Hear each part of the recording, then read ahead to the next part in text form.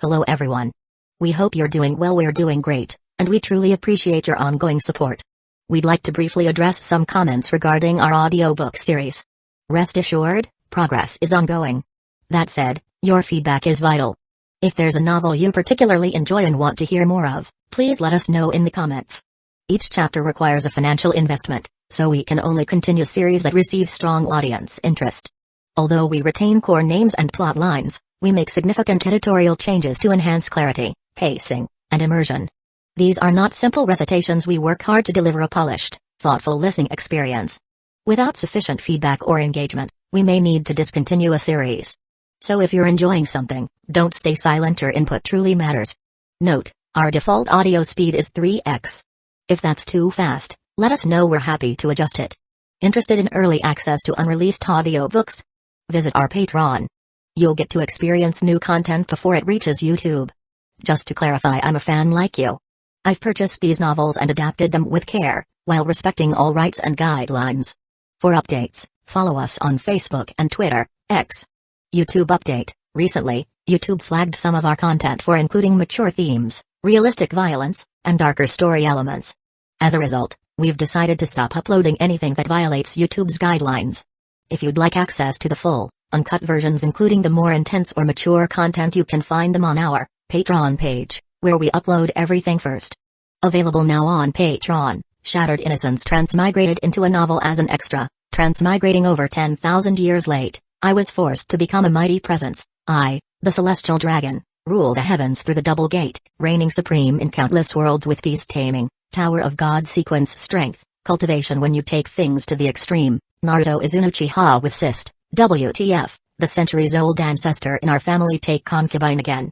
Plus 18, Ichi, reincarnated in Bleach as a wizard. Thanks for listening and happy listening. Chapter 1, Ice Seal Age Open Beta begins.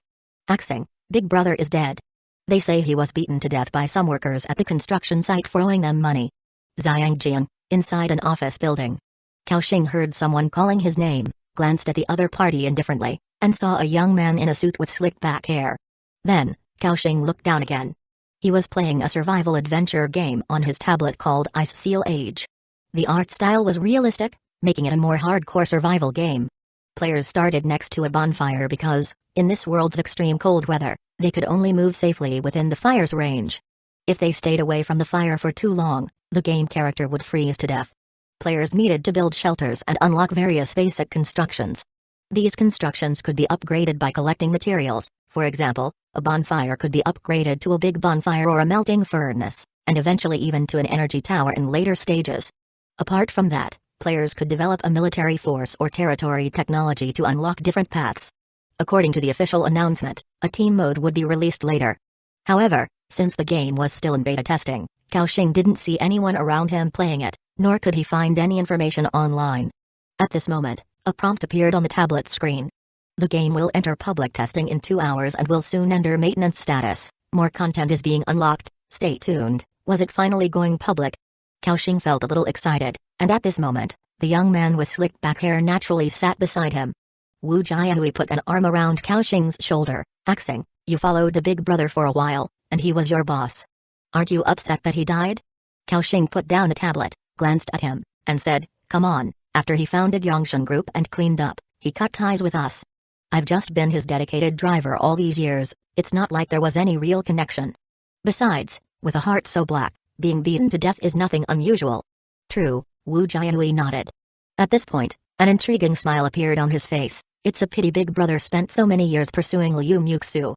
Just when he was ready to get married, this happened. Speaking of which, Liu Muxu is truly a remarkable woman. That figure, and those long legs, TSK, anyone would be mesmerized. Too bad Big Brother couldn't savor it. Kaoxing didn't respond to this because his phone vibrated. After checking it, Kaoxing got up from the sofa, turning to leave. Axing, where are you going? Kaoxing shrugged. I'm a driver. Where can I go? Of course, I'm off to pick someone up. Kaoxing went to Yongshan Group's underground garage, expertly finding a deep brown Maybach among the luxury cars. Entering the car, the interior was extremely luxurious. The car's value, including the interior, was at least over 7 million. Of course, this car was certainly not his.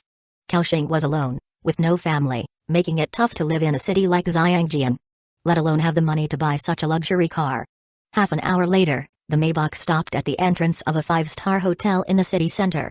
Kaoxing took out his phone and sent a message. "Sister-in-law, I'm downstairs." A message came back. "Okay." A few minutes later, a tall woman in a black dress walked out from the hotel's entrance. Her demeanor was poised, the tight-fitting dress outlined a perfect body curve, with her long legs moving gracefully, like exquisite jade artifacts. This woman was Liu Muxu. Kaoxing didn't get out of the car, the woman naturally sat in the back of the Maybach. "Axing, to the funeral home." Kaoxing nodded, and the car started. On the way, Liu Muxu took a call, her eyebrows furrowed, seemingly troubled by something. "I said, agreeing to marry Yongshan Group was something you requested back then. Now that Chen Zhong is dead, I have no relationship with him. Don't think you can use me as a bargaining chip for profit." She seemed quite angry, but due to her good upbringing, she quickly calmed the anger in her heart. "Sorry, Axing," Liu Muxu said softly. Kaoxing shook his head. He knew Liu Muxu's character. She wasn't the type to berate people below her because of her status. On the contrary, she had always been nice to her subordinates, and her reputation outside was good. Since Liu Muxu quickly rose to fame, the media had done detailed reports on her family and personal experiences. Her original family wasn't particularly wealthy. But due to her outstanding looks and figure, she quickly rose to fame after becoming an adult. Naturally, she attracted attention from many who had ulterior motives. Yongshan Group's chairman Chen Zhong, aka Kaoxing's big brother, was among them. The car soon arrived at the funeral home. Before exiting, Liu Muxu put on a sad expression.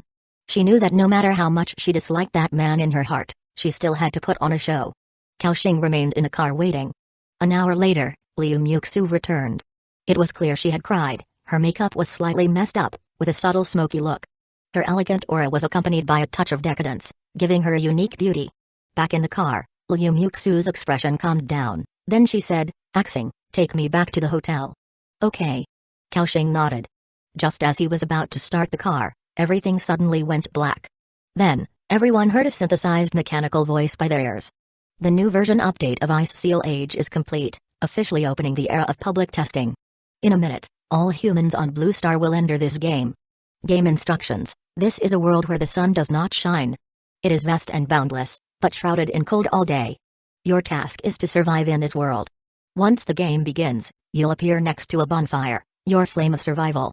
Remember, do not leave the space illuminated by the firelight easily. Your goal is to gather more supplies, expand your territory, and develop more units. The new version features family survival mode, with families as units, up to 4 people per group. If you have no relatives, you'll be randomly grouped with people around you. So, in this brand new world, strive to live on." When Kaoxing regained his sight, he suddenly found himself in an icy snowfield. Everything before him was covered in ice and snow. "What the hell, where's my Maybach?" Before his words finished, an icy coldness swept over him. Kaoxing felt like he would freeze stiff on the spot in an instant. Hiss. Kaoxing took a deep breath, instinctively hurrying close to the burning bonfire before him, finally feeling a trace of warmth. At this moment, a character panel appeared before him. Name: Kaoxing. Race: Blue Star Human Clan. Level: Level 1, 0 out of 100. Profession: none. Life value: 100. Power: 4. Agility: 3. Spirit: 5. Constitution: 5. Lord interface: not open. Current status: cold. Current temperature: -31 degrees Celsius. Damn. This system panel is exactly the same as the one I played on the tablet. Then, the second system prompt appeared. All survivors, please choose your professional system as soon as possible. Currently, there are 5 major systems: Cold Iron Mechanic, Polar Warrior, Frost Mage, Aurora Knight, Snow Hunter. Kaoxing's eyes lit up with joy. He could choose a profession. Clearly, these professions were the same as the ones he had played before. Of course, Kaoxing knew that these 5 professions did not have significant combat power in the early stages. For instance, the Cold Iron Mechanic's early skill was summoning a small self-destructing robot, and its power wasn't even comparable to the firecrackers we used to blow up outhouses in childhood. The Polar Warrior just had a simple slash attack. The Frost Mage was a little better with an initial ice ball skill. As for the Aurora Knight and Snow Hunter, they had purification skill and hunter perception, respectively. To truly gain extraordinary power, one needed to continuously develop and acquire more skills. Kaoxing thought, I have experienced all 5 professions before when playing this game. The strongest is naturally the mechanic, but it's a late-game profession, and the material consumption is too high. In the early stages, both polar warriors and snow hunters are strong, but they become weak in the late stages. At this moment, realization dawned on Cao Xing's face. I see, this game introduced the family survival mode so we survivors can allocate professions reasonably, safely passing through early, middle, and late stages, and survive better. However, Cao Xing glanced beside him. Apart from him, there was only Liu Muxu here. Although he didn't know why he was grouped with her, now was not the time to think about it. She was looking at the bonfire with a bewildered expression, seemingly trying to digest the system's prompt. Cao Xing understood, it seems that achieving the four-person cooperation mode is not possible. So, what profession should he choose? After a moment of contemplation, Cao Xing directly chose Frost Mage. A system prompt appeared. Congratulations. You have successfully chosen the profession, Frost Mage. Elemental affinity unlocked, slightly increased cold resistance, and initial equipment placed in storage box.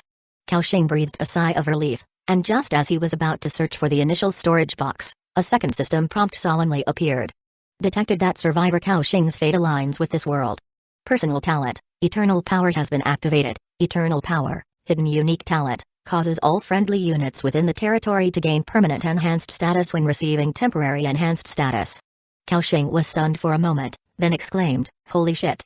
Cheat mode activated. Chapter 2, Bonfire Upgrade, Recruit Polar People. Obviously, if the Eternal Power talent were to function, it's necessary to gather more territorial forces. It seems I should develop along the line of Lord Stream, Cao Xing thought to himself. At this moment, Cao Xing noticed a countdown overhead.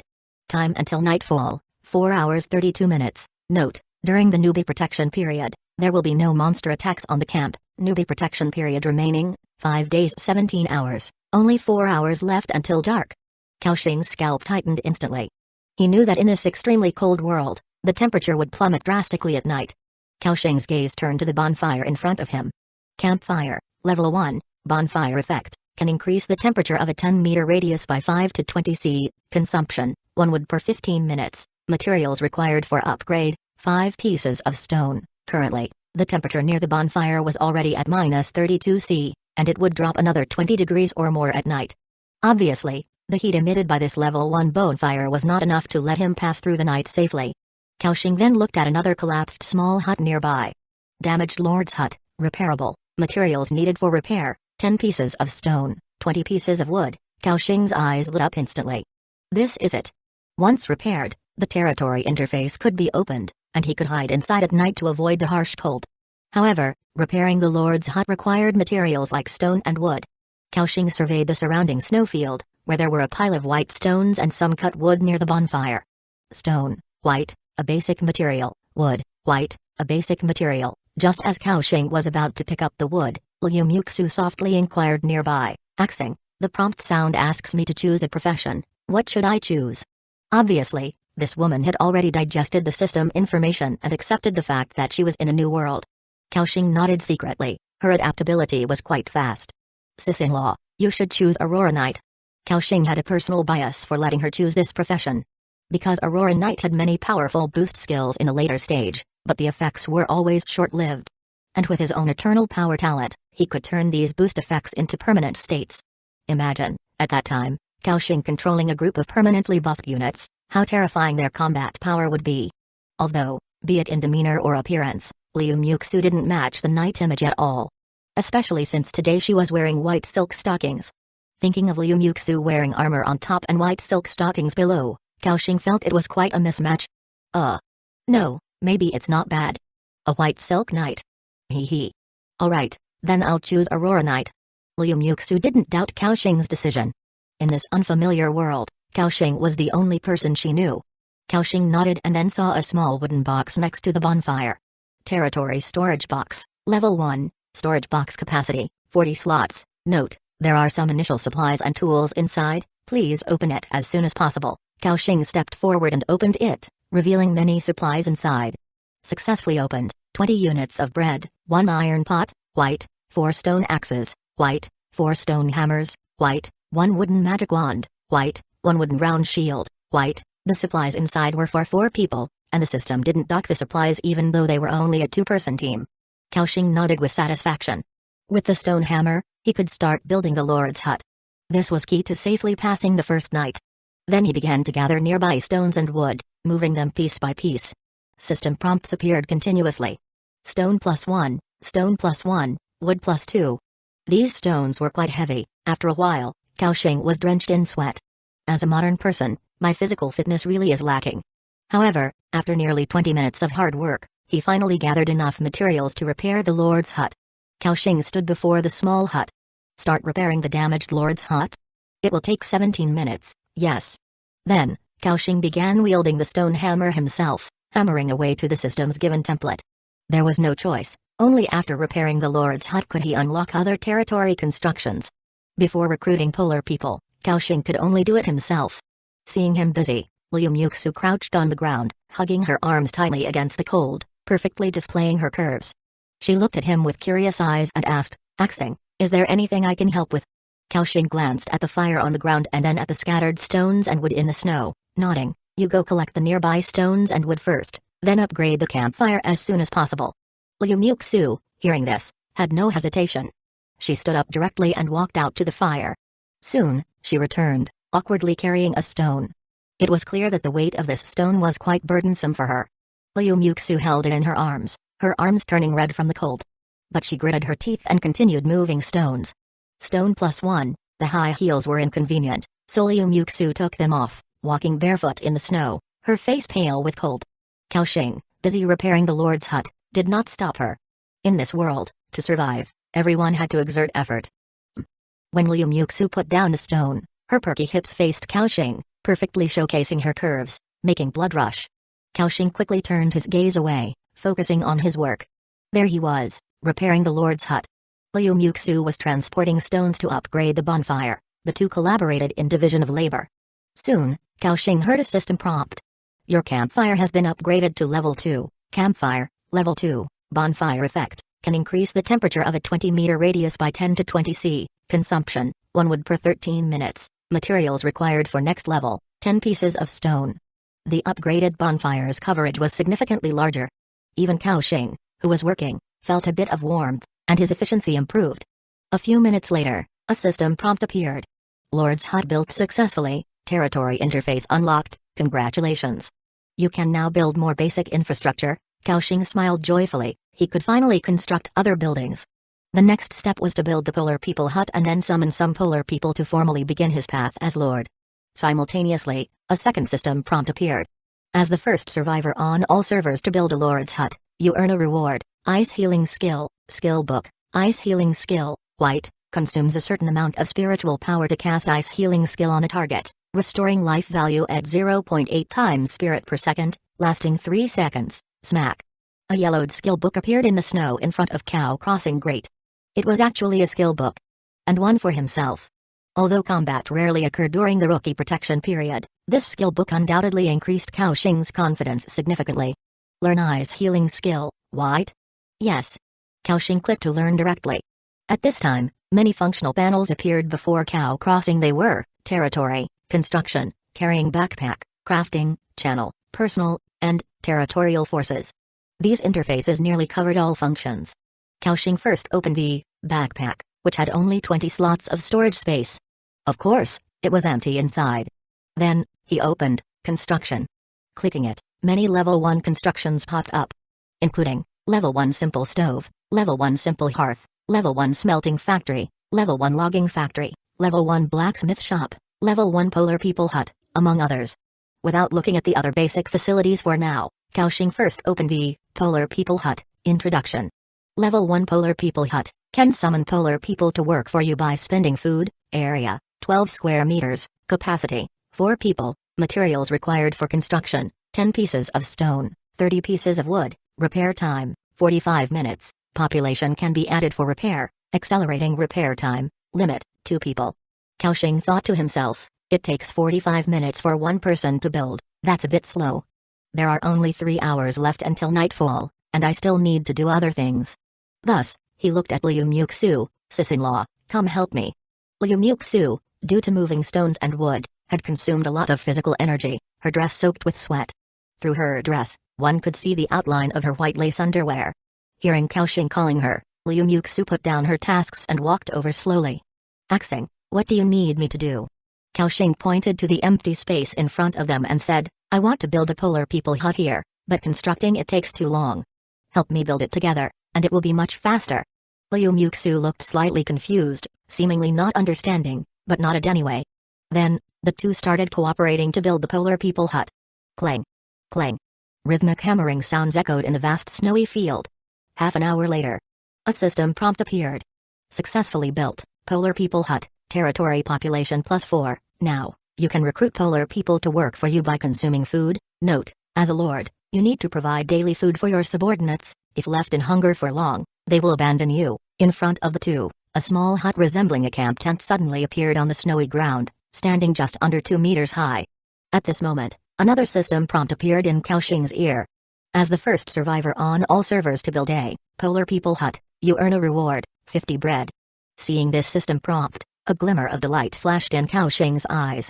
Great. A full 50 pieces of food, this reward is quite impressive. Kaoxing couldn't help but feel grateful for having played this game, allowing him to construct these buildings ahead of everyone in the shortest time.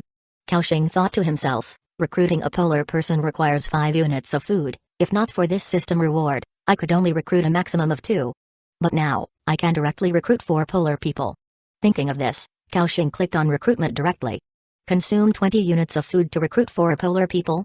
Yes. As soon as the words fell, the tent-like camp began to tremble. Then, the door was pushed open. Out came 4 figures, each less than 1.5 meters tall, dressed in thick snowsuits, with rough appearances. These were the polar people. After coming out, they looked at Kaoxing and Liu Muxu, respectfully saluting. Honorable Lord, the polar people pledge their service to you.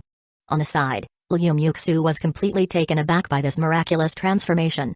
Her small mouth opened slightly, and she exclaimed, Axing, they came out.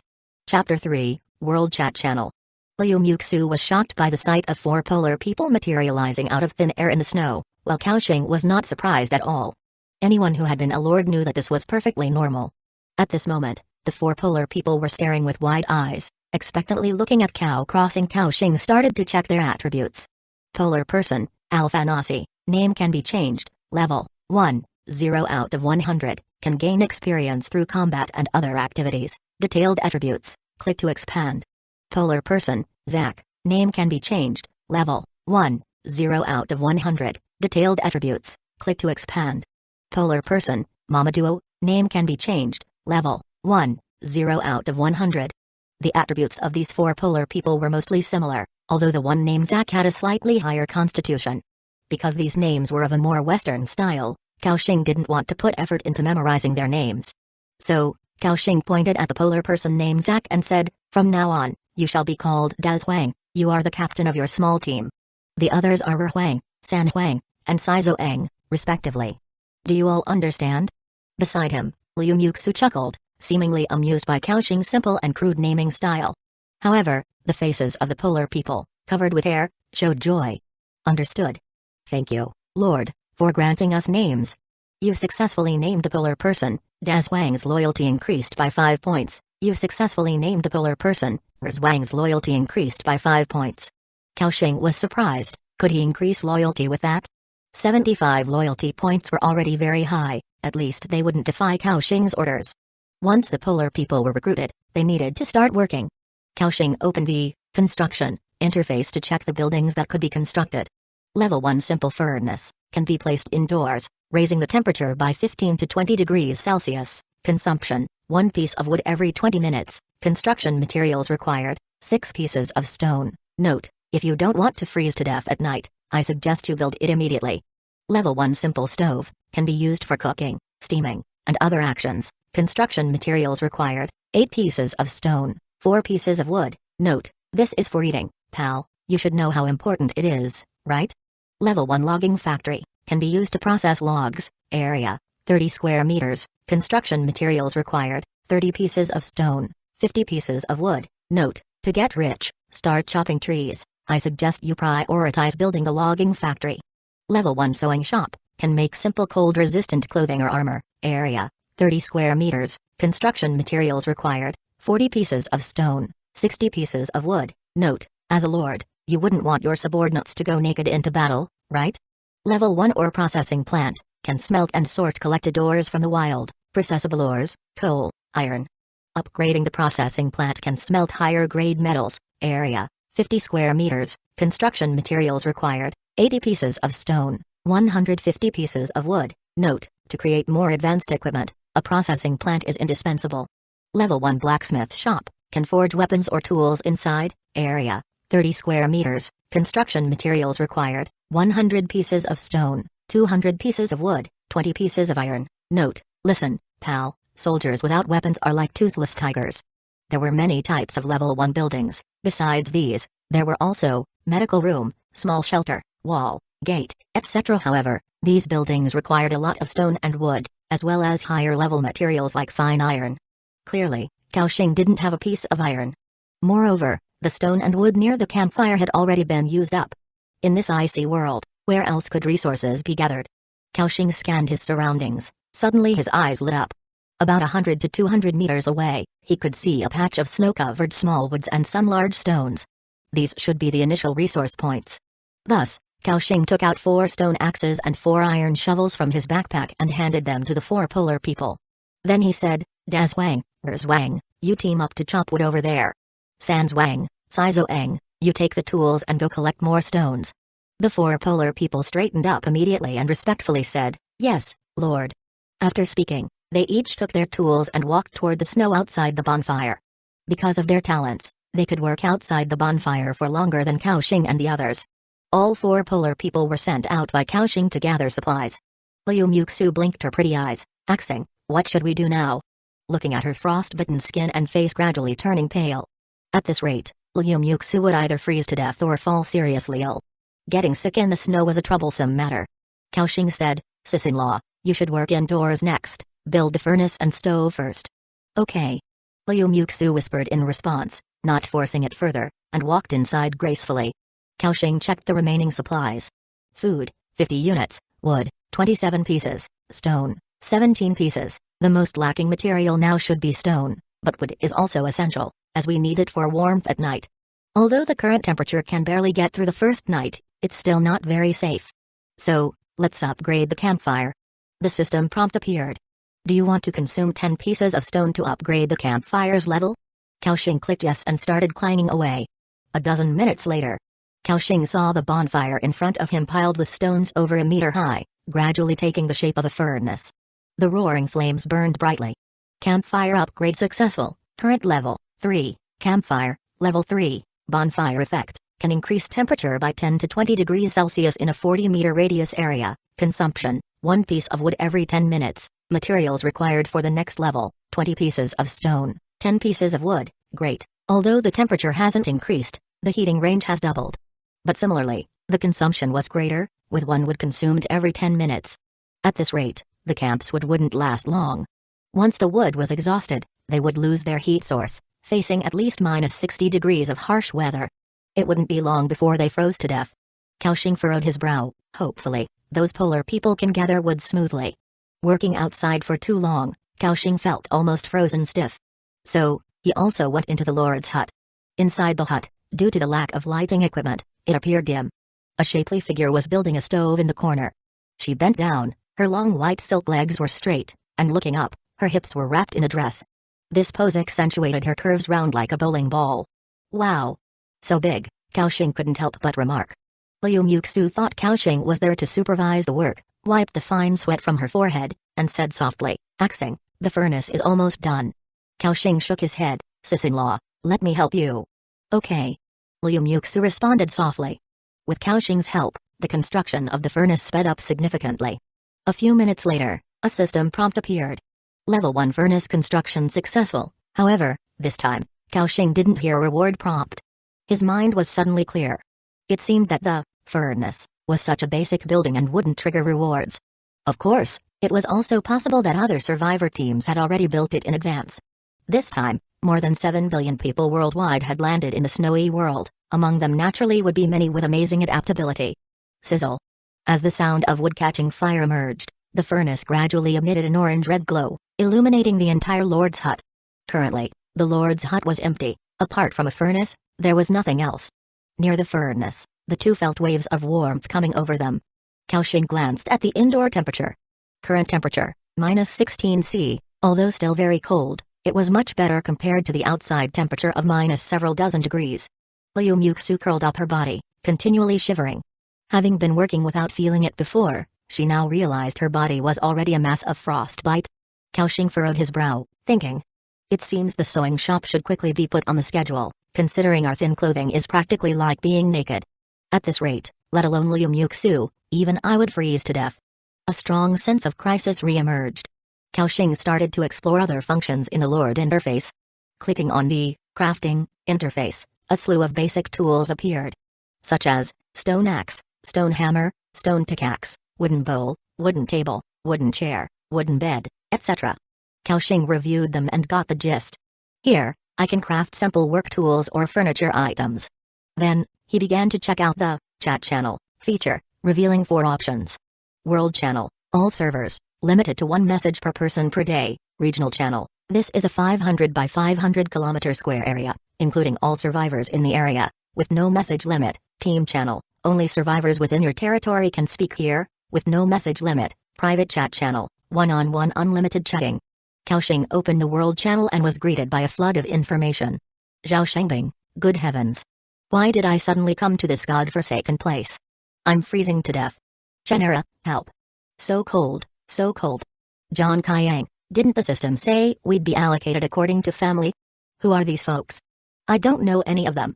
Belgriles, a survival game? I like it, this presents an unprecedented challenge for me. Yamagami Tetsuya, let the boomstick once again shine brightly. Madongsai, hey. Don't let me find out whose prank this is, or I'll smash his balls. Chapter 4, Child, you are invincible. Kaoxing mused to himself, just as I expected, besides me, no one has played this game in advance, and everyone is in a state of utter ignorance. If they don't take action and quickly adapt to this world, a lot of people might die on the first night. Even though they were currently in a beginner protection period, and no monsters would attack the camp, the cold at night was no joke. Just then, Kaoxing heard a frantic knocking at the door. Bang. Bang. Bang. Lord. Something has happened. Lord. Please help me. Hearing the cries for help, Kaoxing frowned, feeling a bad premonition. He quickly tossed the small wooden shield to Liu Muxu and took out a wooden magic wand, preparing for battle. When he pushed open the Lord's door, he saw 2 polar people huddled together, fear in their eyes. Kaoxing asked, what happened? Wang quickly replied, Lord. There's a snake. In that grove, there's a huge snow poison snake. It bit Wang, and he's fading fast. Kaoxing looked over, and Wang's face was turning purple, his body trembling. At the same time, purple numbers of -2, -2 kept appearing above Wang's head. It was a sign of severe poisoning. Seeing this, a look of concern also appeared in Liu Muxu's eyes. Kaoxing checked Wang's attributes. Polar people, Wang, level 1, level 0 out of 100, life value 52 out of 140, current status poisoned, level 1 snake venom. Seeing this poisoned status, Kaoxing felt relieved. Don't worry, it's just level 1 snake venom. Madam, just cast a purification skill. Liu Muxu seemed a little confused, but she quickly understood. Then, Liu Muxu raised her right hand, and a colorful aurora condensed in her palm. May the holy aurora bless you. Liu Muxu's cool voice rang out. With those words, the aurora entered Wang's body. At the same time, Wang felt a pure power surge in, melting the snake venom like ice and snow. His complexion gradually improved. Wang gratefully said, thank you, great and kind lords. However, although Wang was free from the snake venom, he still looked weak. His life value had dropped to half, indicating he was in an injured state. Without a medical room, treating injuries was troublesome. Kaoxing checked his skill bar. Besides an ice ball skill, there was an ice healing skill. Then, Kaoxing raised his magic wand, and an unusual frost power gathered within it. With a wave of his hand, the frost power surged into Wang's body. The next moment, green numbers of +3, +3 continuously appeared above Wang's head. Then, a system prompt appeared. Successful use of ice healing skill, talent, eternal power, activated. This skill has become a permanent state. Hearing this prompt, Kaoxing's jaw dropped in shock. Holy crap. Healing skill works too? He recalled the introduction of this talent. Eternal power makes all friendly units within the territory, when receiving a temporary boost, permanently gain the boosted state. But to have a healing skill also classified as a boost was something Kaoxing had never considered. At that moment, sheer joy appeared in Kaoxing's eyes. because it meant Dazwang now had an infinite healing buff. Watching Dazwang's continuously recovering life value, Kaoxing couldn't help but marvel. Kid, you're invincible. Of course, Kaoxing's current spiritual strength was low, so he could only restore 3 life points. Even though Dazwang could heal infinitely, if he encountered an enemy that was too strong, a single slap could still end him, so he wasn't truly invincible. Before long, Dazwang's life value was fully restored, and he was lively once more. At this moment, an excited Dazwang exclaimed, "Lord, I feel a healing power within me, constantly restoring my life." Kaoxing nodded knowingly. "Thank you, Lord. Your power is so great and vast." Dazwang's loyalty to you increased, current loyalty, 80. Kaoxing began pondering a question. If the ice healing skill could infinitely heal polar people, then could it also work on him or Liu Muxu? Kaoxing thought for a moment, then cast an ice healing skill on Liu Muxu. The same system prompt appeared. Successful use of ice healing skill, talent, eternal power, activated. This skill has become a permanent state. Kaoxing and Liu Muxu widened their eyes, and both saw the shock mirrored in each other's pupils. Holy crap. This talent could also work on human survivors. Kaoxing could only say, this is incredible. This meant his survival capability would experience a qualitative leap. He was eager to cast a green light on himself. As he was about to raise his magic wand, his head suddenly felt dizzy, almost causing him to faint. Kaoxing shook his head and quickly realized the reason. Because my spiritual power is insufficient, releasing 2 ice healing skills is my limit. Restoring spiritual power requires rest or eating. However, the urgent task now was to expel or kill the venomous snake in that grove. Otherwise, the source of the territories would be cut off. Currently, the team had 2 beings with infinite healing, and they should be able to handle ordinary beasts. Kaoxing said directly, "Let's go, follow me to deal with that snake." The 2 polar people raised their stone axes and shouted, "Follow the Lord's steps." Then, he led Dazwang, Rizwang, and Liu Muxu out of the Lord's hut. As for Saizuang and Saizoang, they were busily transporting stones into the territory. Stone +1, stone +1, system prompts appeared continuously. Kaoxing nodded in satisfaction. Before long, they stepped out of the bonfire's range. In an instant, the temperature dropped by more than 10 degrees. The cold rushed in like invisible blades, continuously slicing through everyone. Waves of stinging pain struck. Liu Muxu instantly shrank, her body trembling with cold. Even Kaoxing felt his body stiffen. With temperatures at -50 degrees, without the polar people's constitution and cold-resistant clothing, they couldn't last a few minutes before turning into icicles. Fortunately, the grove Kaoxing headed for was not far from the bonfire, just over 100 meters away. The 4 of them walked across the snow, leaving a trail of footprints. Before long, they reached the small forest, where dozens of white birch trees were planted sparsely, their branches covered in ice and snow. "Lord, that poison snake is over there." Following the direction of Dazwang's point, Kaoxing indeed saw a large snake about 2 meters long, coiled on a tree branch. Hiss. Hiss hiss. The snow-poisoned snake, entirely snow-white, stuck out its crimson forked tongue at the 4, posing a threat. Kaoxing saw the attributes of the poisoned snake in front of him. Snow-poisoned snake, level 2, race, beast, life value, 160 out of 160, attack power, 8 to 10, attributes, power 4, agility 7, spirit 5, constitution 8, skills, raid, neurotoxin. Note, this is a snake adapted to polar conditions, having undergone unknown evolutions. A level 2 beast, no wonder Dazwang and Rizwang together couldn't defeat it. Even with Kaoxing, they would have to approach carefully to withstand it. But now, things were different. Because in his team, there were 2 beings with infinite healing. Of course, Liu Muxu currently had no combat power. Kaoxing brought her along just to help her adapt to the battle rhythm of this world. Liu Muxu was a smart woman. She understood Kaoxing's intention and was swiftly acclimating to everything in this world. "Dazwang, attack!" Kaoxing ordered directly. As the words fell, Dazwang charged forward with his stone axe raised. With a loyalty of 80 points, he could basically follow orders without hesitation, never defying Kaoxing's commands. Hiss hiss. The snow-poisoned snake's body arched and then shot out like a spring. Whoosh! Like a white shadow, it flashed by in an instant, biting Dazwang on the shoulder. Its sharp fangs pierced through the thick icy snow clothing and into Dazwang's flesh. -6. The next moment, purple numbers of -2, -2 appeared once again above Dazwang's head. Dazwang was poisoned again. Yet, after a while, green numbers of +3, +3 emerged. A look of joy appeared on Dazwang's face. "I have the Lord's blessing upon me." You, evil creature, can no longer harm me. With that, Dazwang reached out his large hand and grabbed the snow poison snake by the neck. Then with a swing of the stone axe, he struck down. Chapter 5, First Kill Reward, Snake Man Tribe Priest Recruitment Scroll. Puff. This axe strike carved a bloody gash into the smooth body of the snow poison snake, skin and flesh splitting open instantly. -8, a damage number floated up. The snow poison snake, in pain, bit down even harder. However, in an infinite healing state, Dazwang fought as if he was on stimulants. He grabbed the snow poison snake and started slashing and hacking chaotically. Slash. Slash. Slash. -10, -9, -9. The sound of flesh being hit repeatedly echoed. After several bites, the snow poison snake seemed to realize something was amiss. Its life value was continuously decreasing, quickly dropping below 80.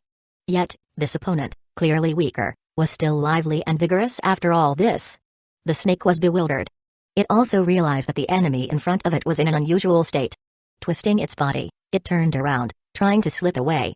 Kaoxing had been watching the actions of the snow poison snake from the back, and upon seeing this situation, he quickly said from behind, "Don't let it escape, Zhuang, you join in too." "At your service, my lord." Zhuang obeyed the order, rushing up to tangle with the snow poison snake. With Zhuang's joining, the life value of the snow poison snake decreased even more quickly. Slash. Slash. Slash. Two stone axes continued slashing at the snake's body. In no time, its life value dropped below 30. Meanwhile, after a brief rest, Kaoxing also recovered a bit of spiritual power. So, he raised his magic wand, and the nearby frost power gathered. In a short while, a fist-sized ice ball formed at the tip of Kaoxing's magic wand. Go. Kaoxing flicked his wand. The ice ball catapulted out instantly. It landed on the snow poison snake, and with a pop, it exploded. -21, an exaggerated damage number emerged from the snow poison snake. The enemy's life value hit 0, collapsing completely. A system prompt appeared. Successfully killed snow poison snake level 2, you gain 30 experience points. Combat personnel, Dazwang gained 15 experience points, Zhuang gained 15 experience points. Congratulations. You are the first creature in this area to kill a wild creature, earning a first kill reward. Snake Man Tribe Priest Recruitment Scroll, 1. Seeing the power of the ice ball skill, a shock appeared in the eyes of Dazwang and Zhuang. My lord, your power is intimidating. Our lord is so powerful. Kaoxing glanced at them lightly. These polar people were always amazed by trivial things. The profession of a frost mage was like this, with high damage also comes high consumption. This one ice ball skill directly drained the spiritual power he had barely recovered. Meanwhile, Kaoxing came to the corpse of the snow poison snake, and a system prompt appeared before him. Snow poison snake corpse, can be decomposed. Kaoxing directly clicked decompose. In an instant, the body of the snow poison snake vanished. Then, on the icy snow ground appeared a torn snake skin, more than a dozen segments of fresh red snake meat, and a purple poison bag. A torn snake skin, white, though torn, it can still be used to make simple leather clothes. 17 fresh snake meat, green, fresh snake meat, 1 piece of snake meat, 5 food units, a poison bag, green, a snake's poison bag, when smeared on a weapon, may have unexpected effects. Seeing the items on the ground, a look of surprise appeared in Kaoxing's eyes. Whoa. So much snake meat, and a snake skin, this is a big haul. 17 pieces of snake meat meant a total of 85 food units. And the most crucial part was that apart from dry bread, they now had new food. And it was fresh, delicious snake meat.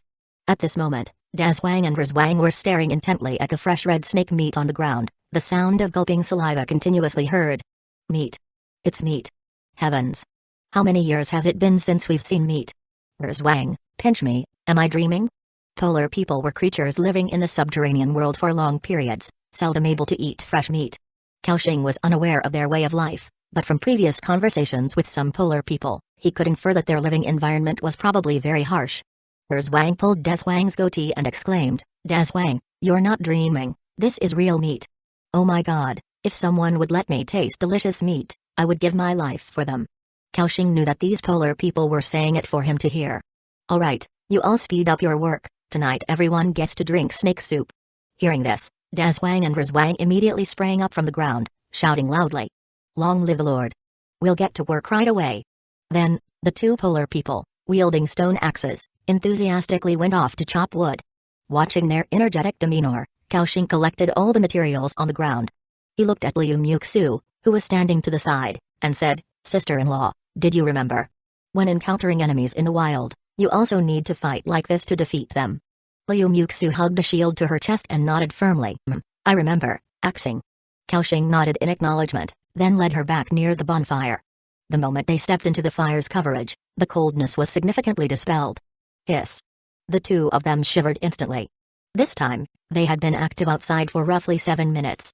According to Kaoxing's estimation, their maximum current activity time was 15 minutes. If they could make cold-resistant clothing, their activity time could be greatly extended. Kaoxing glanced at his territory's resources. Food, 135 units, wood, 36 pieces, stone, 54 pieces, still not enough materials to craft a sewing shop. It seems it won't be made today. So, are there any other ways to resist the severe cold? Kaoxing turned his gaze to the polar people nearby, clad in thick snowsuits. Clearly, the set of clothes these polar people wore was very thick and had excellent cold-resisting features. It's likely that most survivors at this point were considering using some forceful means to seize these polar people's clothing. But it's advised not to do so. Because once you kill the first polar person, the goodwill of this race will immediately drop by 50%. When you kill the second polar person, you will become directly hostile to this race. Not only will you be unable to recruit polar people to work for you, but any polar people encountered on the road will also launch attacks on your camp. Kaoxing mused internally, "Forget it, let's just hang on like this for today. Probably by tomorrow, enough wood and stones will be gathered to build a sewing shop." At this moment, Kaoxing recalled the first kill reward that the system just gave, which seemed to be a recruitment scroll. After taking it out from his backpack, the scroll's attributes appeared before him. Snake Man Tribe Priest Recruitment Scroll, can summon a level 5 Snake Man Tribe Priest to assist the Lord in battle, occupies 2 population. Seeing this system introduction, a look of joy instantly appeared on Kaoxing's face. Goodness, it's actually a scroll that can summon a level 5 creature. This reward is really nice. However, the Snake Man Tribe, this race, was something Kaoxing had never encountered in the game before, so he didn't know what they were like. Of course, it could also be because Kaoxing hadn't developed to the later stages, and hadn't explored the full range of that game. The vastness of this world exceeded Kaoxing's imagination. "Do you want to consume the scroll to summon the Snake Man Tribe Priest?" "Yes." With the words spoken, a hexagram array emerged in front of Kaoxing out of thin air. The next moment, the hexagram array emitted a dazzling light. Liu Muxu, beside him, was also curiously watching Kaoxing's actions. Meanwhile, they suddenly felt as if a strong, cold aura had descended. Then, the cold wind blew. A winding, white-bodied creature appeared. The 5-meter-long snake body was covered in scales, and the slender tail swung casually in the snow.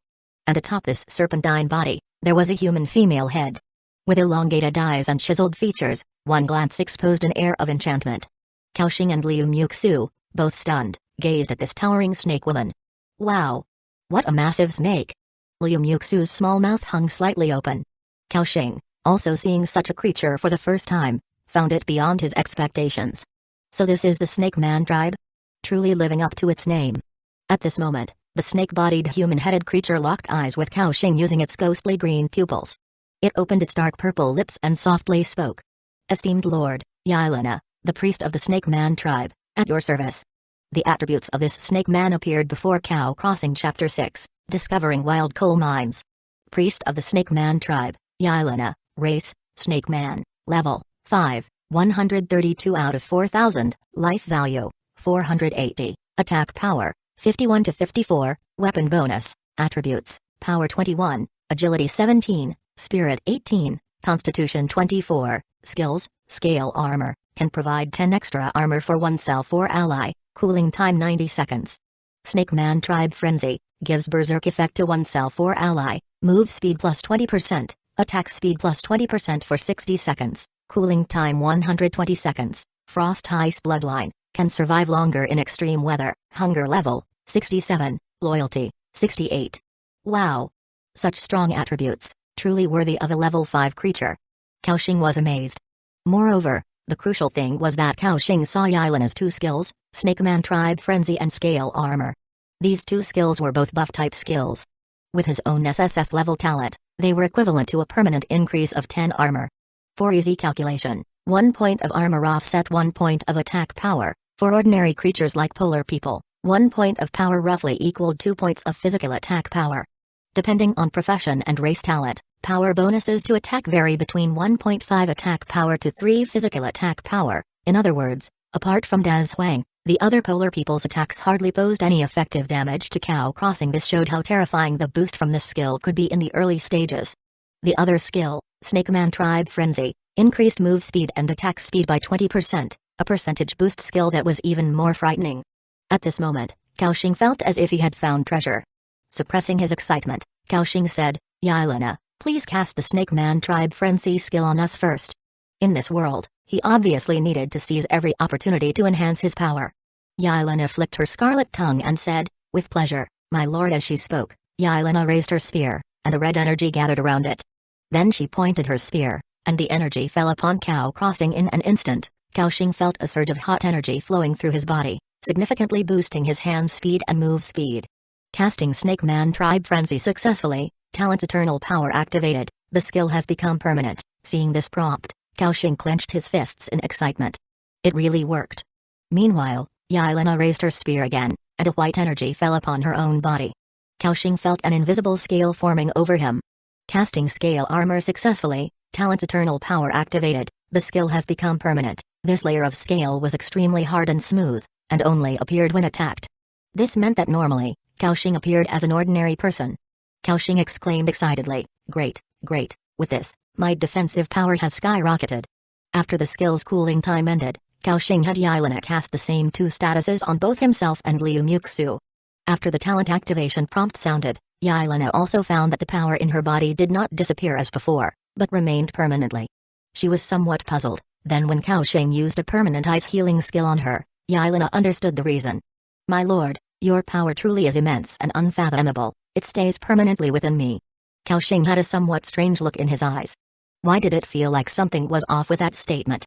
Shaking his head, Kaoxing began thinking about other matters. This Berserk skill could increase speed by 20%.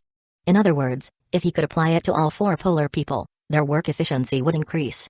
So, Kaoxing asked, "Yelena, can you continue casting skills?" Yelena gently shook her head, "My lord, these skills consume my spiritual power, I need some time to recover." Kaoxing nodded. Then, he turned to look at the 4 polar people working in the distance. At that moment, Dazhuang and Rizhuang were each jogging over with a bundle of processed wood. Zhuang and Zhuang were carrying several stones. Watching the 4 little dwarfs running across the snow was somewhat comical. They placed the materials near the bonfire where they would automatically disappear, prompting a series of system prompts. Wood +5, wood +5, stone +3, stone +3. Kaoxing calculated their round-trip time to be about 10 minutes. There was still an hour and a half until nightfall. This meant that before dark, they could gather up to 90 wood and 54 stones for Cow Crossing. "I need more labor, but I can only build 1 polar people hut. To recruit more polar people, I have to upgrade the polar people hut. A level 2 polar people hut can recruit 4 more polar people, greatly increasing work efficiency. But at the same time, these polar people will consume more food and occupy my population cap." Kaoxing glanced at his population. Population, 8 out of 50, level 1 territory's maximum population cap is 50, can increase by upgrading Lord's hut. At this moment, Zhuang ran over to Kaoxing's side and spoke. "My lord, I have something to report to you." Kaoxing looked at Zhuang. "What's the matter?" Zhuang replied, "When Zhuang and I were gathering stones, we discovered a small coal mine about 300 to 400 meters ahead on the right. However, there seemed to be 2 snow wolves guarding it, so we didn't dare to approach. I'm concerned that the snow wolves might pose a threat to our camp, so I came to report to you, my lord." Upon hearing the word coal mine, Kaoxing's eyes instantly lit up. As we know, coal is a more advanced energy material than wood, not only burning longer but also emitting more heat. If he could seize the coal mine, it would save him a lot of wood for constructing other facilities. Kaoxing quickly asked, "Do you know the strength of those snow wolves, and how many are there?" Zhuang nodded. "We watched for a while and currently, we've only seen 2 snow wolves. These snow wolves appear to be slightly stronger than that snow poison snake." Upon hearing this, Kaoxing's grin grew wider. 2 snow wolves, according to Zhuang, slightly stronger than the snow poison snake, would be around level 3 to 4 monsters. Before summoning Yelena, Kaoxing wasn't confident in facing them. But now, he could devise a plan to take over that coal mine. So, Kaoxing nodded. "Zhuang, excellent work. Tonight, I'll reward you and Zhuang with a portion of snake meat." At the mention of snake meat for dinner, Zhuang's eyes almost sparkled like stars. He nodded excitedly. "Thank you for your generosity, my lord. Sai Zhuang will do his utmost to contribute to you." After speaking, Sai Zhuang continued his short-legged strides back to collecting stones. Liu Muxu also heard their conversation and asked nervously, "Axing, is it time for combat?" Kaoxing nodded. "Yes, the coal mine is an important resource, it's better to secure it sooner." A trace of fear appeared in Liu Muxu's eyes, but she mustered the courage to say, "I will fight alongside you." Kaoxing didn't refuse. Although the snow wolves were formidable, Liu Muxu had already been enhanced with 3 permanent buffs. Both defensive power and recovery ability were greatly improved, and with Yelena at level 5, handling 2 snow wolves shouldn't be an issue. However, before combat, he could use some items to increase combat power. Kaoxing took out a purple poison bag from his backpack.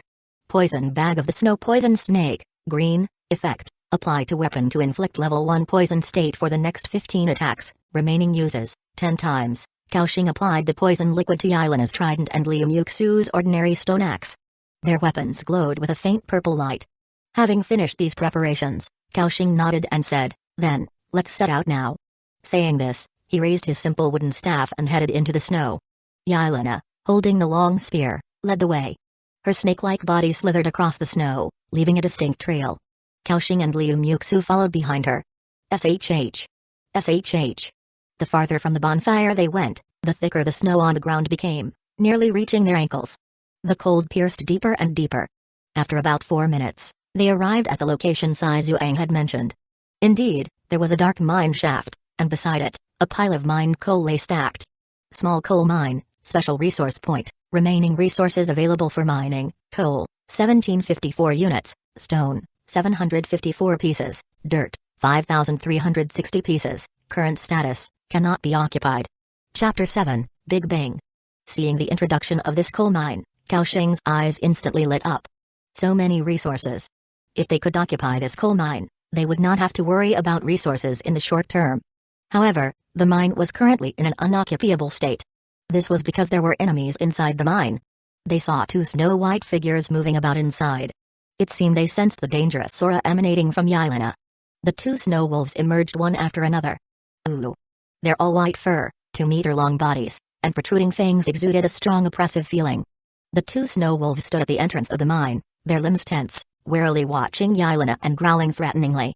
Kaoxing saw the attributes of the snow wolves. Snow wolf, level 3, race, beast, life value, 220 out of 220, attack power, 16 to 18, attributes, power 8, agility 9, spirit 7, constitution 11, skills, tier, pounds, race talent, wolfpack effect. If the number of snow wolves participating in the battle reaches 10 or more, the wolfpack talent is activated, increasing attack power and move speed by 20%. Sure enough, they were level 3 snow wolves, and the attributes of the other wolf were quite similar. Kaoxing realized this. Fortunately, there were only 2 snow wolves here. If there had been more, it would have triggered their race talent, and Kaoxing would have had to run away. But now, looking at the thick fur on the 2 snow wolves, Kaoxing saw them as if they were slick, enticing young women. Hee. Little snow wolves, kindly offer up your fur. At that moment, Liu Muxu and Yelena turned their heads to look at Cao crossing. Kaoxing froze, extremely embarrassed. Damn it, did he just say his thoughts out loud? The 2 snow wolves also seemed to know that Kaoxing and his companions were not to be trifled with, keeping their heads low and continuously issuing threatening growls. Snake Man Yelena opened her crimson forked tongue, not showing any weakness. SSS. SSSSSS. The atmosphere between the 2 sides was incredibly tense.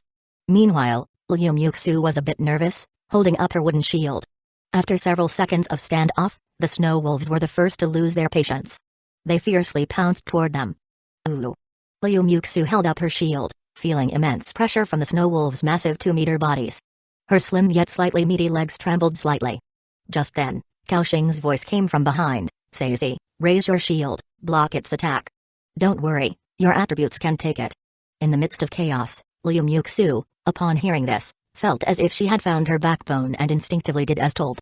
She raised her shield, and the snow wolf's claws swiped at that moment. Bang. Liu Muxu let out a soft gasp. After the impact, the anticipated scene of Liu Muxu being flung away did not happen. A layer of snow-white scales appeared on her arm, greatly reducing the impact. Did it block it? Liu Muxu was surprised by the scene before her. Kaoxing praised from behind. Sazi, well done. With Kaoxing's encouragement, Liu Muxu gained more confidence. She took a deep breath, making her proud chest rise significantly. Liu Muxu repeatedly raised her shield, withstanding the snow wolf's attacks. Bang! Bang! Bang! The sounds of impacts continued, but Liu Muxu gritted her teeth and didn't take a step back. The muscles on her legs, covered in white silk, tensed, and her rounded buttocks trembled intermittently. It was evident that Liu Muxu must work out regularly, as holding the shield showcased her perfect body curves unquestionably. Starsea, besides withstanding the attacks, remember to use the other hand with a weapon to strike back at the enemy. Kaoxing was instructing Liu Muxu on how to fight. Liu Muxu did exactly that. Seizing the moment when the snow wolf missed a swipe with its paw, she raised her stone axe and chopped towards the snow wolf's head. PSH. -8, -2, -2. The numbers in front represented the slashing damage caused by Liu Muxu, while the latter represented the additional snake venom effect. Although the damages were low compared to the snow wolf's over 200 life points, it still gave Liu Muxu confidence. So, I can also block these monsters. Then, Liu Muxu gradually found her rhythm of attack. PSH. PSH. -8, -9, -14. Critical damage. She blocked the snow wolf's attack while looking for an opportunity to counterattack. Kaoxing was behind her, gathering the ice ball skill. Snap. -19. The damage from the ice ball skill wasn't as high as the first time. This was because the snow wolf is a level 3 creature with higher defensive power than the snow poison snake. The two working together against this snow wolf was somewhat scary but manageable. As for the snake man Yelena beside them, she was single-handedly suppressing another snow wolf. Her spear was so sharp, each thrust would puncture several bloody holes in the snow wolf's body. -37, -2, -32, -2. In no time, this snow wolf's life value had been reduced to less than half. On the other hand, every claw strike from the snow wolf that hit Yelena was greatly reduced by her scaly shell, inflicting damage in single digits only. During this time, green +3 would appear over Yelena's head. In no time, her life value was replenished. This sight made the snow wolf in front feel despair. How could it fight against an enemy that healed infinitely? In less than 30 seconds, Yelena had killed the snow wolf. Your territory member, Yelena has killed snow wolf level 3, gained 40 experience points, you gain 20 experience points. Liu Muxu received the same system prompt. After Yelena finished the fight here, she quickly twisted her body to help Kaoxing with his fight. With Yelena's addition, the subsequent battle had no suspense. The last snow wolf cried out in sorrow before collapsing dead.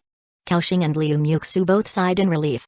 As modern people, this was their first time fighting in such a manner. Although Kaoxing seemed calm, he was actually quite nervous inside. If Liu Muxu couldn't hold on, his slight frame would stand even less of a chance against the snow wolf's attacks. Fortunately, Liu Muxu did not disappoint. Kaoxing walked over, saw the pale-faced Liu Muxu, and patted her back, saying, "Starsea, you worked hard, your performance was really good." After hearing this, Liu Muxu nodded lightly, and some of the tension in her heart dissipated. Kaoxing shifted his gaze. At that moment, there were 2 wolf corpses on the ground. 2 snow wolf corpses can be disassembled. Kaoxing immediately clicked to disassemble. A white light enveloped the 2 wolf corpses, and a second later, a pile of materials appeared on the ground.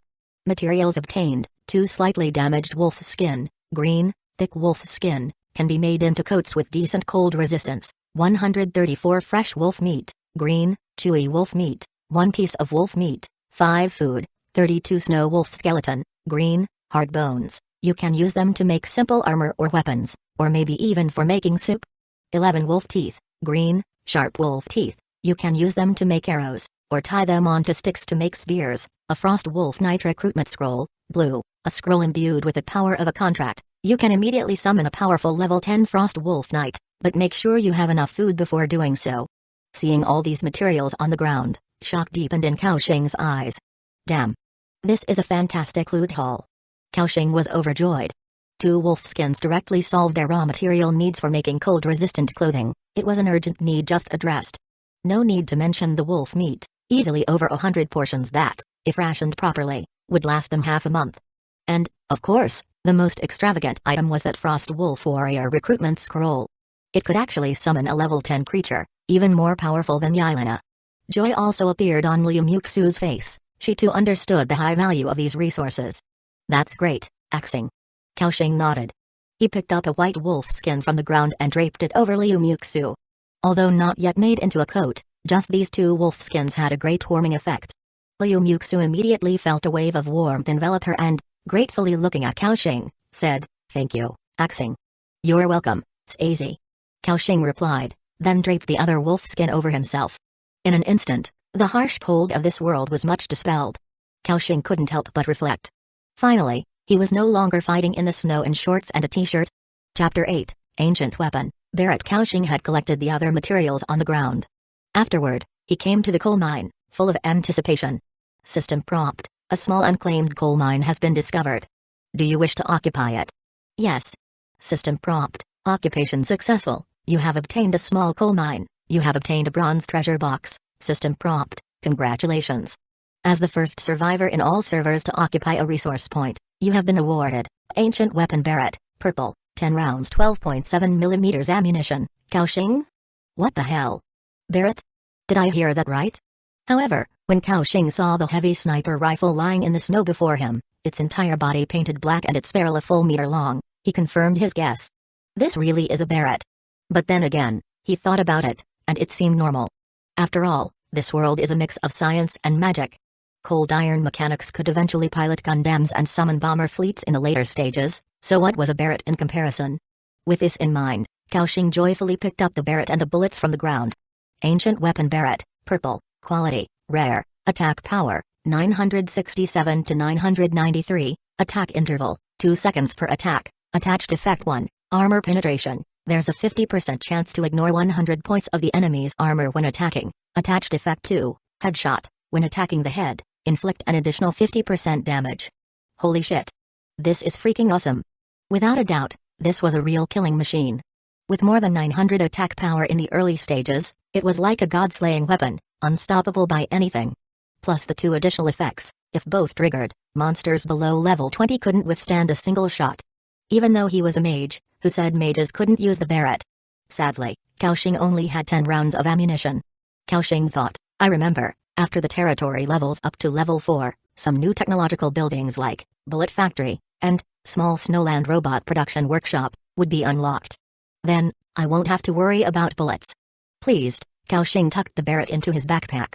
At this moment, he remembered another prompt from the system. In addition to the coal mine resources, there was also a bronze treasure box. In other words, there might actually be a treasure box inside. So Kaoxing turned his head and said, Starsea, I'm going to check inside the mine. You start by collecting the coal scattered here. Liu Muxu nodded lightly. After speaking, Kaoxing jumped straight into the mine. It was just a small mine, stretching no more than 4 to 5 meters deep.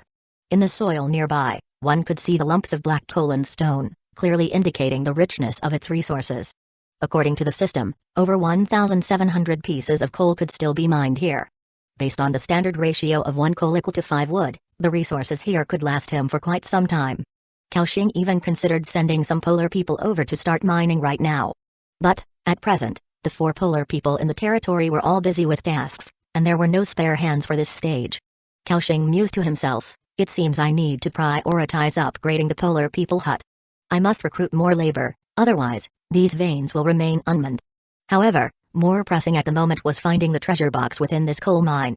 Kaoxing made his way to the end of the mine, and in the pitch black, he discovered a bronze-colored treasure box. This is it. The system prompt appeared. System prompt, an unlocked A bronze treasure box has been found. Would you like to open it? Kaoxing clicked yes right away.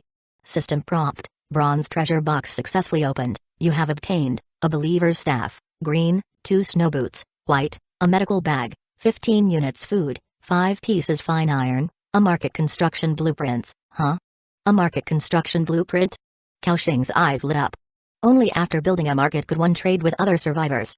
Although only a few hours had passed since Kaoxing arrived in this world, given over 7 billion humans had been transported to Blue Star, with such a huge population, many would have already built a market. Kaoxing looked over the blueprint's description. Market, after construction, trade resources with other survivors. Note, before merging, you can only trade with other survivors within your territory. Occupied space, 20 square meters. Construction materials required, 15 pieces of stone, 30 pieces of wood. Kaoxing thoughtfully said, so, I can only trade with survivors in my own region for now? But that's not a big deal. Area 174 also has tens of thousands of people. There should be plenty of supplies circulating in the market. Kaoxing then began to check the other two pieces of equipment he had just acquired. Believer's Staff, green, quality, fine, attack power, 15 to 18, spirit +3, attached effect, Believer's Grip, when attacking, there's a 20% chance to increase the user's spirit by +10, note, Staff of a Zealous Believer, shout the words Black Stockings are justice during battle for unexpected effects, who the hell is going to shout that, damn it. It's white stockings that are justice, okay? Kaoxing was speechless, feeling that this system's note was somewhat frivolous. He began to check the second piece of equipment. Snow boots, white, quality, common, armor, none, special effects, none, note, with good resistance to cold, these snow boots can help you walk better in snow and ice, another piece of cold weather gear. Barrett thought with happiness. There were 2 pairs of these snow boots, one for him and one for Liu Muxu each. Thus, he took off his black leather shoes and put on the fleece-covered snow boots. His feet, nearly frozen and numb, were now wrapped in waves of warmth. Barrett nodded in satisfaction. There was another item in the treasure box. Medical bag, white, can be used to treat injuries or common illnesses, restores 100 life value, note, a simple medical bag that can cure common symptoms caused by the weather, such as colds, fevers, frostbites, etc. This, too, was a lifesaver, especially before constructing a medical room. After all, some ailments not even the Aurora Knight's purification skill could dispel. After checking once more to ensure there was nothing else in the coal mine, Barrett prepared to leave. But before he left, he conveniently dismantled the treasure box. System prompt, successfully dismantled bronze treasure box, obtained 5 pieces of copper. Barrett crawled out of the mine shaft. Upon seeing him come out, Liu Muxu spoke softly, Axing, I've gathered all the coal from the ground. There are 112 pieces in total, enough for us to use for a long time. Joy of the harvest was on her face. Barrett nodded and said, well done, Starsea. Here, take these snow boots first. After speaking, Barrett placed the boots at Liu Muxu's feet. He noticed that Liu Muxu's legs were frozen red, her 10 toes tightly clenched, trembling continuously between her thighs. It had been 5 or 6 minutes since they emerged.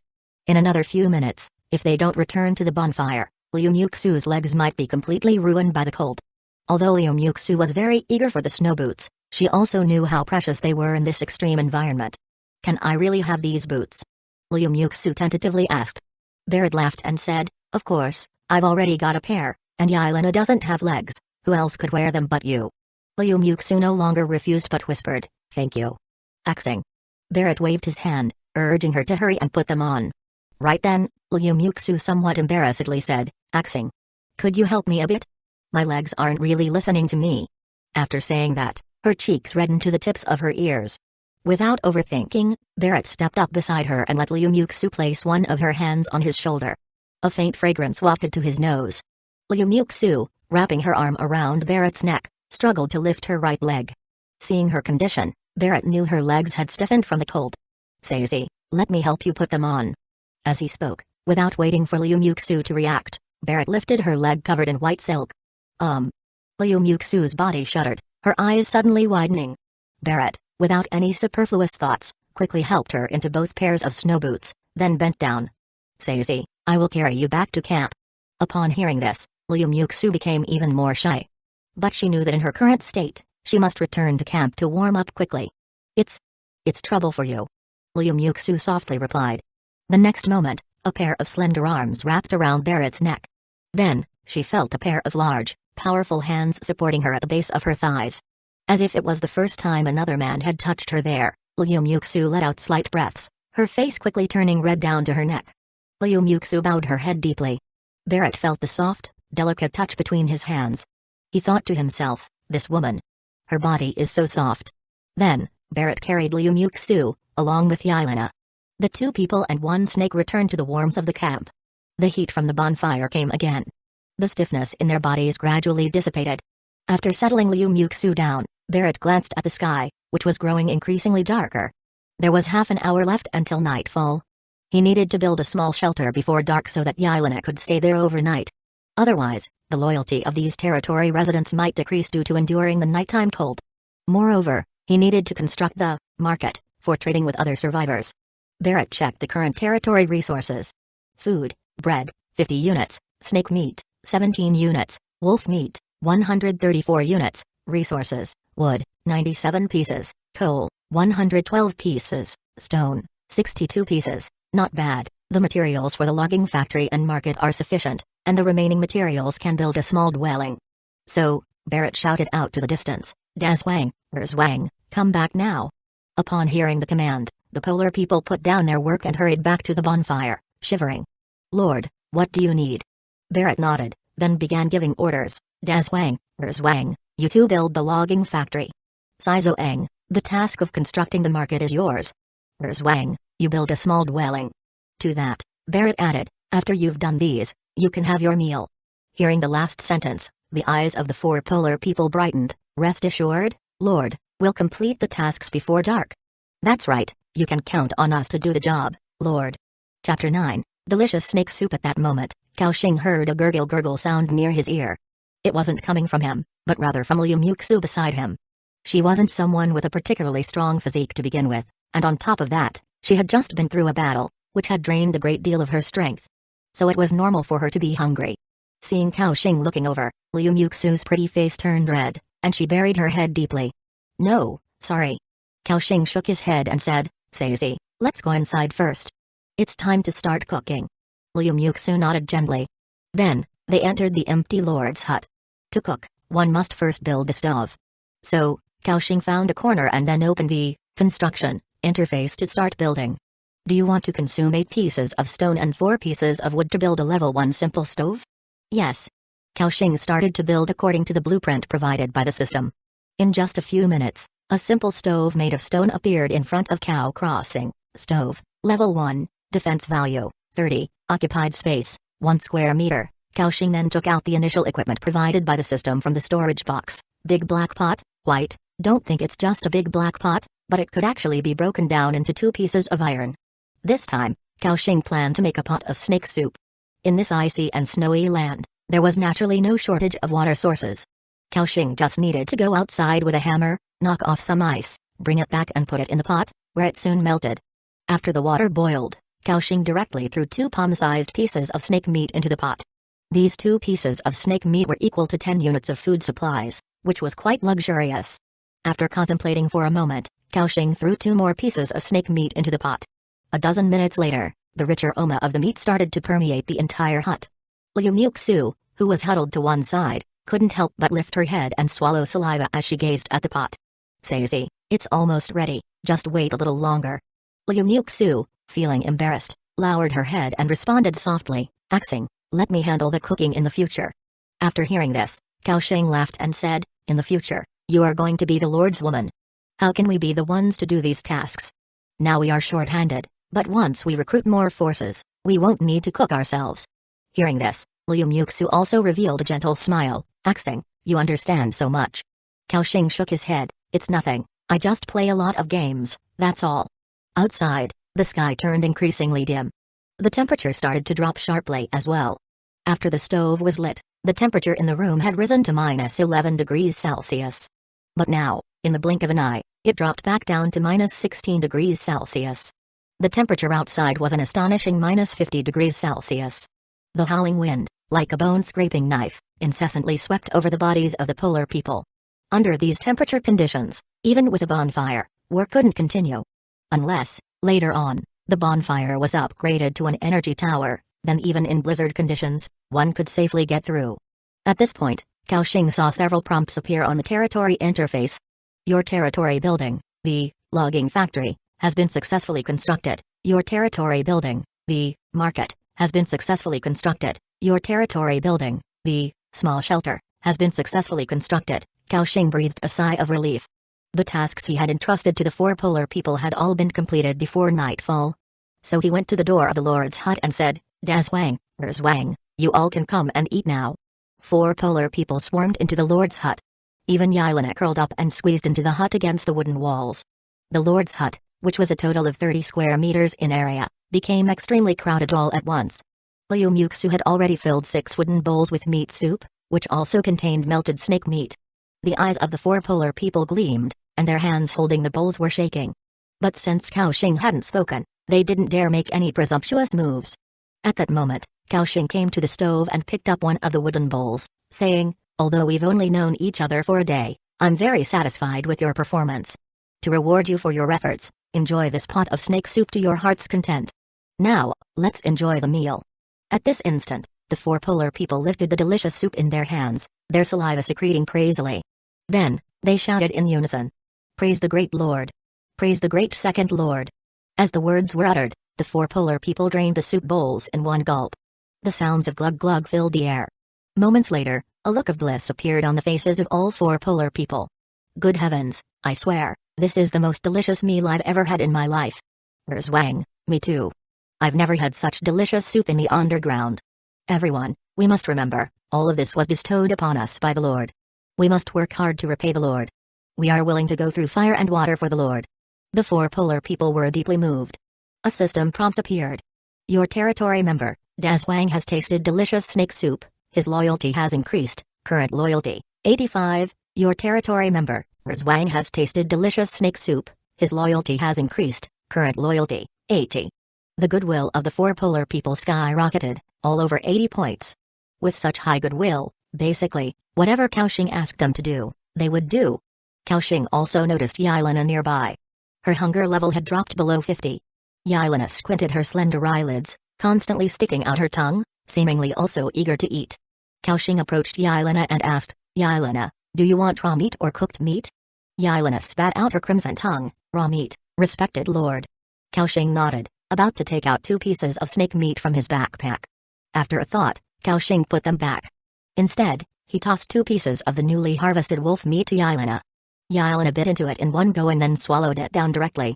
Licking her lips, she smiled contentedly and said, "Thank you, Lord." Your territory member, Yelena has tasted delicious wolf meat, her loyalty has increased, current loyalty, 71. Kaoxing noticed that Yelena's hunger level had risen by 10 points, barely reaching 60. This wouldn't do, as not reaching a full state for an extended period would also decrease loyalty. Yelena was powerful, but likewise, she consumed more food. After pondering for a moment, Kaoxing continued to feed her 4 more pieces of wolf meat, finally bringing her hunger value up to 80. "Thank you for your generosity, Lord." Kaoxing nodded. Fortunately, this time, they hunted 2 snow wolves. Otherwise, with Yelena's appetite, their food stores wouldn't last them 2 days. Moreover, in Kaoxing's hands, there was an even more powerful recruitment scroll, Frost Wolf Warrior. One could imagine that when the time came, feeding the 2 big eaters every day would require a staggering amount of food. Starting tomorrow, we'll have to find a way to gather more food, Kaoxing thought to himself. Since it was night, he couldn't work or go out exploring. So, Kaoxing instructed Yelena and the 4 polar people to return to their quarters to rest. After they left, the Lord's hut became spacious again. As for Liu Muxu, she had to stay with Kaoxing until new quarters were built. At the moment, Liu Muxu seemed a bit nervous. This appeared to be her first time sharing a room with a man. However, Kaoxing didn't harbor any superfluous thoughts. Sitting in front of the fire, Kaoxing opened the system interface's chat channel. He wanted to see how the other survivors were faring. He opened the world channel, and a deluge of messages poured in. Linzixuan, cold. So cold. I'm freezing to death. Lawrence, oh, God. What kind of world is this? My family has run out of food, the bonfire is about to go out, can anyone save us? Andre, damn. There are monsters lurking outside the camp, and one of them bit me. Fujiwara Yako, my husband has frozen to death, his body is so stiff and cold, sob sob sob. Chapter 10, Bargaining, Ice Armor Skill Book. From their information, Kaoxing learned that quite a few people had already died. Most had succumbed to the cold weather, while a few encountered monster attacks outdoors. Humanity as a whole was gripped by fear and anxiety. On the World Channel, there were also other relatively calm survivors sharing their experiences there. Zhang Huiyan said, "Brothers, make sure to build the Lord's hut as soon as possible. Only after establishing the Lord's hut can you unlock other constructions." Ed Stafford suggested, "I recommend quickly gathering stones and wood around your territory first, then upgrading your bonfire." Wang Sheng advised, "If you encounter monsters in the wild, don't attempt an attack, remember to run back immediately. Once you reach the bonfire's range, those monsters won't attack you." Just as Kaoxing had anticipated, out of the over 7 billion people worldwide, there were some who adapted well. However, compared to Kaoxing, they were still a step behind. They hadn't played this game beforehand like Kaoxing, nor did they have an SSS-level hidden talent. In these 4 hours, Kaoxing not only established the Lord's hut and the Polar People hut but also constructed the logging factory, market, and other buildings, in addition to upgrading the bonfire to level 3. Moreover, after 2 battles, Cao Xing's resources had reached an abundant level. Cao Xing thought for a moment and added a line himself. Cao Xing said, "At night, the minimum temperature can drop to -60 degrees Celsius. Don't go out unnecessarily. If you haven't built the Lord's hut in time, you can first use wooden planks and stones to construct a simple shelter that can barely withstand the cold of the first night." After finishing his words, Cao Xing closed the world channel. He didn't know how many people would see his message. Nor did he know if anyone would use his method to survive the first night. But in any case, he considered it a kind-hearted reminder. Then, he opened the regional channel. According to the system's description, this was a 500 kilometers by 500 kilometers square area. It displayed the following. Region 174 channel, online population, 38,224 out of 40,173, Cao Xing silently pondered. Clearly, on the first day, many people had already died. In his region alone, nearly 2,000 people had perished. It was imaginable how high the death rate among survivors worldwide must be. But this was inevitable. In a survival game, many people were bound to be eliminated. Moreover, once the first day was over, everyone would adapt, and the death rate wouldn't be as high. Of course, once the beginner protection phase was over, the monsters roaming outside might attack the camp actively. Then, the death rate might surge again. So, it wasn't just the other survivors. Even Cao Xing had to cherish the time during the beginner protection phase to develop his territory quickly. Opening the regional channel revealed a flood of information. Wang Wenji asked, "Brothers, are you all from Xiangjian?" Gu Boran replied, "I'm not from Xiangjian, but I'm from the neighboring Shenang city." Qiao Pingwei said, "I'm from Xiangjian." Panf said, "I'm also from Xiangjian." Upon reviewing the chat above, Cao Xing realized it. This regional division likely randomly assigned people from adjacent cities together. At this time, that Wang Wenji continued, "Fellow people, I ran into trouble. My sister fainted due to the cold and now has a high fever. Who has cold medicine or antibiotics to save my sister?" Qi Kayang said, "My family is also sick, my parents have collapsed. It's just me and my brother left. What should we do if this continues?" Lu Jiazong said, "It's a problem. After tonight, tomorrow's food isn't enough, and I don't have warm clothing." Fang Long said, "I am Fang Long from the Three Heroes Association. Fellow members, contact me quickly." In the chat channel, many were expressing their current difficulties and hoping for help. Of course, there were also some survivors in this region who had already developed. Chen Tanhao said, "Haha, a group of cowards, you guys just stay near the bonfire. I've already found a treasure box in the snow and opened an iron sword and a bunch of food inside." Ji Wenlong said, "I also opened a treasure box and got a medical bag which can treat colds and fevers. If you want, trade it with food or weapons." Qinglei said, "Selling cold-resistant coats, need food, lots of food." From the information above, it was clear that everyone severely lacked supplies. Cao Xing closed the regional channel. He also needed to go to the market to trade for some supplies now. Cao Xing opened the market interface of the territory construction. Upon opening, he saw many lines of trade information. Auction item, 20 stone block, requested item, 10 food, a medical box, auction person, Zhao Jiang, seller's note, basic materials, price can be negotiated. Auction item, a rusty spear, white, requested item, 20 food, auction person, anonymous, seller's note, iron spear, rusted but stronger than the initial weapon gifted by the system, need food. Food. Auction item, open bronze treasure box, requested item, warm clothing, auction person, Wang Wen, seller's note, though the treasure box has been opened, it can be broken down into the rare material copper, give me warm clothing, I'm freezing. Clearly, today was the first day of global arrival. In this world with extreme environments, the scarcest items were naturally food, warm clothing, and medicines. Everyone was exchanging the limited resources at hand. Cao Xing himself only had one medical box, and he was short on warm clothing. So clearly, he couldn't trade these items. He continued browsing to see if he could find something he needed. At this time, he saw an auction message. Auction item, a ice armor skill book, white, requested item, 50 food, 5 medical boxes, auction person, Meilese, seller's note, early skill book for Frost Mage, negotiable, act fast. Cao Xing's eyes lit up. It was the Frost Mage's ice armor skill. This skill could increase a certain amount of armor value based on the user's spirit strength, lasting 20 seconds, but the consumption was relatively high. For other Frost Mages, it might be a useless skill, but for Cao Xing, it was a divine skill. Because this skill could become a permanent enhancement skill when combined with his talent. Combined with Yiliness, scale armor, Kaoxing's defensive power would reach an extraordinary level. Kaoxing almost wanted to grab this skill book immediately.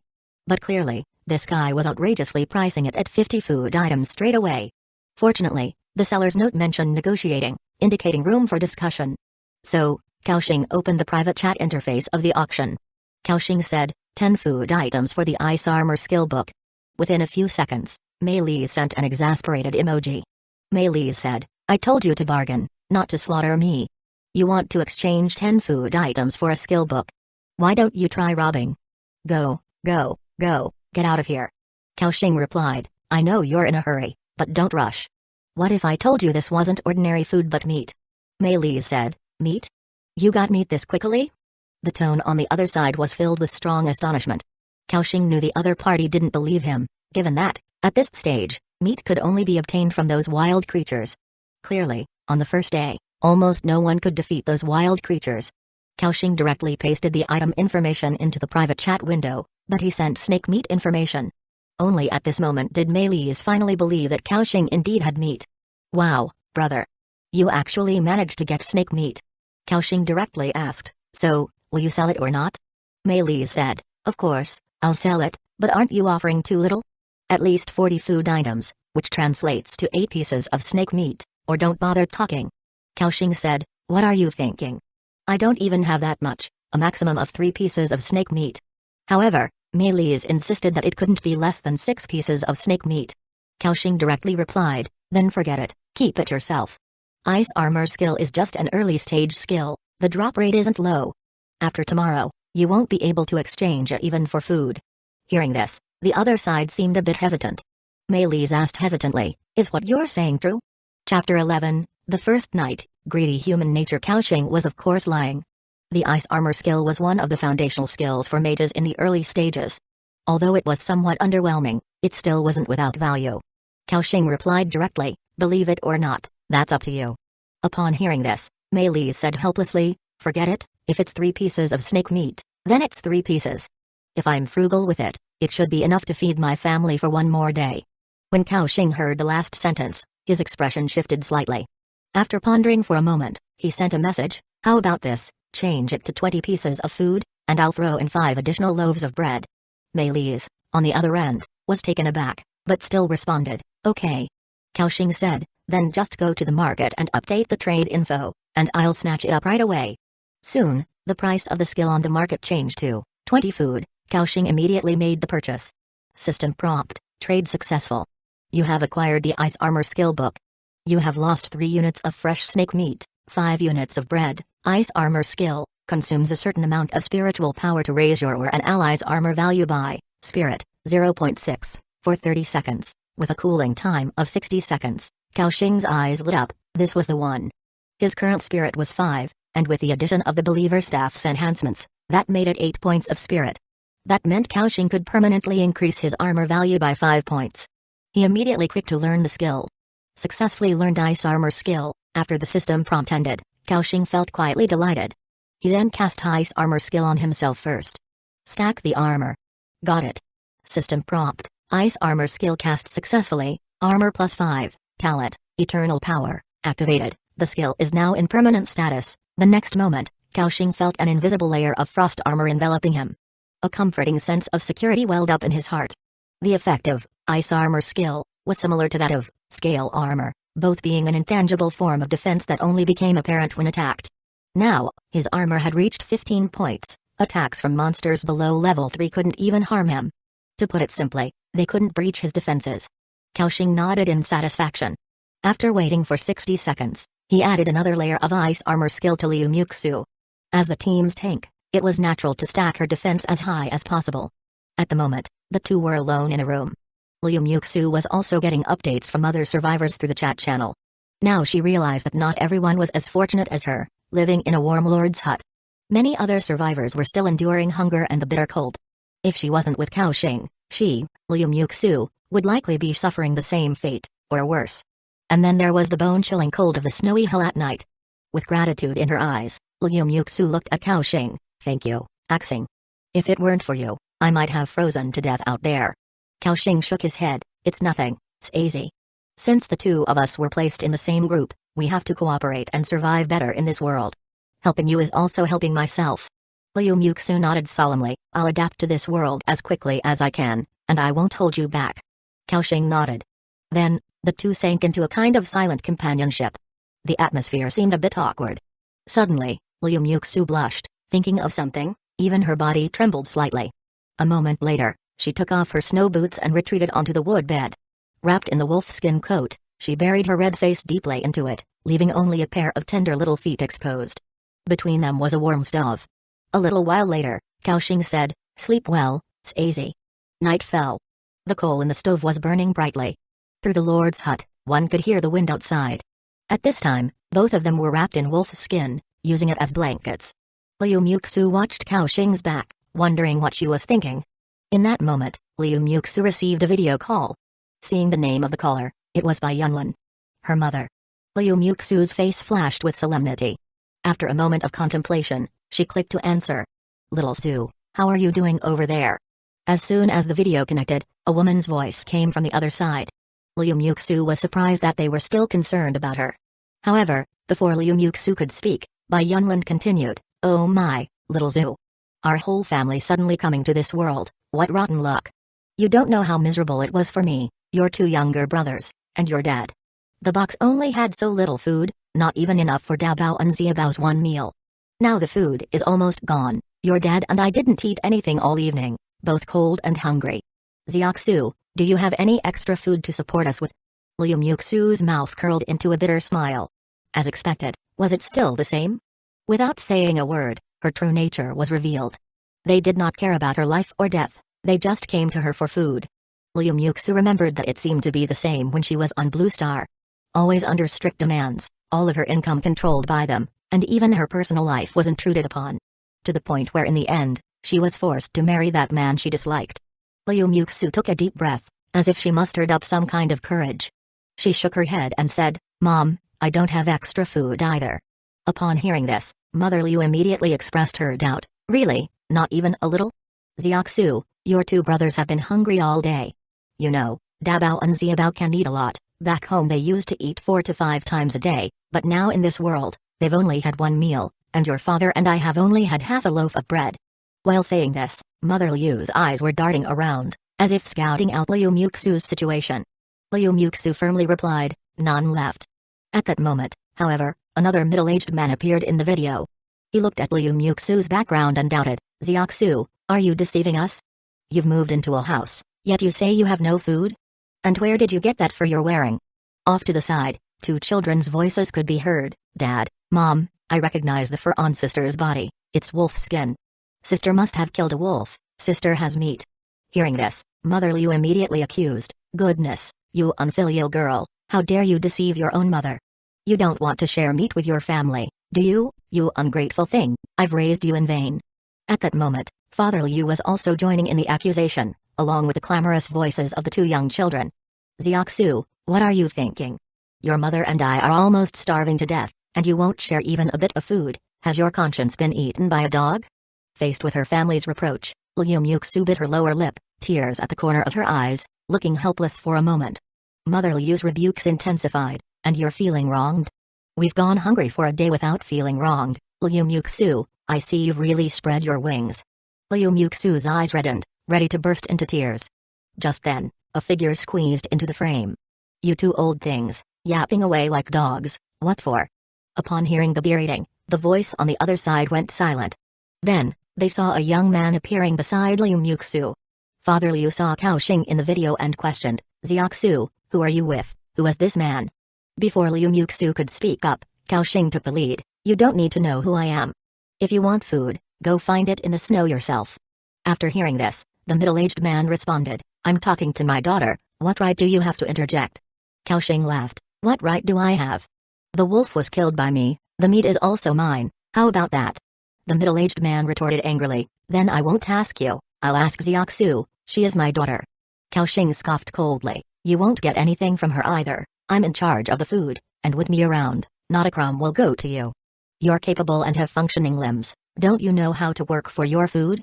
Coming here to bloodsuck off your daughter, have you no shame? You what? At your age, still clinging shamelessly, less capable than a woman, pathetic. After a barrage of scolding from Kaoxing, the middle-aged man's face turned beet red. Off to the side, the cries of the two children also erupted. Mother Liu seemed intent on defending her husband, verbally attacking Cao Crossing. However, at Kaoxing's signal, Liu Muxu cut the video call short. Beep. Suddenly, the world was quiet. Liu Muxu curled up on the bed, her shoulders trembling uncontrollably, seemingly unable to control her emotions. Next to Kaoxing, he could hear faint sobs. After a moment, when the sobbing stopped, Kaoxing offered comfort. It's okay now, Starsea. Liu Muxu lifted her head, with red and swollen eyes, gratefully looked at Kaoxing and said, Axing, thank you for helping me out. Kaoxing shook his head. It's nothing, these guys just want to reap without sowing, thinking they can take supplies from my hands. No way. Remember, no matter who asks you for food or other resources, you must not give in. After the first time, there will be a second time, and they'll keep asking endlessly, understand? Liu Muxu, having heard this, a bitter look flashed in her eyes. Chapter 12, Frost Wolf Warriors, Move Out. She knew this principle all too well. While she was on Blue Star, all her appearance fees and capital were controlled by her family. Liu Muxu wanted to refuse, but under the continuous mental pressure from her parents, she silently endured it all. Now that she had came to this world, it seemed to give her a chance to break free from her original family and start over. Moments later, Liu Muxu nodded seriously. I will, Axing. Having said that, the two of them each sat on the bed. But because of what had happened before, sleep was nowhere to be found. At that moment, Liu Muxu seemed to remember something and suddenly stood up, walking over to the stove. The stove was lit, and the iron pot was boiling water. In a short while, Liu Muxu was holding a small bucket of hot water next to Cao Crossing. Her face carried a bashful expression as she said softly, Axing. I see your feet are a bit frostbitten. Soaking them in hot water before sleeping will feel more comfortable. Kaoxing, who indeed felt his feet nearly frozen numb, said, okay, Starsea.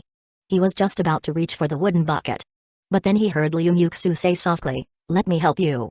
Her voice was very light, Kaoxing even thought he had heard wrong. However, Liu Muxu had already squatted down and placed the small wooden bucket beside the bed. She blushed, awkwardly lifting Kaoxing's feet to the edge of the bucket. Kaoxing was having another girl help him soak his feet for the first time, and he felt a strange sensation. Thanks, Starsea. Liu Muxu shyly said, no. No trouble at all. The warm water poured over Kaoxing's icy feet while steam kept rising. Liu Muxu knelt down, her shapely buttocks prominently displayed, and her waistline revealed with no secrets, which could be described as a devilish figure. Her delicate palms continually slid over the top of Kaoxing's feet, each time sending an electric shock through him. As the steam rose steadily, Kaoxing distinctly felt their body temperatures rising. Starsea. Hearing the call, Liu Muxu lifted her head, her face clouded with steam. At that moment, she saw Kaoxing's face gradually closing in. Liu Muxu seemed to realize something, her face flushing deeply as she looked down.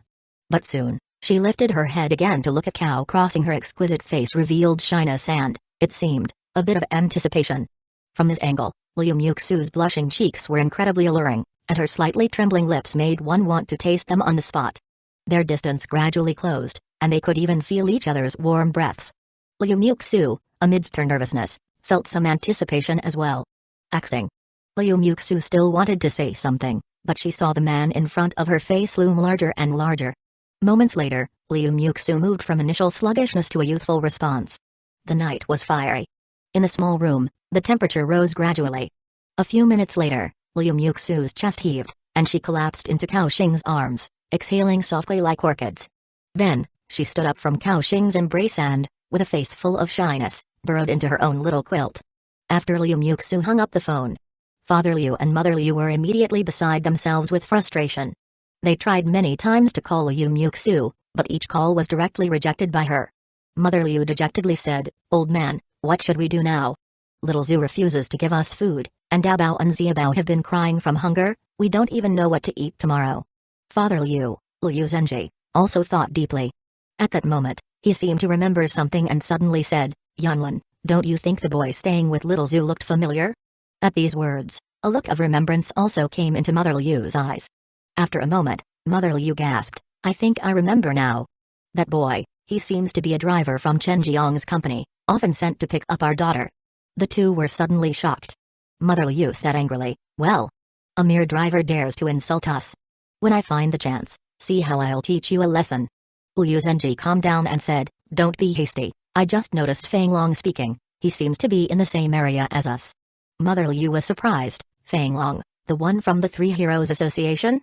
Liu Zenji nodded. "Yes, he seems to have already started uniting other members of the Three Heroes Association. It looks like he's doing pretty well."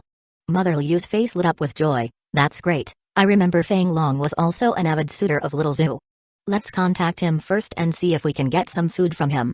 The next day, a system prompt appeared. "All survivors, please note, you have survived the first night of the Iced Seal Age, newbie protection period remaining, 4 days 22 hours, there are 5 more days of safe time." Kaoxing opened his eyes and saw the beauty lying beside him. There seemed to be a trace of sweetness lingering on his lips. Last night, they hadn't crossed the final threshold. Having just arrived in this world, neither was mentally prepared yet. Kaoxing shook his head to dismiss the jumbled thoughts. He then glanced at the area channel. 174 area channel, online number, 38,024 out of 40,173, compared to yesterday, more than 1,000 people had died. They had not survived this world's first night. The world channel and area channel were filled with various cries for help. Liu Muxu also woke up at that time and apparently remembered the events of last night, once again becoming unbearably shy. She poked her head out and asked softly, "Axing, what are we doing today?" Kaoxing said, "Today, we need to upgrade the Polar People hut first and then recruit 4 Polar People to work. Then get the tailor shop, blacksmith shop and like up, but we don't need to work on these ourselves. Now, let's go out and assign work to those Polar People." Liu Muxu responded softly. Then the two got up from the wood bed together and walked out of the Lord's hut. The sky of this apocalyptic world remained dim, with little sun even at bright daylight. 4 Polar People were already standing outside the bonfire, waiting. "Lord, may you be in good health." "Good morning, Second Lord." 4 Polar People called out respectfully. Kaoxing nodded and then assigned them all work.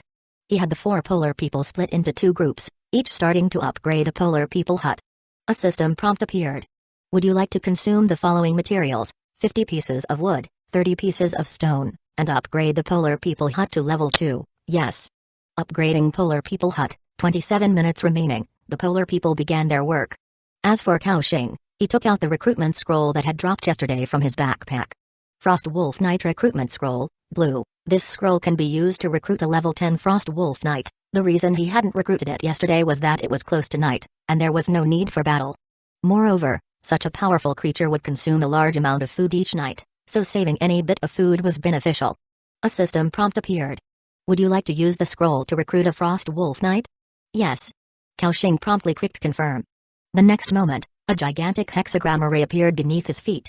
Then the hexagram array began to emit an even more dazzling light. "Wow, this commotion seems even more terrifying than when I summon Yelena." Kaoxing's eyes sparkled with surprise. Through the blinding light of the teleportation array, Kaoxing faintly saw a towering figure over 2 meters tall, radiating a formidable presence. A powerful aura emerged. Then, the light dissipated. A massive white wolf, covered in snow-white fur and nearly 3 meters long, appeared. Its robust limbs and exposed fangs showcased the enormous wolf's ferocious power. And looking up, on the back of the white wolf, there sat a Frost Wolf Knight clad in white armor and wielding a long sword. At that moment, the Frost Wolf Knight pulled on the reins. The Frost Wolf below him raised its head and howled. A woo-oo. The sound was resonant and wide-reaching, spreading for kilometers. Compared to the oppressive presence of the Snake Man tribe priest, it was more than twice as formidable. When he noticed Kaoxing below, the Frost Wolf Knight removed his helmet, revealing a head of wild, dark brown hair that resembled weeds. He then leaped down and performed a flawless knightly salute toward Cow Crossing Knight. "Assam at your service." Kaoxing gazed in awe at this pairing of man and wolf. Attribute stats then appeared before him. Frost Wolf Knight, Assam, not advanced. Note, after reaching level 10, can advance to second order entity through the Heart of Power. Race, Human Clan, level, 10 17 22 out of 10,000, life value, 1020, attack power, 137 to 146, armor, 24 to 27, attributes, power 57, agility 54, spirit 48, constitution 51, skills, riding mastery. When fighting on a mount, power and agility are boosted by an additional 10%. Frost Wolf Swordsmanship, when using sword weapons to attack, deal an extra 20% damage. Talent, Polar Physique, Hunger level, 72, Loyalty, 71. Frost Wolf, Frost, not advanced, Race, Beast, level, 10,273 out of 10,000, life value, 1,540, attack power, 134 to 138, armor, 12 to 14, attributes, power 67, agility 71, spirit 57, constitution 77, skills, frostbite, when attacks hit, adds 1 layer of frozen status to the enemy.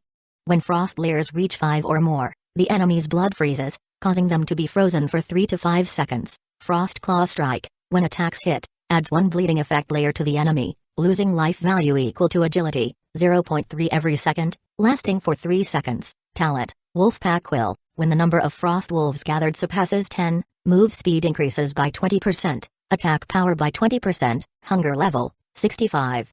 Cao Xing's eyes gleamed with intense delight as he reviewed the attributes of these two colossal beings. Not bad, a buy one get one free deal? And both are such powerful creatures, this is indeed a jackpot. The sudden appearance of 2 level 10 entities was something Cao Xing had not anticipated. At this moment, the Frost Wolf Knight maintained his saluting pose, seemingly waiting for Cao Xing's orders. After a moment of thought, Cao Xing did not rush to command the Frost Wolf Knight. Instead, he first applied 4 permanent buffs to Assam and the Frost Wolf beside him: Ice Armor Skill, Ice Healing Skill, Scale Armor, and Snake Man Tribe Frenzy. The Frost Wolf Knight felt 4 strange energies suddenly surge within him, greatly enhancing his survivability and combat abilities. Assam immediately knelt on one knee, saying in awe, "You are the greatest lord I have ever seen." Assam pledges his loyalty to you. By helping territory member Assam improve his strength, his loyalty has increased. Current loyalty, 80. Assam's loyalty soared. Cao Xing was thrilled. This SSS tier talent was incredibly useful. In the future, no matter what type of unit he recruited, he could give them the round of buffs. Then, Cao Xing said to the Frost Wolf Knight, "Assam, I have an exploration task for you. Head northeast from the base camp, and mark any resource points or wild creatures you encounter along the way. After you've explored a range of 10 kilometers, return and report to me." The Frost Wolf Knight stomped his feet in respect and said, "I will follow your command, Lord." With those words, he jumped onto the wolf's back, then raised his long sword and pointed forward. Frost Wolf warriors, move out. Chapter 13, plus 18 top grade sword thud. Thud. Thud. Frost Wolf strode forward heavily, charging in the direction commanded by Han, crossing, watching the figures of the man and the wolf disappear into the distance. Cao Xing nodded in satisfaction. A few minutes later, a system prompt appeared. Your territory building Polar People Hut has successfully upgraded to level 2, current level 2, maximum recruitment of Polar People, 4 out of 8. Cao Xing's eyes brightened. Excellent, the Polar People Hut has also been upgraded successfully. Now, I have even more people to work for me. Shortly thereafter, 4 Polar People, holding tools, approached Cao Crossing Lord. The task has been completed. Cao Xing nodded and then approached the now level 2 Polar People Hut. After the upgrade, the Polar People Hut, originally a small tent, had transformed into a small flat building nearly 3 meters high and covering almost 20 square meters. In front of him, the attributes of the building appeared. Level 2 Polar People Hut, can summon Polar People to work for you by consuming food. Coverage area, 30 square meters, maximum recruitment number, 4 out of 8 people. Upgrade requirement, level 3 Lord's Hut, 100 pieces of stone, 200 pieces of wood, 50 pieces of iron. Cao Xing pondered, a level 2 Polar People Hut can only recruit 4 more Polar People. That's still not enough manpower. To continue upgrading, I need a level 3 Lord's Hut, which can't be built in the short term. Shaking his head, Cao Xing spent another 20 units of food to summon 4 more Polar People. The hut trembled. 4 Polar People surged out. "Respected Lord, the Polar People report to you." Liu Muxu, standing aside, exclaimed softly, "Ah." A few more Polar People have emerged. Cao Xing nodded and then continued naming these Polar People. From Wang, Liaz Wang, up to Baz Wang before he stopped. The Polar People respectfully responded, "Thank you, Lord, for bestowing us with names." System prompt, you have successfully granted names to the Polar People. Wang's loyalty increases by 5 points. System prompt, you have successfully granted names to the Polar People. Liaz Wang's loyalty increases by 5 points. Prompts regarding increased goodwill continued to appear. Cao Xing first turned to Daz Wang, then said, "Daz Wang, you leaders Wang to Saizo Eng, 4 of you go mine that coal mine fully. Wang and Liaz Wang, your task is to fell the nearby timber and then transport it to the logging factory for processing. Baz Wang and Kaizo Eng, your task is to collect more stones to build the ore processing plant." Did everyone understand? The 8 Polar People glanced at each other and respectfully saluted. Understood, Lord. Then, under Daz Huang's lead, the Polar people enthusiastically began their work. Axing, is there anything I need to do? Liu Muxu asked softly at the side. Kaoxing glanced at Liu Muxu, who wore only the small wooden shield and a stone axe. The shield also showed cracks from battle and seemed ready to completely fall apart after another fight. With that in mind, Kaoxing said, Saisi, I'll go to the market to see if there's anything useful. Liu Muxu nodded gently, I'll leave it to you. Kaoxing checked his food reserves. Food, bread, 45 units, snake meat, 10 units, wolf meat, 132 units. The food supply is still sufficient, I can spare some to trade for supplies or equipment. He opened the market channel. The auction items had increased by several dozen pages. It seemed that more and more survivors, or rather groups, had built their own markets. Kaoxing entered equipment in the search field and started filtering. Some basic white-grade equipment appeared, such as stone axes and stone spears. Among them, a few iron items were sold at quite high prices. Kaoxing shook his head, the attribute of this equipment was too poor to offer any improvement. Just then, he saw an auction item. Auction item, a rusty iron shield, white, required items, 50 food, 1 medical kit, auction person, Chen Yuan, seller's note, top-grade iron shield, impressive defensive power, first come, first served. Kaoxing glanced at the iron shield's attributes, with an armor value of 5 to 8 points, almost double that of Liu Muxu's small wooden shield. Although it wasn't top-grade, it was decent. Thus, Kaoxing, as usual, directly offered a price. Kaoxing, 20 units of food for the rusty iron shield. Moments later, the other party responded with one word. Scram. What the? This guy, such a temper, can't even handle a bargain. Kaoxing was amused. He shook his head but didn't mind. Then, he posted his own auction item. Auction items, fresh wolf meat, green, required items, equipment, weapon, skill book, auction person, Kaoxing, seller's note, fresh wolf meat, 1 piece of wolf meat or 5 units of food, needed buyer or knights and frost mages, equipment, skill books, PM if interested. It wasn't long after the wolf meat was listed that survivors immediately noticed the information in the market. Holy cow. Someone is selling food in the market, and it's green-grade wolf meat. Wolf meat? Aren't all the wolves in the wild at least level 3 monsters?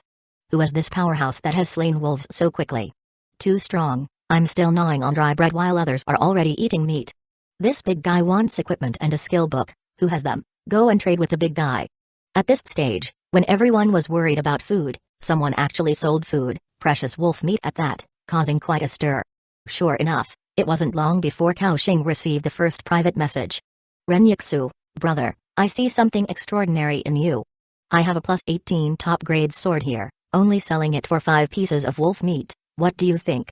Kaoxing was pleased, send it over and let me see. System prompt, rusty iron sword, white, quality, ordinary, attack power, 6 to 8, attached effect, none. Kaoxing. Is this the plus 18 top-grade sword you were talking about? Renyuxu laughed, I forgot to mention, this is the future plus 18 enhanced great sword.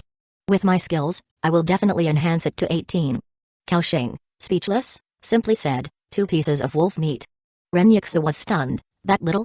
Are you selling or not? Selling. Renyuxu promptly agreed. Kaoxing, still speechless, modified the trade information. System prompt, trade successful, you have received rusty iron sword, white, and you have lost fresh 2 wolf meat, green. Then, Kaoxing received many more private messages.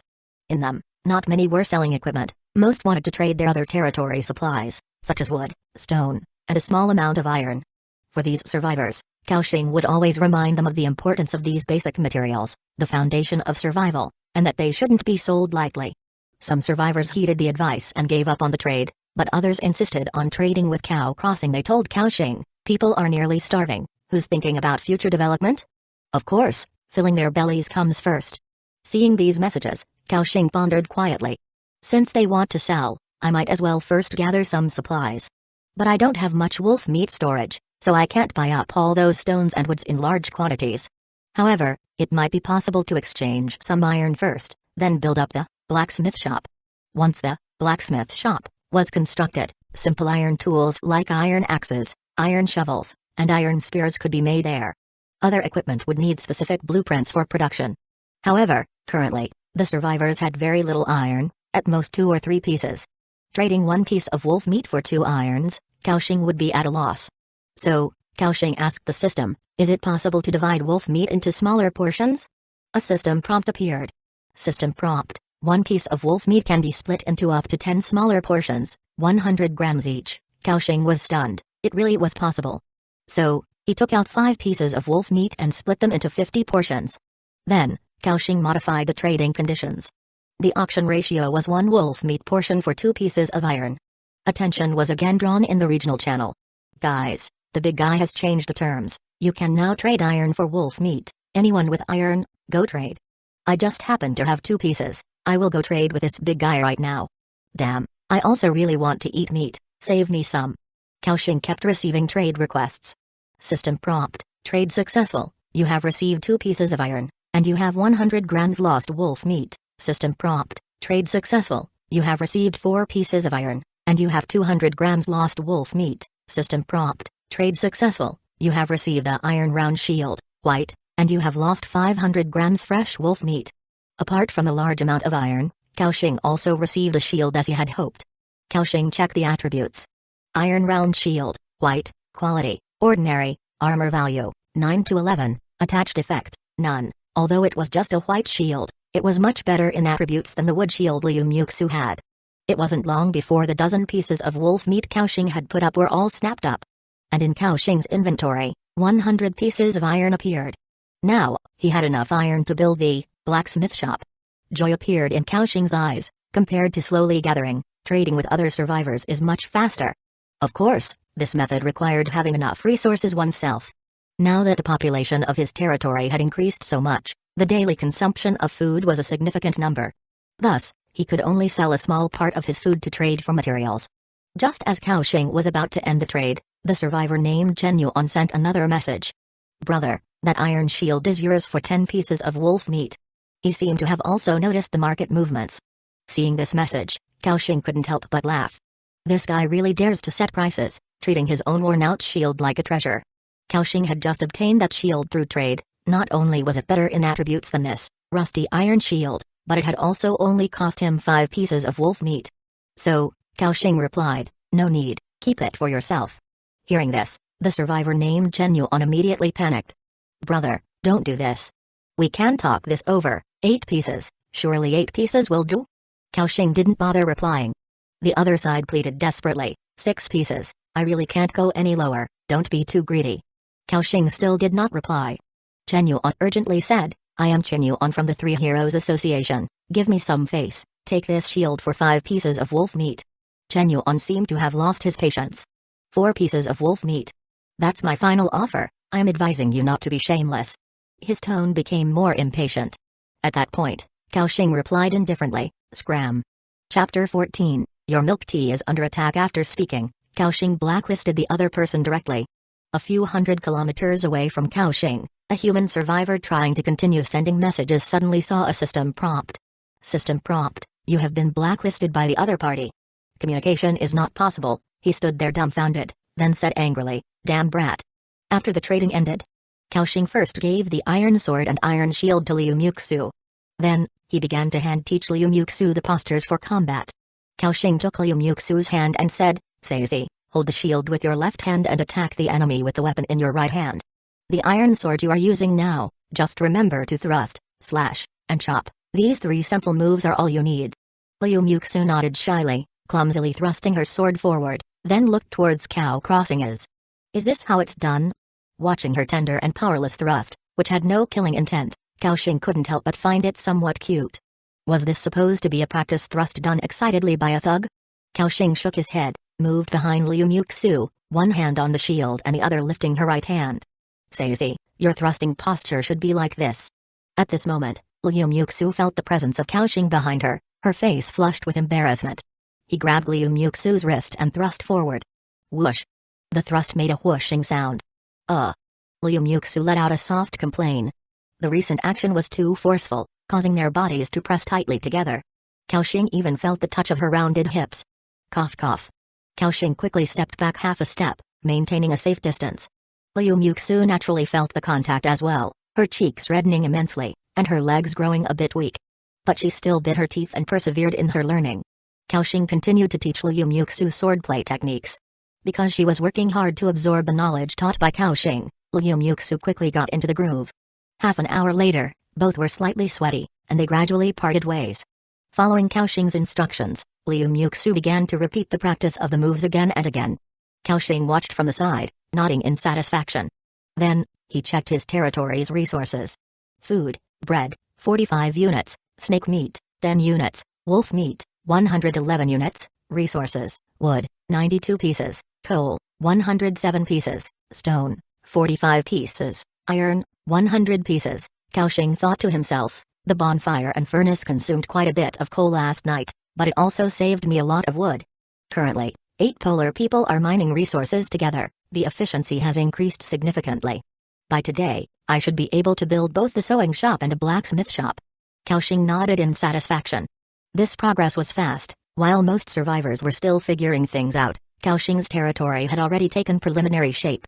Next, as long as he kept up this pace, it wouldn't be long before he could upgrade his territory level and build more advanced constructions. Then, he could raise a barracks and train these polar people into combat units. Paired with Kaoxing's talent, they would be monsters capable of infinite healing. The future is full of hope. However, just then, a system prompt interrupted Kaoxing's train of thought. System prompt: your territory member, Assam, is under attack. Reading this prompt, Kaoxing's heart sank. Damn. My milk tea. No, my knight is under attack? Who is it? To know, Assam has already reached level 10 as a knight, and together with the Frost Wolf, they have no match below first tier. This situation clearly indicated that Assam had met a formidable enemy. Liu Muxu, who was nearby, also heard the same prompt. She came next to Kaoxing, concern apparent in her eyes. Kaoxing reassured, don't worry, Assam has 4 permanent statuses applied by us. As long as he's not killed in one strike, his ability to preserve life shouldn't be an issue. After a few minutes of waiting, there was no news of Assam's death. Kaoxing inwardly breathed a sigh of relief. Both watched the direction from which Assam had left, hoping he would return safely. A dozen minutes later, Kaoxing saw a strong figure limping back. It was the Frost Wolf Knight, Assam. Seeing this, Kaoxing immediately pulled out Barrett and went to Assam's side. Liu Muxu and Yelena also walked over quickly. What happened? Kaoxing, carrying Barrett, looked around warily. Assam jumped down from the Frost Wolf and knelt on one knee. Lord, I am terribly sorry. I encountered a powerful enemy outside. Neither Frost nor I were a match for its strike. If it weren't for the power you have added to us in advance, we might not have been able to return. Hearing this, Kaoxing frowned, then he checked the status of the Frost Wolf. He saw a change in Frost's life value entry. Frost Wolf, Frost.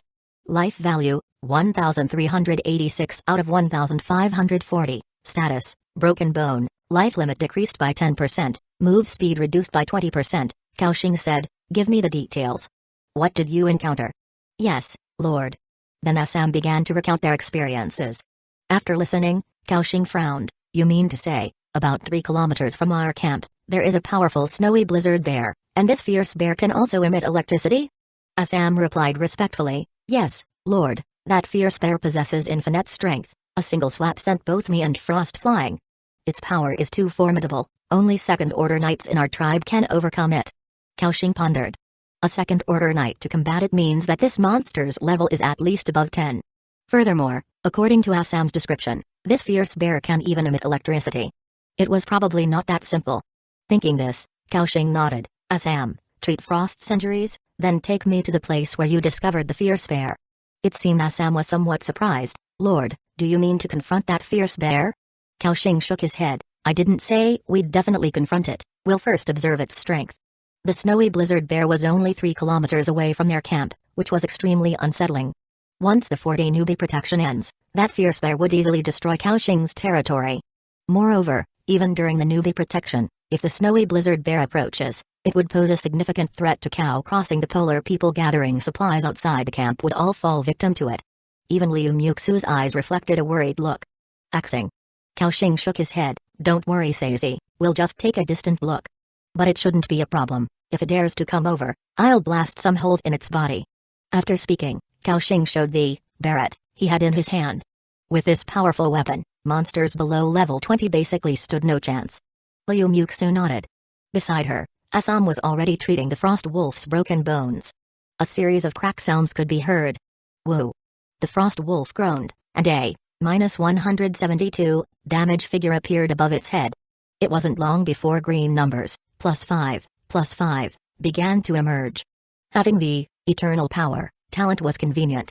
Otherwise, with the tremendous blood volume of Assam and the Frost Wolf, healing would not only consume many of their supplies but also a lot more time. 2 or 3 minutes later. Lord, Frost has recovered, Assam reported respectfully from the side. Kaoshing nodded. Now, start leading the way. At your command, Lord. Assam mounted the Frost Wolf and headed towards the snowy wilderness. Thump. Thump. Thump. Heavy footsteps sounded. Kaoshing walked forward with Yelena and Liu Muxu. Half an hour later. They arrived at the foot of a snowy mountain. And ahead, they seemed to see a deep cave. A fierce aura faintly emanated from within. They continued to approach, and a system prompt appeared in front of them. System prompt, Snow Plain Fierce Bear's Lair, Blue, a powerful creature lives inside, it is the overlord of the vicinity, extremely dangerous, please approach with caution, Kaoshing frowned. Even the system was warning of extreme danger, the monster inside was no ordinary formidable creature. Lord, do you need me to lure it out? The Frost Wolf Knight Assam volunteered. Kaoshing asked, can you ensure your safety? Assam nodded, both Frost and I have been empowered by the Lord. As long as we are cautious, escaping shouldn't be a problem. After pondering for a moment, Kaoshing nodded, then go ahead. At your command. Assam, riding on the Frost Wolf, swiftly circled to the other side of the snowy area, about 500 meters away from Kaoshing and the others. Then, the Frost Wolf beneath him howled towards the sky. A woo-oo. The sound was loud and piercing. The next moment, a roar similar to that of an ancient giant beast echoed from the den. Roar. The roar was so fierce that the sound waves, like substance, shook the snow around the cave into the air. Kaoshing and the others all felt a terrifying oppressive force. He immediately set up the Barret, lying down on the snowy ground. Just then, Kaoshing suddenly felt a tremor beneath him. Thump. Thump thump. As if something was rushing towards them at high speed. Then, a massive beast at least 8 meters tall, entirely white, burst out from the cave. Roar. The terrifying roar echoed across the entire snowy plain. Chapter 15, First Kill of an Elite Monster. It was a white bear covered with thick white fur, as large as a small truck.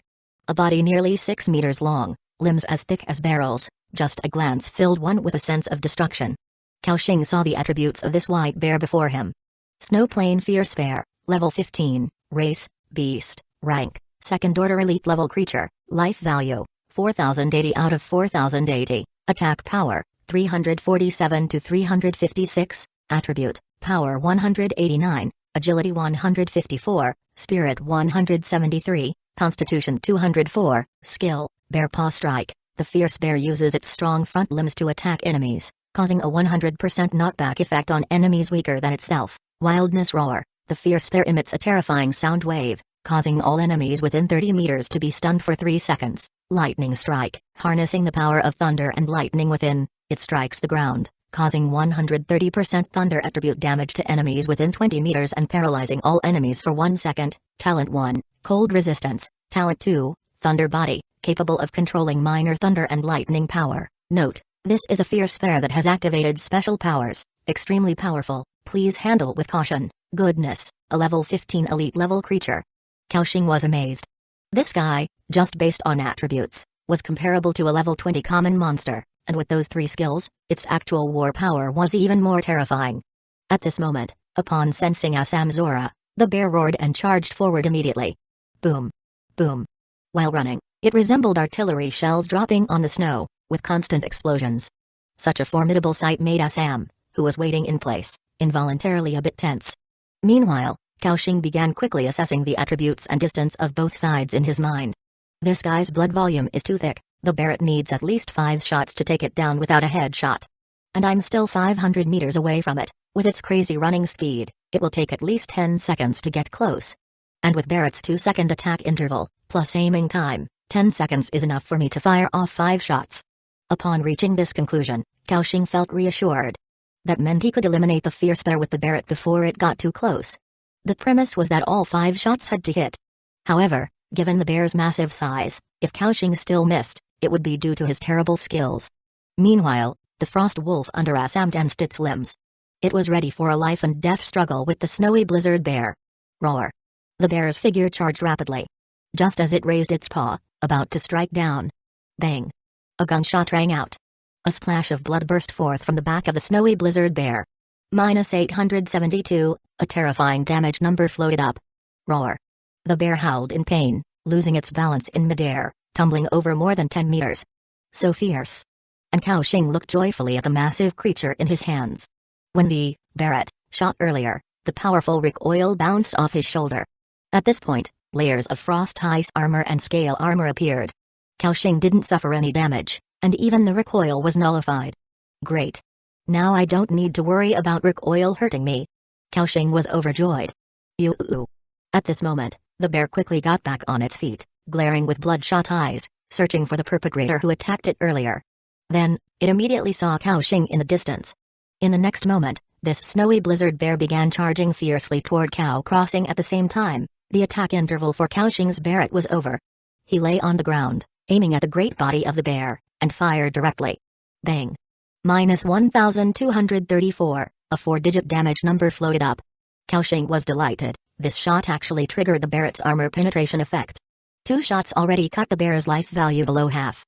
Sam, who had just escaped a crisis, was presently staring in shock at the 2 bloody holes in the bear. What terrifying power! Even combined with frost, we couldn't withstand the Lord's attack. Meanwhile, the bear was less than 300 meters away from Cao Crossing, hit by 2 consecutive shots. Its murderous intent was fully aroused. A fierce aura swept forward. Even made Liu Muxu and Yelena instinctively take 2 steps back. Meanwhile, Cao Xing's 3rd bullet was loaded. Bang. Cao Xing fired without hesitation.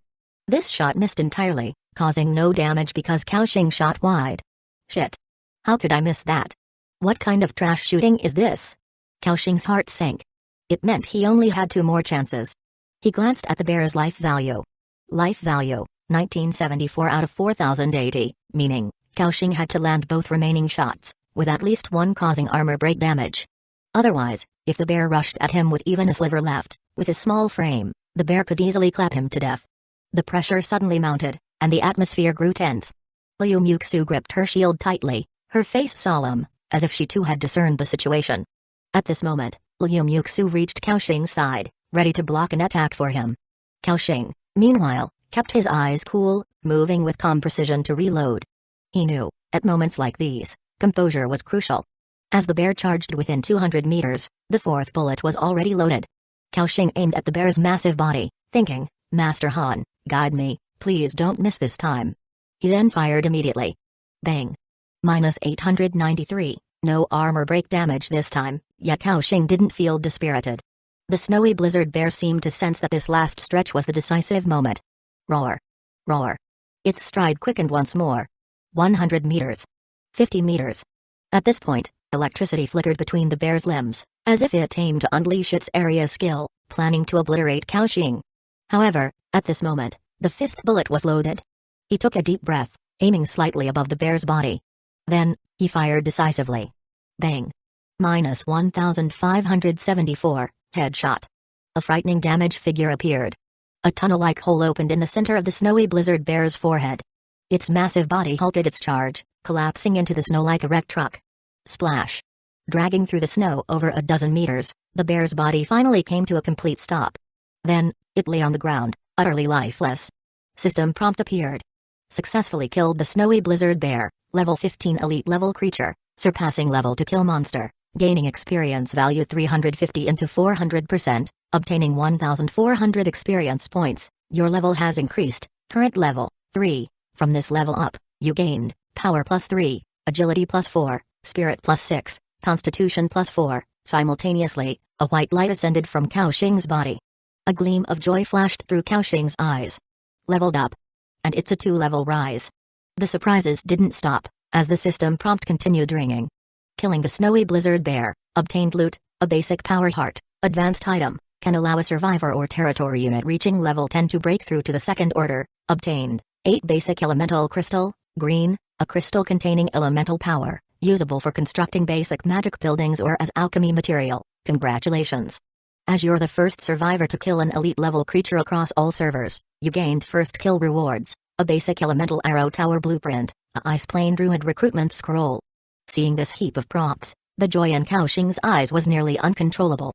Damn, this wave indeed paid off big time. Heart of Power, Ice Plane Druid Recruitment Scroll, Elemental Arrow Tower Blueprint. This is incredible.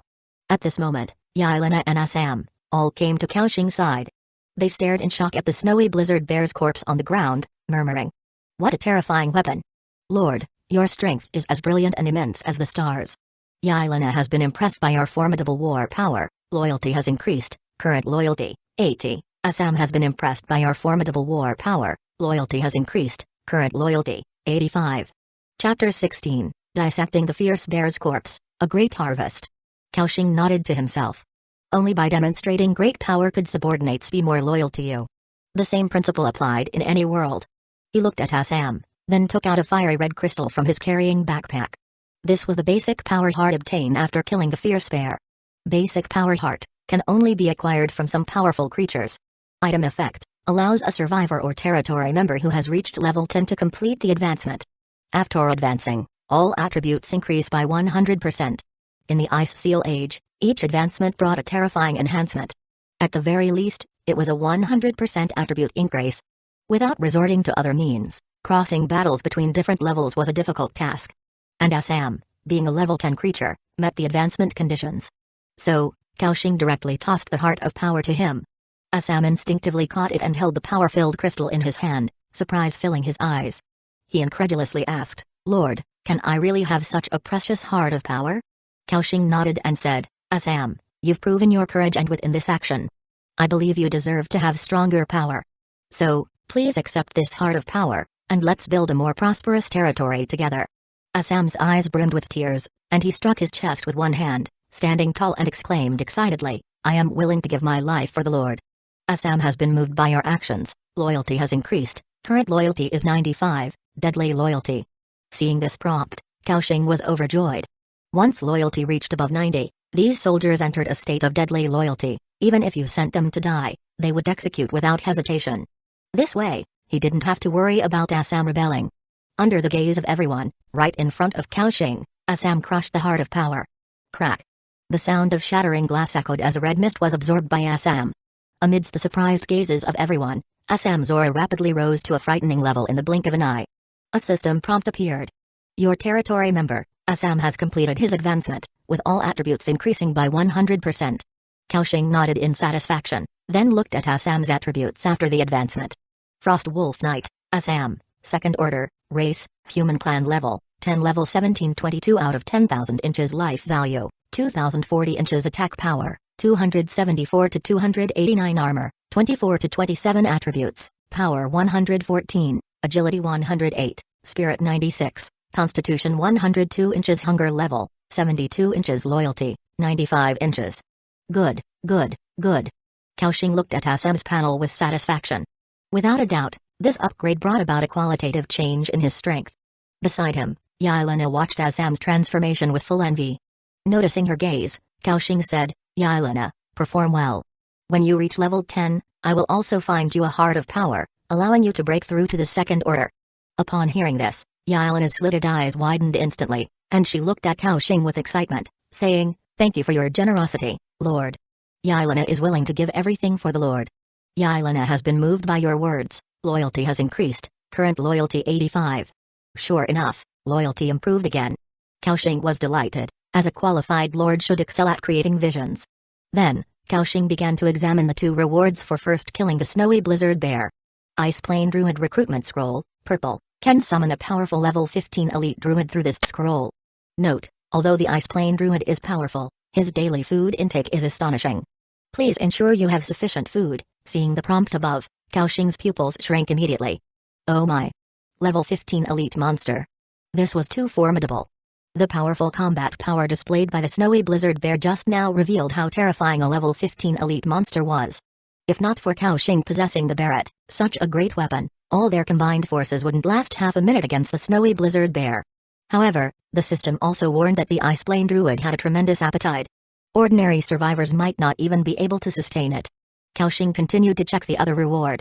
Basic Elemental Arrow Tower Blueprint, can construct a defensive arrow tower in the territory, attack power, 213 to 247, 20% probability to deal an additional 45 points of elemental damage, attack interval, 2.5 seconds per attack, maximum range, 600 meters, armor, 20 points, Durability, 2000 out of 2000. Occupied area, 12 square meters. Building height, 15 meters. Required construction materials, 300 pieces of wood, 200 pieces of stone, 50 pieces of iron, 10 pieces of basic elemental crystal. After examining the attributes of this elemental arrow tower, Kaoxing was overjoyed once again. What a masterpiece! With more than 200 attack power, it could instantly kill a level 5 creature like Yelena with one shot. This was another powerful weapon. Even an unadvanced Assam might very well be shot down before reaching the base of the arrow tower in a one-on-one scenario. After all, it had a range of 600 meters. Moreover, the materials required for this elemental arrow tower were not complex and could be mass-produced. The only troublesome part was the basic elemental crystal. This item only dropped from powerful creatures like the snowy blizzard bear or found in treasure boxes. However, with the market, this wasn't a difficult task for Cow Crossing. Kaoxing believed that even if such materials were hard to come by, given the sheer number of survivors, many would surely acquire such materials. Finally, after reviewing the harvest, Kaoxing nodded in satisfaction. Although this battle consumed 5 Barrett bullets, the rewards were extraordinary. It was truly a great harvest. And that's not all. Aside from these spoils of war, there was another reward yet to be handled. Kaoxing looked at the massive corpse in front of him. Snowy blizzard bear corpse, blue, can be dismantled. Kaoxing directly clicked on dismantle. Then, the bear-like body of the snowy blizzard bear was enveloped in a burst of white light. When the white light dissipated, a pile of fresh bear meat, a large bear skin, a pair of bear paws, and a heap of bones appeared like a small hill. 1,215 grams fresh bear meat, blue, contains immense power-bearing bear meat. After the first consumption, power +2, constitution +2, complete snowy blizzard bear skin, blue, a complete bear skin with excellent cold-resistant properties, can provide a certain armor effect when tailored into clothes at the sewing shop. 2 snowy blizzard bear paw, purple, a type of precious spoils. It is said that Avalon nobles specially collect such bear paws for their collections, which can be sold at a handsome price. A snowy blizzard bear gallbladder, blue, has strong effects. After the first consumption, can permanently increase life value by 200 points. Remember to cook it before eating. 172 snowy blizzard bear bones, blue. The extremely hard bones of the fierce bear can be processed at the blacksmith shop to make growth spears or other weapons. Whoa! Over 1,000 pieces of bear meat? Kaoxing was shocked. Breaking it down, that equaled more than 6,000 units of food. And what was the key point? The key was that this bear meat could increase attributes. An increase of 2 points in power and constitution. For those in the warrior profession, it was close to a 4-point increase in attack power and 40 points in life value, plus a 1-point increase in armor. Right now, survivors were in dire need of food, especially attribute increasing meat. If put on the market for trading, Kaoxing believed it would certainly spark fierce competition among survivors. He seemed to see a vast fortune rushing toward him, making even his breath hasten a bit. Chapter 17, The Silver Treasure Chest in the Cave. Phew. Kaoxing forced himself to calm down and then asked the system. Disregarding satiety, how much bear meat do I need to eat for the attribute enhancement to take effect? It is known that the attribute enhancement effect of bear meat only occurs the first time you eat it. So, whether you eat 10 or 100 pieces of bear meat, the effect is the same. But if just a bite could trigger the effect, then Kaoxing would have much more room to maneuver. At that moment, a system prompt appeared. You must consume more than 100 grams of bear meat to gain the attribute enhancement effect. Seeing this prompt, a look of ecstatic joy flashed across Kaoxing's face. Only 100 grams needed. 1 piece of bear meat or 1 kilogram. Meaning, these 1,215 pieces of bear meat, he could divide into more than 10,000 portions for trading. He couldn't begin to imagine how many supplies he could exchange for them. Of course, Kaoxing wouldn't trade it all away. He needed to keep some for his daily needs. After all, he had so many people in his territory now. Next, he needed to recruit a level 15 Ice Plains druid. So, Kaoxing promptly collected up all the materials on the ground. With that, the spoils of this battle were almost completely tallied. Just as Kaoxing prepared to lead everyone back, he suddenly noticed a deep cave at the rear. That cave seemed to be the dwelling of the snowy blizzard bear. Could there be any treasures inside? Noticing Kaoxing's gaze, Assam volunteered, "Lord, allow your subordinate to go and scout ahead first." Kaoxing nodded. Then, Assam drew the long sword at his waist and went straight into the cave. A few minutes later, Assam walked out and respectfully said, "Lord, no other dangers were found inside the cave. However, I did find some things that are different." Kaoxing asked in confusion, "Different things?" Assam nodded. Kaoxing, accompanied by Liu Muxu, moved towards the fierce bear's cave. Upon entering the cavern, a faint earthy scent filled their nostrils. A system prompt appeared. You have entered a special area, the Snowy Blizzard Bear Cave. The cave was a bit dim, but compared to the icy wilderness outside, it was indeed much warmer inside. Kaoxing glanced at the temperature display overhead. Current temperature, -25°C. The deeper into the cave they went, the warmer it became. After advancing about a dozen or more meters, Kaoxing found the different thing Assam had mentioned in a corner of the cave. On a pile of dry grass, a creature lay all in white like a fluffy ball. It was a white bear cub, seemingly newborn. Apparently asleep, its body was curled up, revealing soft little paws. Liu Muxu's eyes immediately sparkled with stars. So cute. Kaoxing approached the bear's nest and crouched down, just about to touch the cub's ZZT. -1, a sound of electricity crackled, and a damage number appeared above Kaoxing's head. Kaoxing felt as if pricked by a needle and instinctively withdrew his arm. What the? This bear cub can produce an electric shock? Kaoxing looked towards the front, surprised, as the attributes of the little bear cub appeared before him. Snowy Blizzard Bear, juvenile, race, beast, level, none, attribute, none, talent, thunder body, able to manipulate weak power of thunder and lightning. Kaoxing's eyes instantly lit up, born with a thunder attribute. This little bear cub has potential. Just then, another system prompt appeared. Detectable tameable wild creature, Snowy Blizzard Bear Cub, would you like to tame it and recruit it into your territory? Taming a wild creature requires providing food and waiting for it to grow before it can have corresponding combat power. Clearly, Liu Muxu, standing by Kaoxing's side, heard the system prompt as well. She was eagerly looking at Kaoxing, seemingly very eager for him to take away the little bear cub. Kaoxing pondered for a moment, then nodded. Although the little bear cub didn't possess combat power, it had potential. When it grew up, it might become as powerful as the fierce bear outside. Recruitment successful, territory members +1. Would you like to name the Snowy Blizzard Bear? I can name it. Kaoxing's eyes shone again as he fell back into thought. This little fellow could produce electricity and was also a bear. Kaoxing couldn't help but remember a game he had played before. In it, there was a white bear that could wield the power of thunder and lightning and gale winds, having survived the baptism of war and possessing the fighting spirit of Freljord. It was called Wally Bell and also had a resounding title, Thunder Roar. With that thought, Kaoxing said directly, "Today, I bestow upon you the name Wally Bell." The little bear cub, curled up in its den, stretched out its limbs as if it sensed something. Woo! The little bear cub hummed lightly.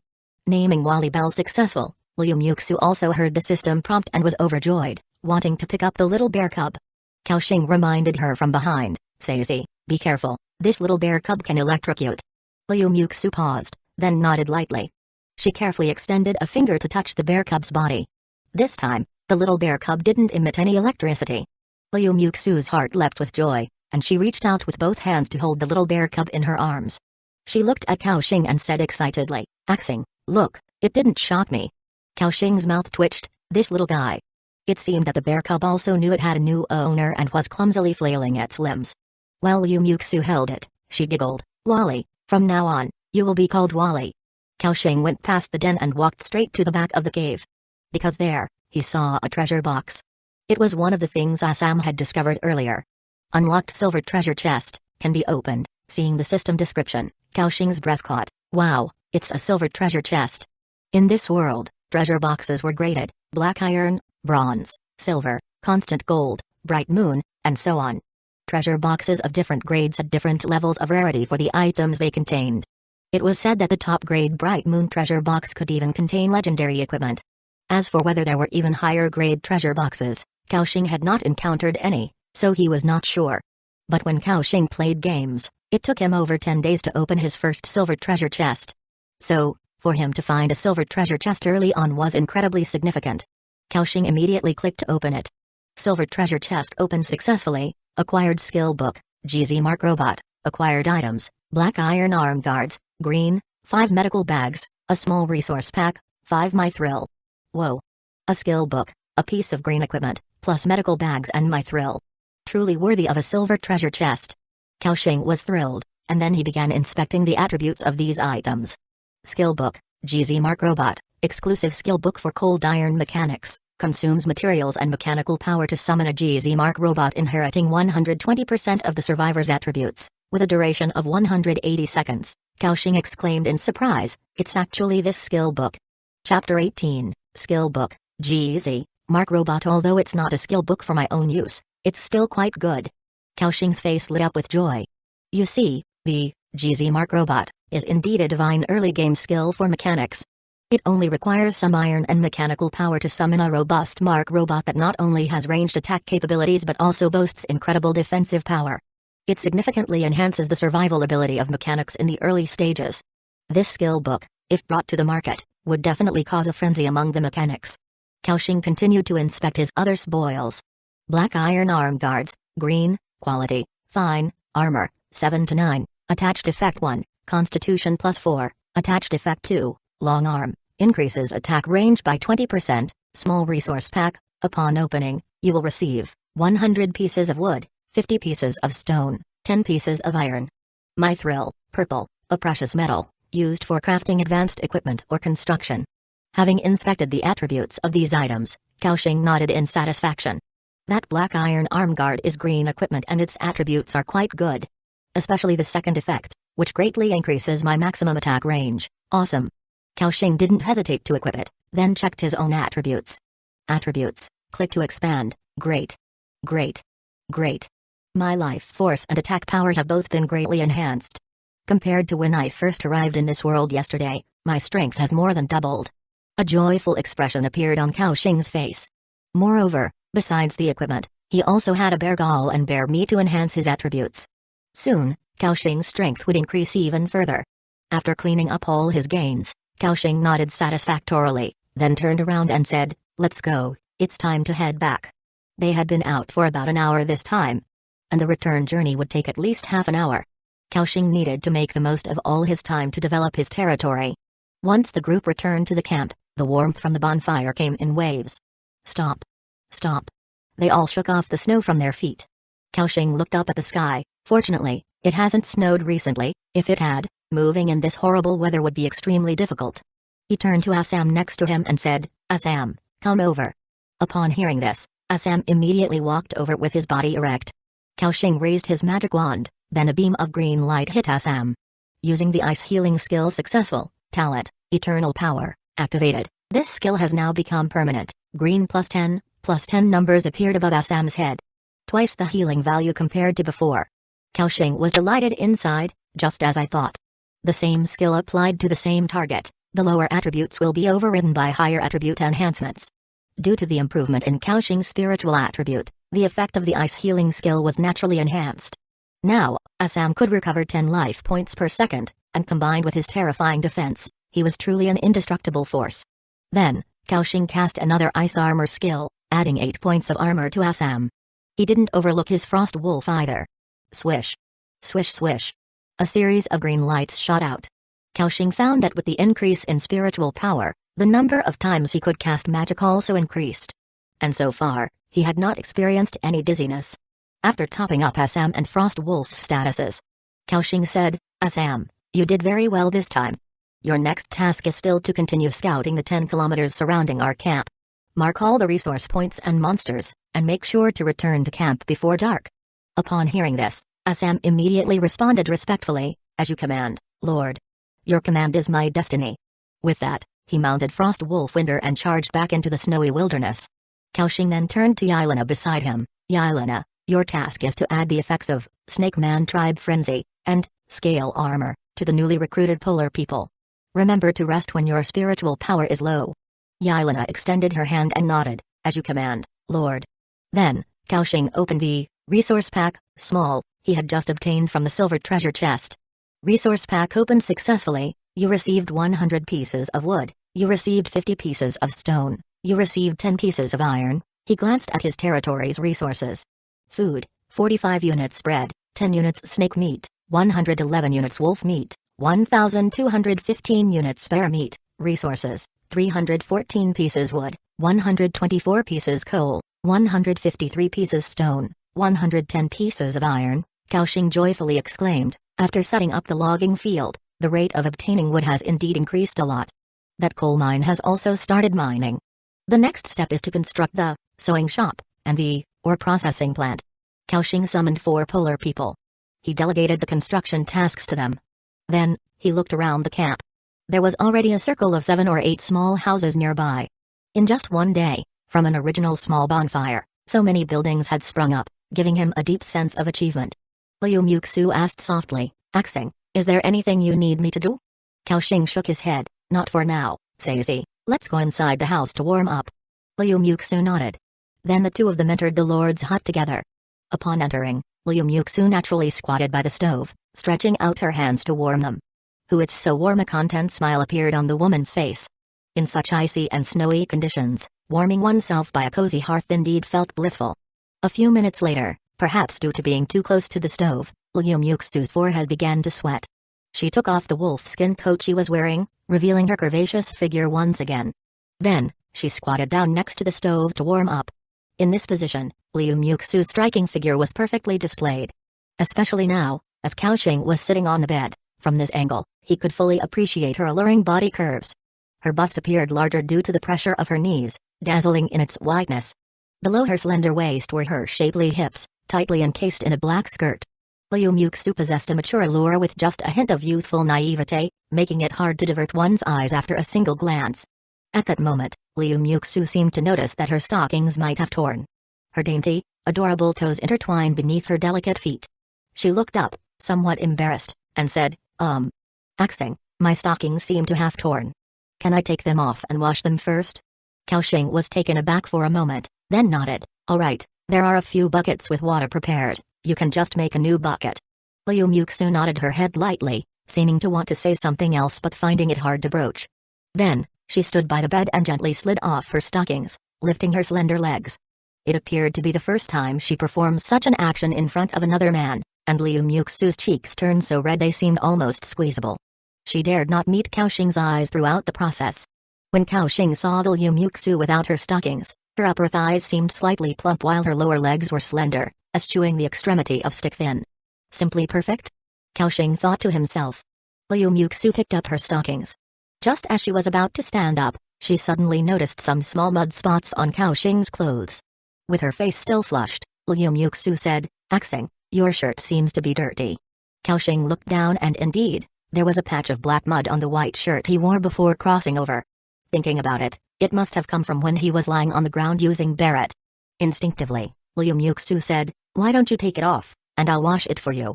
Then, realizing how suggestive her words might sound, her face grew even redder, and she hung her head. Kaoxing was stunned for a moment, but he didn't overthink it. Before the sewing shop was built, this was his only shirt. So, Kaoxing nodded, "That would be troublesome, Sazy." Kaoxing casually unbuttoned his shirt, revealing his sturdy upper body and muscular chest. Upon seeing Kaoxing's physique, Liu Muxu seemed taken aback and couldn't help staring a few times. "Here you go, Sazy." Liu Muxu responded softly. Blushing, she took the shirt from Kaoxing's hands and started to scrub it at the side. Swish swash. The sound of water echoed. Soon after, Liu Muxu had both the stockings and Kaoxing's shirt washed and hung them beside the stove to dry. Then, she carried a basin of steaming water over to Cao, crossing Axing.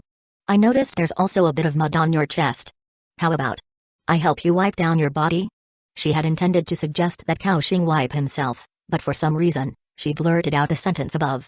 For a moment, Liu Muxu felt utterly embarrassed. Kaoxing also felt something was off about that sentence, but to spare Liu Muxu any embarrassment, he nodded and said, "Thank you, Sazy." It's okay." Liu Muxu sighed with relief, shyly responding. At this point, Liu Muxu placed the basin beside Kaoxing, then crouched down slightly and soaked her hands. Then, with cheeks flushing, she gently rubbed Kaoxing's chest with both hands. Her delicate palms, softened by the warm water, felt slippery. In such close proximity, Kaoxing continuously inhaled the unique body fragrance emanating from Liu Muxu. Liu Muxu's movements were very stiff, making it obvious that this was her first time doing something like this. The warm touch continually moved across his chest, and Kaoxing distinctly felt Liu Muxu's body temperature seemed to be rising. A few minutes later, with flushed cheeks, Liu Muxu said, "Axing. It's done." Kaoxing absently nodded. With her face still flushed, Liu Muxu took the basin away. To calm the turmoil within, Kaoxing put on his wolfskin coat and said, "Sazy, I need to step out for a bit to trade some supplies at the market." "Okay." Liu Muxu responded in a low voice. Kaoxing then stepped out of the Lord's hut. The icy cold outside struck him instantly. Phew. Stay calm, stay calm. Kaoxing took a deep breath, gradually becoming more composed. Then, He headed to the nearby market. Next up, I need to sell off a batch of bear meat. Kaoxing knew that such food was best sold earlier rather than later. In a few days, when food was no longer a concern for everybody, the bear meat he possessed wouldn't fetch a high price. So, Kaoxing opened the world channel. Takagaki Yasuko, Wuo. My husband was killed by a snow wolf, and now it's just me with 2 children. Is there anyone kind enough to take us in? Yan Xiaotao, Madam from Japan, what's your location? I'll come to rescue you immediately. I don't mean anything else, I just can't stand to see people suffer. Alvarez, damn. These recruited polar people need to eat too? Our own family doesn't have enough food, where am I supposed to get food to give them? Abdul, God. I haven't fed these polar people for a day now, and they're not working either, just sitting outside the house. I feel like they're starting to give me weird looks. Salman Khan, my territory seems to be near a nice river, it looks like the Ganges River back home. Compared to yesterday, more and more people were understanding how to play the game. They all began building lords' huts and recruiting polar people to work. But these polar people needed to eat, and thus, most survivors were troubled by the lack of food. At the current stage, the market could only facilitate trading supplies with survivors in one zone region. Thus, Kaoxing accessed the regional channel. Yangjiaki, brothers, I ventured out today and at coordinates 12,743, 6,507, 15,231, I discovered a wild camp inhabited by a group of masked individuals. Wang Ziheng, brother above, I advise you not to go there. Those people are Ice-Plain Wanderers, a bunch of crazy folks. My 2 polar people were killed by them. Chen Qian, is there any food available? In this heavy snow, it's really hard to know where to find food. Shen Hongwang, exactly, in this damn place, how are we supposed to find food anyway? Chapter 19, The Booming Trading Market. It was evident that everyone in the chat channel was troubled by the issue of food.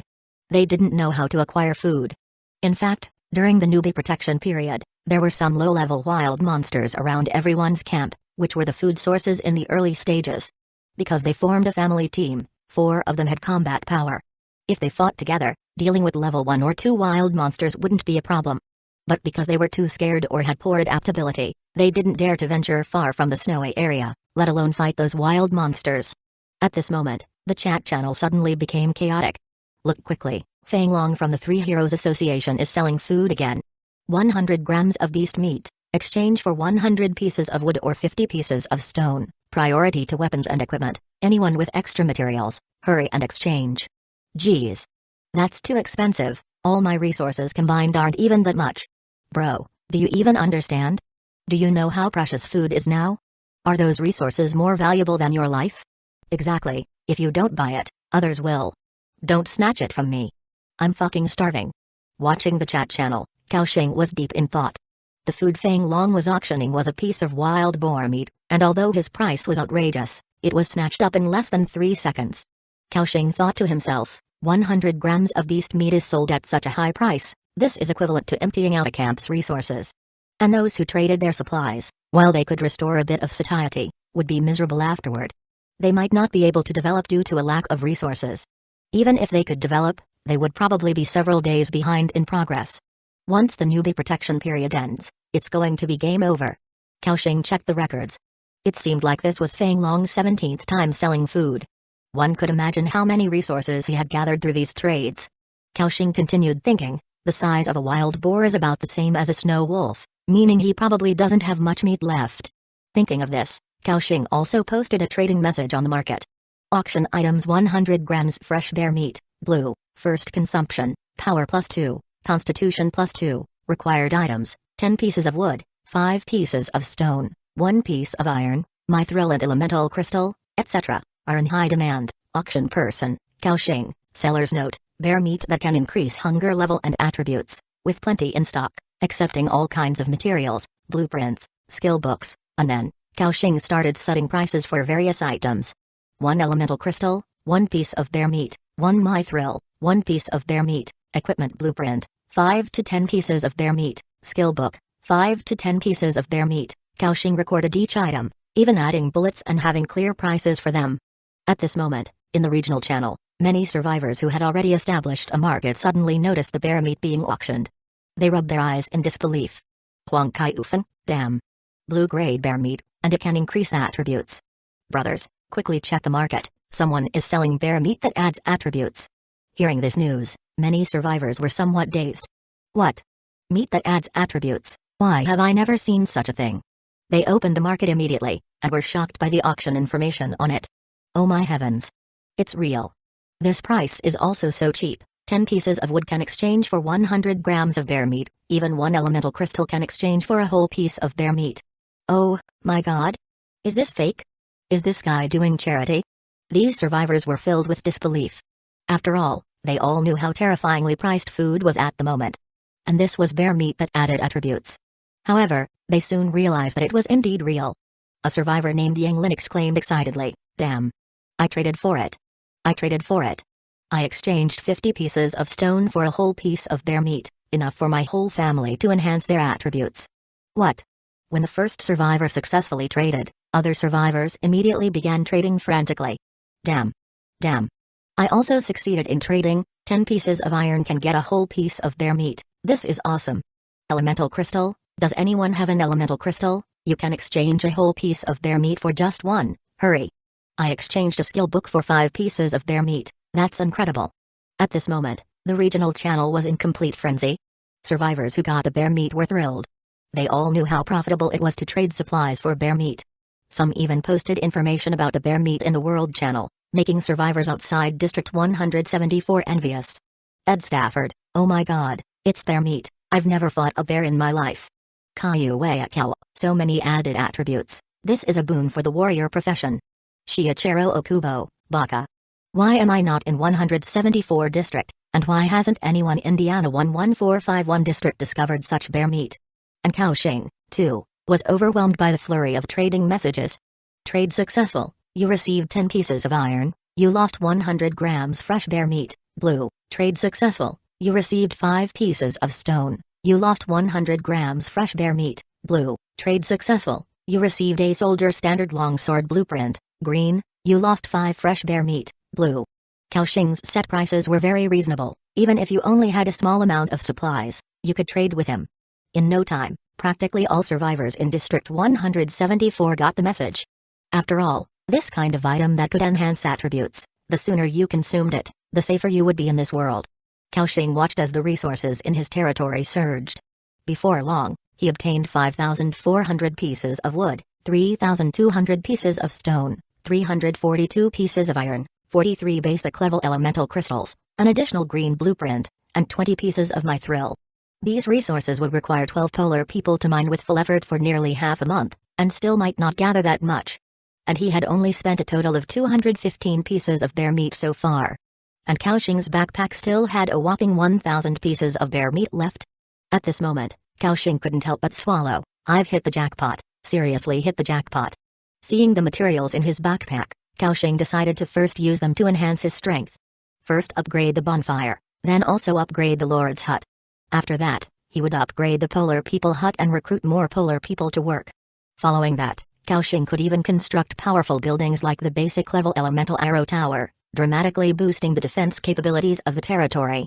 So, Kaohsiung interrupted the market trading and planned to call all the Polar People back to prepare for building upgrades. Upon hearing Kaohsiung's call, those Polar People put down their work and walked towards the camp. Chapter 20, Harvest, Conflict of Interest. At the same time, the trade for bear meat suddenly went offline in the chat channel, and the survivors immediately fell into panic. Go Yiken, what the hell, why did the bear meat suddenly go offline? I haven't bought any yet. Luosa, I didn't get any either.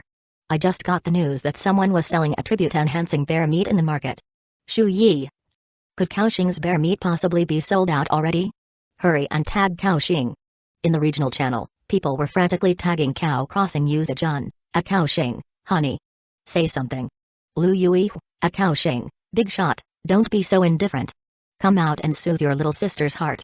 Huangling, at Kaohsiung, do you need an anklet?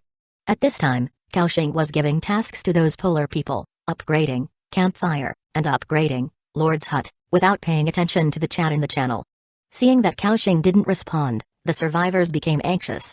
We're screwed, everyone, Kaohsiung isn't replying. Could it really have been sold out? Damn, I said earlier I'd wait for the price to drop a bit before buying. Now it's all sold out. I had the same plan, and now I'm really losing out. At this time, a survivor named Yu Jun said, "You idiots, Still waiting for someone else to lower the price? Do you even know what kind of meat this is? Items that can enhance attributes are hard currency at any time. And Kaoxing's price is already set very reasonably. Liu Hua, yeah, Kaoxing's price is really fair. Previously, buying 100 grams of beast meat from Feng Long almost drained all my assets. Huang Xiong, exactly, Feng Long's price is so steep, buying once is like losing everything you own. Just then, a cold voice appeared in the regional channel. Feng Long, did someone just say that my meat is expensive? Do you realize how difficult it is for my men to trade even a bit of food? I traded precious food so you wouldn't go hungry, and you say my prices are high? The chat channel fell silent. Most people here were from Xiangjiang, and they all knew the notorious Three Heroes Association. It's a well-known gang. Besides Feng Long, there were 2 other gang bosses, all were ruthless. That's why they named themselves the Three Heroes Association. At its peak, the gang's numbers reached thousands, a reputation that spread across Xiangjiang. Seeing no one speaking, Feng Long continued sarcastically, you all better behave and see who's the boss of this region. From now on, anyone wanting to trade in this region needs our permission, or else they'll suffer. At this point, a survivor named Chen Hao said, Feng Long, aren't you being too overbearing? You sell your stuff for such a high price and don't allow others to sell? Feng Long, you're right, we are this overbearing. What do you think the Three Heroes Association is about? Hearing this, the survivors' faces changed. Indeed, a gang like the Three Heroes Association was never good, collecting protection fees was one of their ways to make money. Evidently, Kaoxing's mass sale of bear meat had infringed on their interests. Feng Long sneered, let me tell you, we have hundreds of Three Heroes Association brothers in this region. Sooner or later, we'll meet each other. You better think carefully about the consequences of offending us. At this moment, the Three Heroes Association members started speaking up one after another. Support Boss Feng Long. Everyone, keep quiet. Channel 174 will be under the control of the Three Heroes Association from now on. Seeing so many people show up, the survivors suddenly realize this. They're now in the same region as the Three Heroes Association. As they gradually expand outward, they will inevitably meet at some point. And the Three Heroes Association, with natural hundreds of people, was the largest force in this region. Offending them would make their territory dangerous in the future. For a moment, everyone was too afraid to speak. At that moment, Kaoxing opened the regional channel. He had just seen the chat above and was dumbfounded. What does this mean? All I did was arrange some work, and now I can't even do business? Kaoxing thought for a moment and then said, everyone, I just left for a while to deal with something. Now the trading continues. Before other survivors could speak, Feng Long saw Kaoxing appear and immediately said, didn't you hear what I said? I told you to stop trading. Kaoxing replied calmly, why? Just because you said stop trading, I have to? Feng Long, kid, don't play dumb. You're from Xiangjiang, you should have heard of the Three Heroes Association. Zone 174 is our territory now. Kaoxing paused for a moment, then laughed, what's this? Three Heroes or Three Birds Association, this isn't Blue Star anymore, why are you trying to pull this with me? Everyone, don't be afraid of these stupid birds, continue trading. I have limited bear meat, first come, first served. By the way, morons from the Three Birds Association don't trade with me. We're in a new world, yet you're still acting like dogs. Go ask your master for meat. Kaoxing's words were like poking a hornet's nest.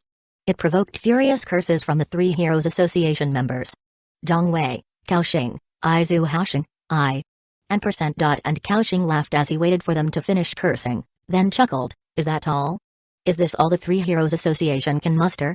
Provoked by Kaoxing, curses flooded the screen, and Channel 174 was almost completely taken over by their messages. They furiously hurled verbal attacks at Cow Crossing at this moment, a system prompt appeared in front of them. Due to multiple uses of offensive language, your chat permissions have been revoked. Remaining time, 3 days, the cursing survivors were left dumbfounded. They didn't expect the other world to have a mute function. In an instant, a large number of Three Heroes Association survivors were muted, and the entire chat channel gradually quietened down. Kaoxing continued to provoke them, causing more Three Heroes Association survivors to be muted. Seeing the escalating situation, Feng Long stepped in and said, everyone, stop talking, don't fall for this kid's tricks.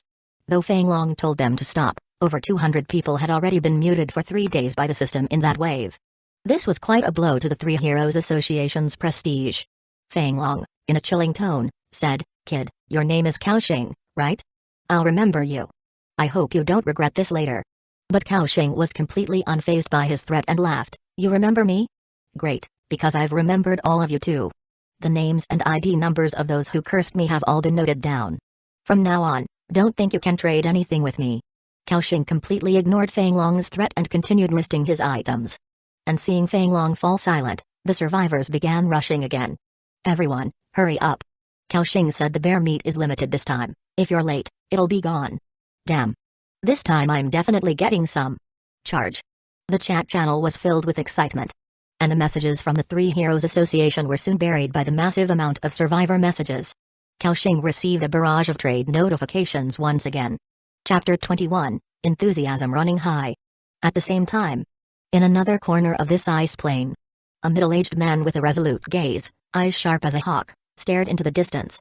He clenched his fist slightly, his tone icy. Cao Xing. This man was Feng Long.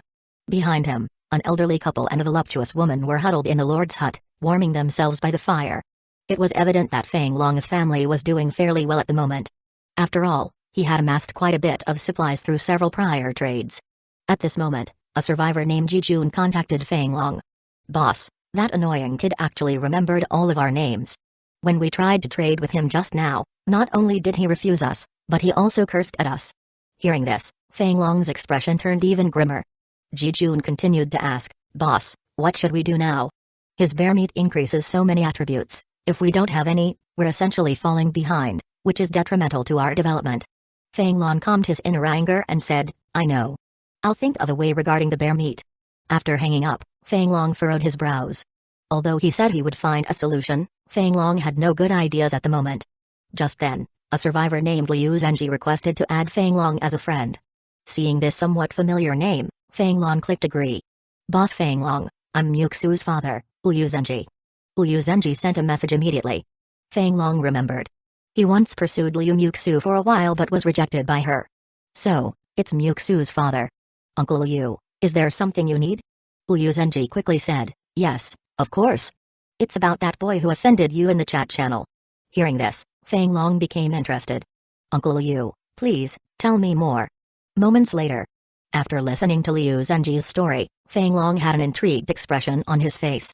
Interesting, so he's just a lowly driver. I thought this kid was someone important. Does he really think he can turn his fortunes around in this world?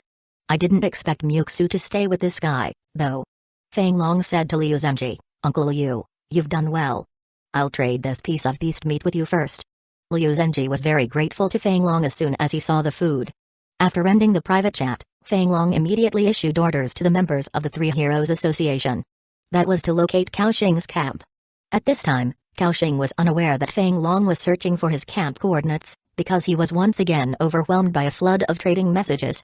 Transaction successful, you received a skill book, Ice Cone skill, you lost 5 units of fresh bear meat, blue. Transaction successful, you received a skill book, Aurora Blessing, you lost 5 units of fresh bear meat, blue. Transaction successful, you received a black iron plate armor, green, you lost 3 units of fresh bear meat, blue. Transaction successful. This time, Cao Xing put out another 500 pieces of bear meat, totaling 5,000 portions for trade.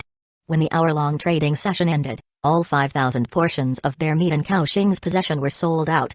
The auction information on the market was also withdrawn.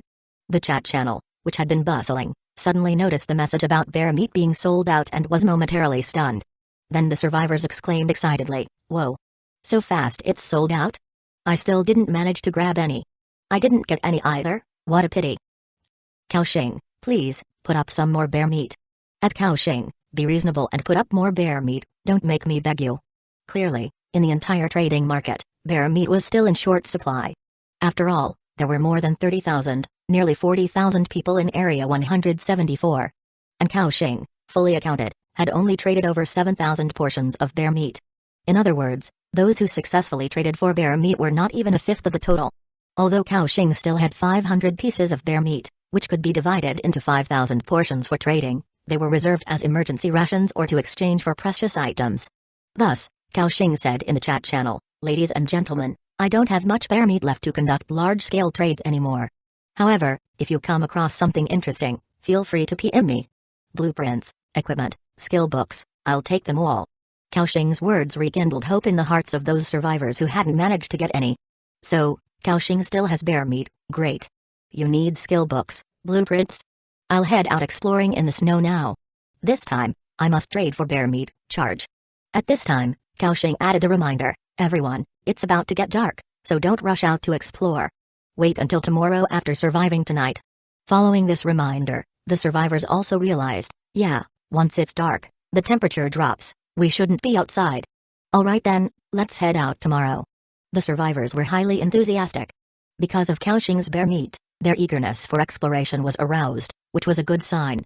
It meant more survivors would collect supplies in the wild. At the current stage, aside from Kaoshing, no one else had the capability to deal with level 15 elite monsters, so his bear meat remained unique. After closing the chat channel, Kaoshing looked at his harvest with satisfaction. In this trade, he harvested 15,000 pieces of wood, 7,800 pieces of stone, 570 pieces of iron, 62 basic elemental crystals, 30 pieces of mithril. Kaoshing glanced at his territory's resource reserves. Food, 45 units of bread, 10 units of snake meat, 106 units of wolf meat, 500 units of bear meat. Resources, 20,764 pieces of wood, 11,135 pieces of stone, 1,022 pieces of iron, 137 pieces of coal. In addition, his backpack also contained 113 pieces of basic elemental crystals, 50 pieces of mithril, a green weapon blueprint, plus a piece of green plate armor top, and 2 skill books. What a terrifying quantity. This amount of resources, when I was playing on the tablet, would have taken me about 20 days to amass. Kaoshing was now roughly 20 days ahead of other survivors. With the resources I have, I could even directly upgrade to level 3 Lord's Hut, which would unlock more constructions. However, the level 3 Lord's Hut requires a level 15 big melting furnace, so it's still early. And it's about to get dark now, so I'd better return to the Lord's Hut for shelter. Kaoshing returned to the Lord's Hut. Seeing him enter, Liu Muxu lowered her head shyly. At this moment, Liu Muxu seemed to recall something and said softly, Axing, I've interacted with Fang Long before. He's a very insidious person and rather ruthless, so be cautious.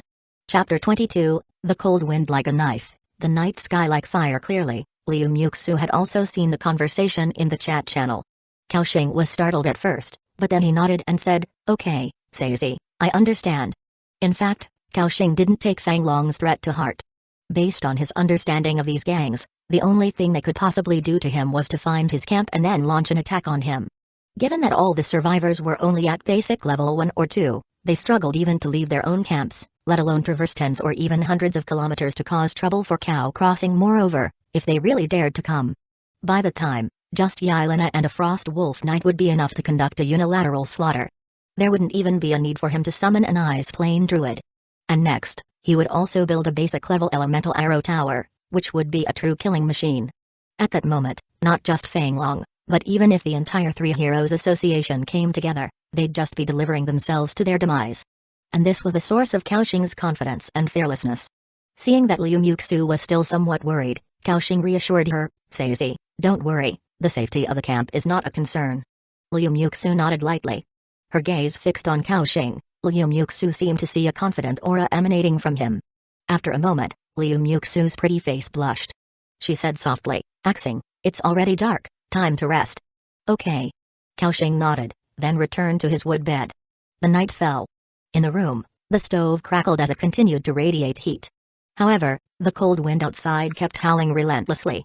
Even wrapped in wolf skin, one could still feel waves of chill reaching the surface of the body.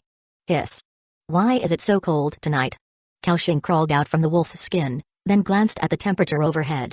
Current temperature minus 28 degrees Celsius. Good grief, the indoor temperature was nearly down to minus 30 degrees Celsius. No wonder it's so cold. Kaoshing saw that on her wood bed, Liu Muxu's body was shivering slightly. Sazi, can you hold on? Kaoshing asked. With her teeth clenched, Liu Muxu replied, shivering, I'm okay. Seeing her like this, Kaoshing knew she was just putting on a brave face. So, he took out a large bear skin from his backpack and laid it directly over Liu Muxu. A layer of wolf skin plus a layer of bear skin was enough to resist the chill of the night. Feeling the weight on her body, Liu Muxu had a grateful look in her eyes. Then, thank you. Axing. Kaoshing shook his head, it's nothing. He returned to his wood bed, wrapped himself in wolf skin, and prepared to sleep.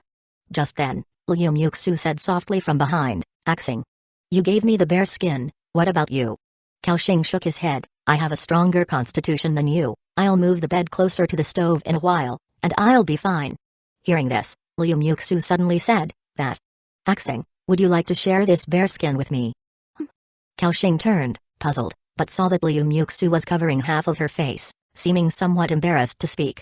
After a moment, as if mustering up courage, she said, this bearskin is too big, it's a bit wasteful just for me alone. If 2 people share it, the bed would be even warmer. After speaking, Liu Muxu buried her head in the blanket, blushing with shame. After thinking for a moment, Kaoxing said, that's fine, then. I'll move my wood bed over, and we can combine the 2 beds. Quickly, the 2 wood beds were combined into one large bed. The heavy bearskin laid on top, hardly different from one big blanket. Wrapped in his own wolf skin, Kaoxing also climbed in. Feeling the movement inside the blanket, Liu Muxu's body trembled slightly. She kept her back to Kaoxing, appearing extremely embarrassed. Kaoxing didn't think too much. He just felt indeed much warmer after getting into the blanket. The night slowly passed by. Kaoxing gradually fell asleep. In the middle of the night, Kaoxing suddenly felt a warm arm slip into his blanket. Kaoxing was startled and woke up from his slumber. He turned over and saw Liu Muxu, her face flushed with shyness, her head lowered so her features were not clear. Sazy? Liu Muxu said timidly, Axing. I'm so cold. I want you to hold me as we sleep. Is that okay? At that moment, a flash of realization swept through Kaoxing's mind, and he understood what Liu Muxu meant. He turned over and took Liu Muxu into his arms, pressing her beneath him. Liu Muxu didn't seem to expect Kaoxing to make such a bold move so suddenly and let out a soft moan. Then she felt the heavy breathing of the man on her face. Liu Muxu's delicate body trembled, and she instinctively gripped the corner of the wolf skin tightly. Her heart pounded in her chest, and she could smell the heavy, powerful breath of the man. Beneath his firm chest, she could even hear the rapid heartbeat. Axing. Liu Muxu's voice was as faint as a mosquito's, her exquisite features tinged with an alluring redness that almost begged to be bitten. Kaoxing stretched out his hand and slowly caressed down from her cheek. And continued downward. At that moment, Liu Muxu's body shivered, her muscles tensed. But amidst the nervousness, there was also a slight tingling sensation and an anticipation. The rustling sound of clothes being shed. Liu Muxu bit her lower lip, her beautiful eyes flickering as she stared at the youth's silhouette, the thought of what was to come making her legs instinctively close tightly together. Kaoxing turned around and looked at the beauty on the wood bed. Her snow-white skin showed a shy and pale blush, her long legs beneath her were 10 jade toes locked together. At this moment, she was completely exposed in front of Cao Crossing. As Kaoxing's face drew near Liu Muxu's, she felt her heartbeat slow by half a beat. 2 hours later, the sounds in the room gradually subsided. Liu Muxu was tender and limp, a tear at the corner of her eye, and a look of satisfaction as she lay in Kaoxing's arms. The 2 lay there quietly, their thoughts unknown. It was then that Liu Muxu suddenly asked, Axing. Will you ever abandon me? Sao? Muxu, why would you suddenly say such a thing? Asked Kaoxing, puzzled. Liu Muxu snuggled into his embrace and softly shook her head, Axing. I saw in the chat channel that many people have died these past 2 days. Many families have been shattered, children losing their parents and relatives. I'm very grateful to have met you when I arrived in this world. You're also the first person who has been so kind to me. So, I'm afraid that one day you might suddenly not want me anymore. Listening to Liu Muxu's heartfelt words, Kaoxing gently patted her soft back. What are you thinking about? From now on, we're going to be working together for a long time, surviving in this world. Muxu, you're very important to me. After hearing this, Liu Muxu's eyes moistened. She nodded earnestly. A few seconds later, looking at the man before her, Liu Muxu's eyes gradually clouded with a misty haze. At that point, Kaoxing kissed her. Minutes later, Liu Muxu gasped, Axing. I can hardly breathe. Axing. Axing. Her voice faded away, turning into whispers amid their lovemaking. Chapter 23, Refugees of Ice Peak City, Alien Ghost. The next day, Kaoxing woke from his sleep. At that moment, he realized the bed beside him was already empty, with only the lingering familiar fragrance left on the pillow. He looked up to see a graceful figure crouched by the stove, preparing breakfast for the day. This scene made Kaoxing feel somewhat surreal. Having come to this world for 2 days, everything had overturned his imagination. Liu Muxu seemed to notice that Kaoxing had woken up, a bashful expression on her face. Axing, you're awake. Just wait a little bit longer, breakfast will be ready soon. The first taste of passion left Liu Muxu with a trace of enchanting blush and a hint of naivety on her face. She seemed to have quickly assumed her role. Then, Liu Muxu brought a bowl of delicious-smelling meat soup to Cao Crossing. Cao Xing tasted a mouthful and praised, "Tastes good, Muxu." "Really?" "Hee hee." Liu Muxu giggled foolishly, "Then have some more." Cao Xing nodded. Watching Cao Xing finish it all in front of her, Liu Muxu was visibly satisfied. Moments later, she suddenly felt a bit forlorn. Axing. Last night's cold snap seemingly killed quite a few people again. Cao Xing pondered for a moment and opened the regional channel. 174 regional channel, online count, 37,104 out of 40,173, compared to yesterday, more than 1,000 people had died. Although the mortality rate had decreased significantly, if people continued dying at this rate, there wouldn't be many humans left soon. Liu Muxu stated worryingly, "Axing, do you think we'll survive?" Hearing this, Cao Xing nodded earnestly, We'll survive together. Not only will we survive, but we'll also live very well in this world." Liu Muxu, having heard this, nodded as well, huh. After finishing breakfast, Cao Xing stood up with renewed vigor. Compared to yesterday, Cao Xing now had one more goal, which was to survive in this world with Liu Muxu. He pushed open the door of the Lord's hut. 8 polar people and Yelena were already waiting at the doorway. As for Assam, he had woken up early to execute the task Cao Xing had issued, scouting the surrounding environment. Upon seeing Cao Xing emerge, the group of polar people greeted in unison, "Good health to you, Lord." "Good morning, Second Lord." Liu Muxu stood gracefully beside Cao Xing, awaiting his orders. Cao Xing nodded and said, "Today, your tasks will mainly be focused on constructing the territory buildings. Das Wang and Ders Wang, focus all efforts on upgrading the campfire. Sans Wang and Sizo Eng, hurry up with building the sewing shop. Was Wang to Baz Wang, your task is to construct the blacksmith shop and build more small shelters. Understood?" The 8 polar people immediately straightened up and nodded in response, "Understood, Lord." Then, following Cao Xing's instructions, they began working with clanks and bangs. At this time, Cao Xing faced a problem. The territory lacked manpower. He needed to build many constructions like the blacksmith shop, basic level elemental arrow tower, sewing shop, etc. But with only 8 polar people, it was too much to handle. Cao Xing sighed, "I have so many resources right now, it would be a pity if I can't convert them into war power. I'll think of a way later, see if I can recruit some civilians." Cao Xing shook his head and continued to examine the 2 new skill books and equipment he obtained yesterday. Ice Cone Skill, consume a certain amount of spirit to condense 1 to 3 ice cones, dealing spirit, 0.8 magic damage to enemies, with a 30% chance to cause a 1-second frozen effect, cooling time 30 seconds, Aurora Blessing, condense the power of Aurora, attach it to the weapon, and during melee attack, deal extra spirit, 0.8 light attribute damage to the enemy, effect lasts for 60 seconds, cooling time 120 seconds. These 2 skills, one was an attack skill for Cao Xing, the other a blessing skill for Liu Muxu. Both were quite effective. Especially the Aurora Blessing skill, once Liu Muxu's attributes improved, it could greatly increase the output of the territory's troops. He continued to examine further. Black Iron Plate Armor, Green, Quality, Fine, Armor, 13 to 15, Attached Effect 1, Constitution +5, Attached Effect 2, Basic Shock Absorption, during attack, reduces knockback effect caused by 20 points of opponent's power. Not bad, the attributes of this plate armor are quite strong, it suits Muxu very well. As an Aurora Knight, resisting monsters was naturally the most important task. With that basic shock absorption effect, Liu Muxu could handle stronger monsters without getting knocked back. Then, there was the last scroll. Soldier's Standard Longsword Scroll, Green, after learning, it can be used to consume materials to craft weapons in the blacksmith shop, required for crafting, blacksmith shop level 1, 20 pieces of iron, 2 pieces of wood. Cao Xing thought, with the scroll, I can mass-produce weapons and then create an armed brigade of my own. However, the brigade requires a large number of soldiers, and I'll need to build barracks and train them using training scrolls. And at the moment, I only have 8 polar people, who need to work, and can't be trained into combat units. So, this matter must be put aside for now. After examining these, Cao Xing felt a bit bored.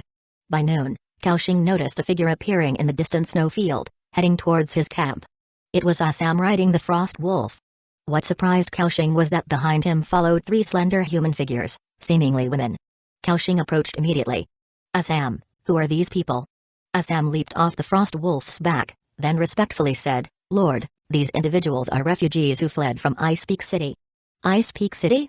Assam nodded. Yes, Lord, it's a town thousands of kilometers from us, but it's been overrun by the alien ghost army. These individuals managed to escape from Ice Peak City, yet were later beset by Snowland hunters. I saved them, but now they are homeless, Kaoshing thought, realizing they were natives of this world. Yes, besides them, the Blue Star humans, this world had quite a few native races too. Apart from the polar people who lived underground for years, there were humans living on the surface, the Azura tribe who revered machinery and gunpowder, the Ice Plain giant tribe who esteemed war and strength, and others. Assam, seemingly moved with compassion, suggested, "Lord, our territory needs more manpower. These 3 refugees can help us better construct the territory." Beside them, the 3 female humans looked expectantly. They seemed to know that Kaoshing was the decision-maker of this territory. So, the 3 refugees knelt down, respectfully, "Lord, please take in us, the homeless. We are willing to offer you everything." Kaoshing was taken aback, his expression partly strange. Even Liu Muxu beside him looked at Kaoshing expectantly, seemingly hoping he would take in these 3 refugees. Assam was right, he indeed needed more manpower. So, Kaoshing asked, "Can you cook?" The 3 refugees exchanged glances, then quickly nodded, "We can. We can." Kaoshing nodded, "All right, the task of cooking will be yours from now on.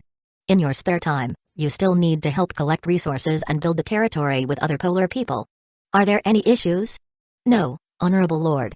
Kaoshing, "Very well, then welcome to your new home." Kaoshing initiated the recruitment. Recruitment successful. Jasmine, Tulip, Sapphire, joined your territory, territory population +3. Chapter 24, Recruitment of Ice Plain Druid. Seeing their names, Kaoshing's mouth twitched again. They were all names of flowers, quite pleasant to the ear. But Kaoshing felt that these names were too refined and didn't match his style. So, he directly pointed at one of the women and said, "From today on, you will be called Dewa. And she will be called Ruhua, Sanhua." The 3 human women knelt down again and respectfully said, "Thank you for the name, merciful Lord. You've successfully named a subject, Dewa, loyalty has increased, current loyalty 75. You've successfully named a subject, Ruhua, loyalty has increased, current loyalty 73. Kaoshing glanced at their attributes. Subject, Dewa, level 1, attributes, power 3, agility 2, spirit 3, constitution 3, talent, none, loyalty, 75, hunger level, 41. Subject, Ruhua, level 1, attributes, power 3, agility 3, spirit 2, constitution 2, talent, none, loyalty, 73, hunger level, 37. The loyalty of these 3 people was quite high, but their hunger level was somewhat low. It was clear that they hadn't eaten in a long time. So, Kaoshing said, "Go make a fire and cook some food for yourselves first. There is no cafeteria yet, the stove is inside the Lord's hut."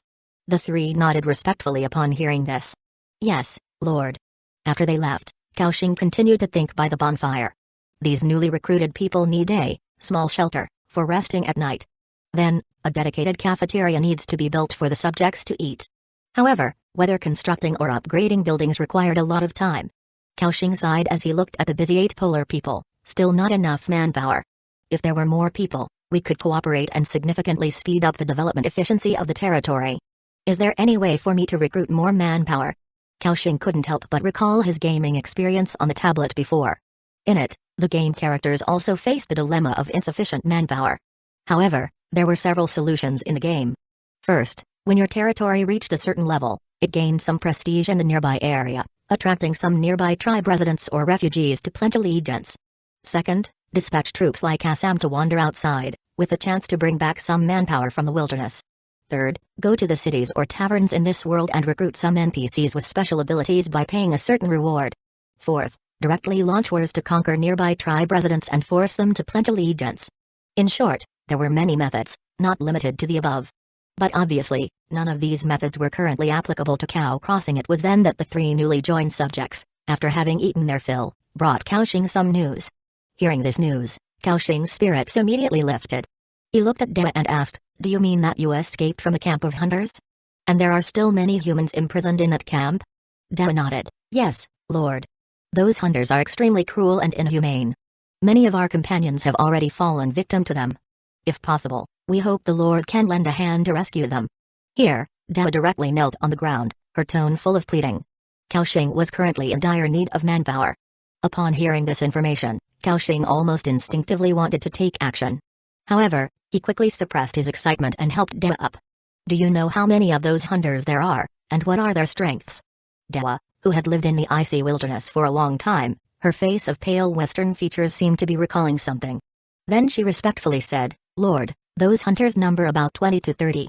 Most of the hunters' auras feel about the same as the Lord's. Cao Xing pondered for a moment, then nodded.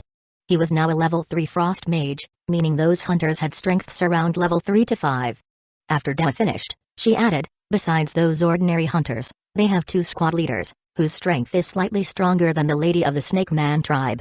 In addition to that, there is a strongest captain, whose aura is similar to Mr. Assam's Frost Wolf. It was clear that Dawa was quite intelligent, with strong communication skills. Through her description, Cao Xing had already gauged the strength of those hunters. 1 level 10 hunter, 2 hunters above level 5, and over 20 hunters below level 5. If it were just relying on Cao Xing's previous strength, dealing with them might not have been possible. However, now that Assam had advanced to a second-order creature, and with the Ice Plane Druid recruitment scroll in Cao Xing's hands, dealing with these hunters was not an issue at all. Moreover, these hunters were said to be hiding some treasures. It was clear that Cao Xing was tempted. Assam also noticed Cao Xing's thoughts. Lord, the location Dao mentioned is about 7 kilometers from the camp. At our speed, it would take about an hour and a half to reach. Cao Xing nodded. The travel speed in the snow was not fast in the first place, but an hour and a half was within the acceptable range, and they could definitely return before dark. Liu Muxu also stood by at this moment and softly said, Xing, I'll go with you. Cao Xing nodded, all right. After speaking, he gave Liu Muxu the black iron plate armor, green, and the Aurora Blessing skill book. Watching the equipment and skill book in her hands, Liu Muxu gratefully glanced at Cao Xing once again. She clearly understood the importance of these equipment and skill books at the current stage. Liu Muxu didn't say much, silently clicking on the skill book to learn, and then putting on the armor. Cao Xing saw this. Liu Muxu was now wearing black armor on her upper body, with her long bare legs below, covered by a thick wolfskin coat. This attire had a rather intriguing style. Cao Xing himself also clicked to learn the Ice Cone skill, and then took out the Ice Plane Druid recruitment scroll.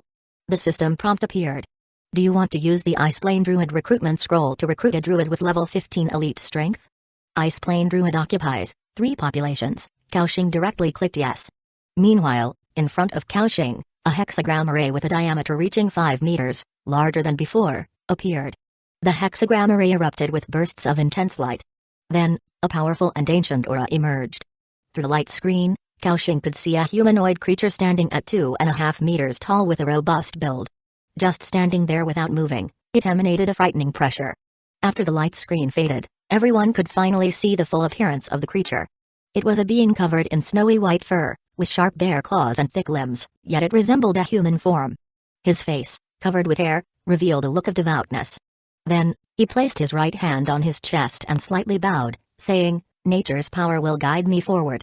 Guardian Andrew, reporting to you. Chapter 25, Level Ranking List, Open. At this moment, the towering Ice Plane Druid gave a slight bow to Cow crossing in front of Cao Xing. The other party's attributes appeared.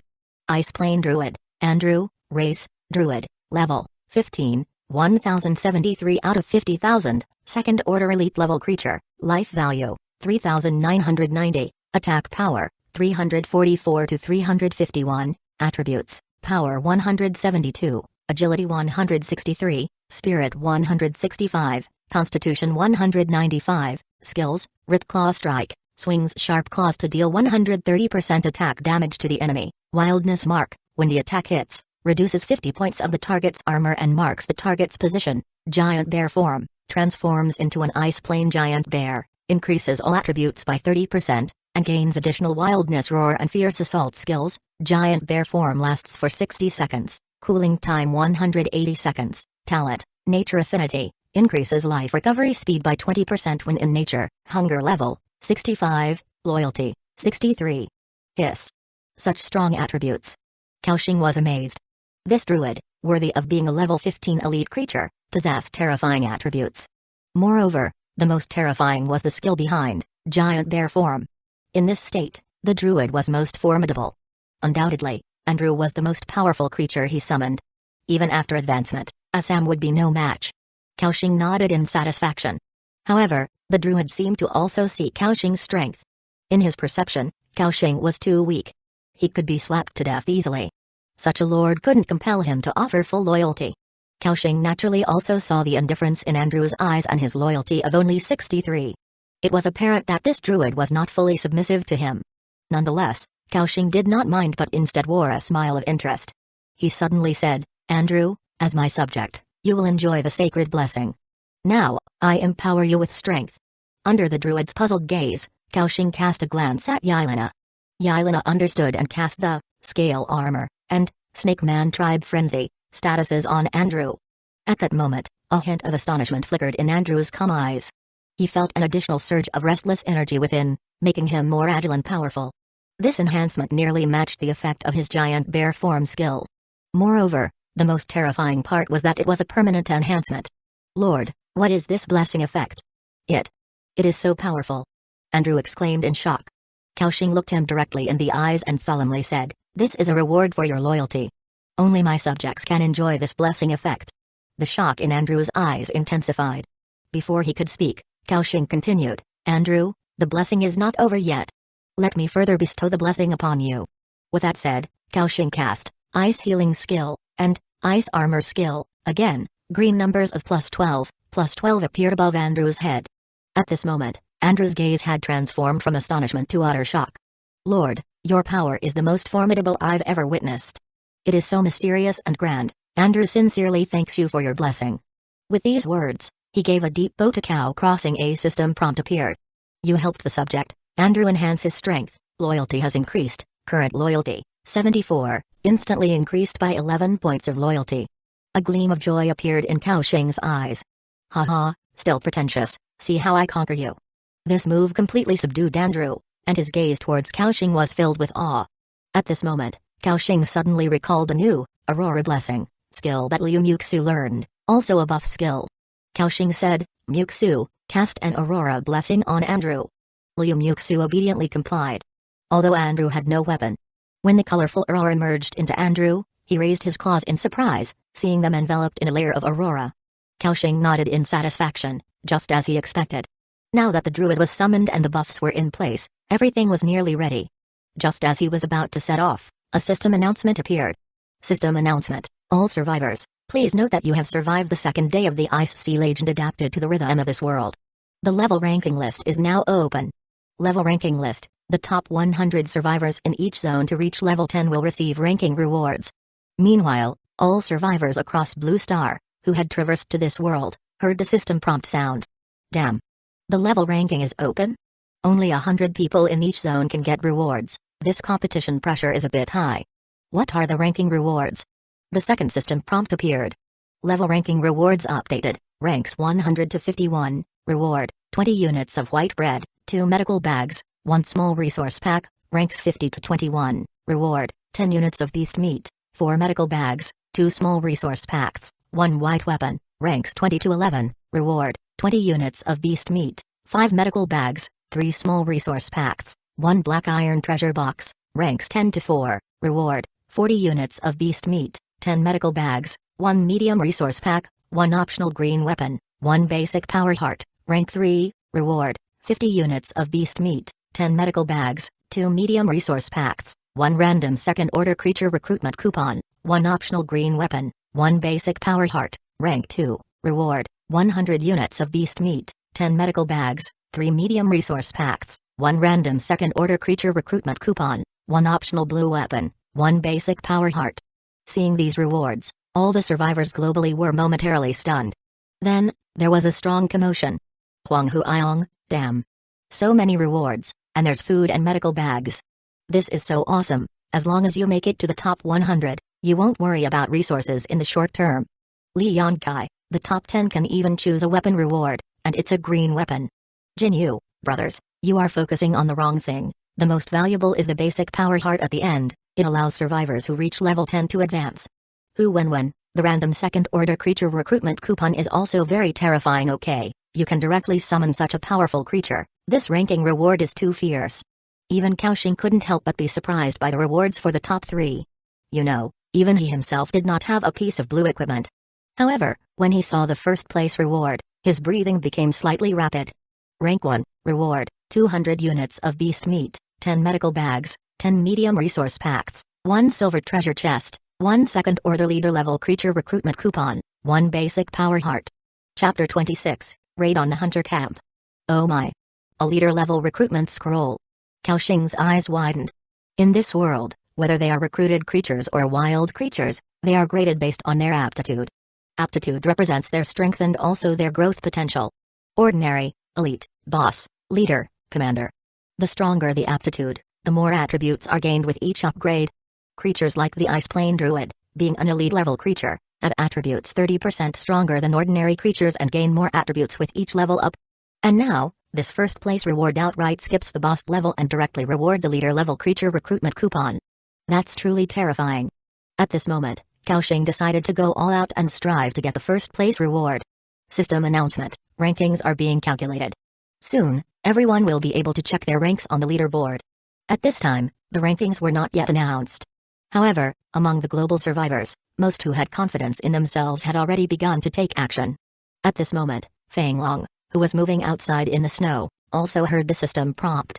He opened the team channel of the Three Heroes Association. You all saw it, the leaderboard rewards are plentiful. Even making it into the top 100 gets you a lot of supplies. Moreover, this time, we just need to compete with other survivors from District 174, so the pressure isn't too great. At this moment, the other survivors from the Three Heroes Association also wore confident smiles. Feng Long continued, so this time, our Three Heroes Association must strive to secure several spots in the top 10, and I will aim for the first place.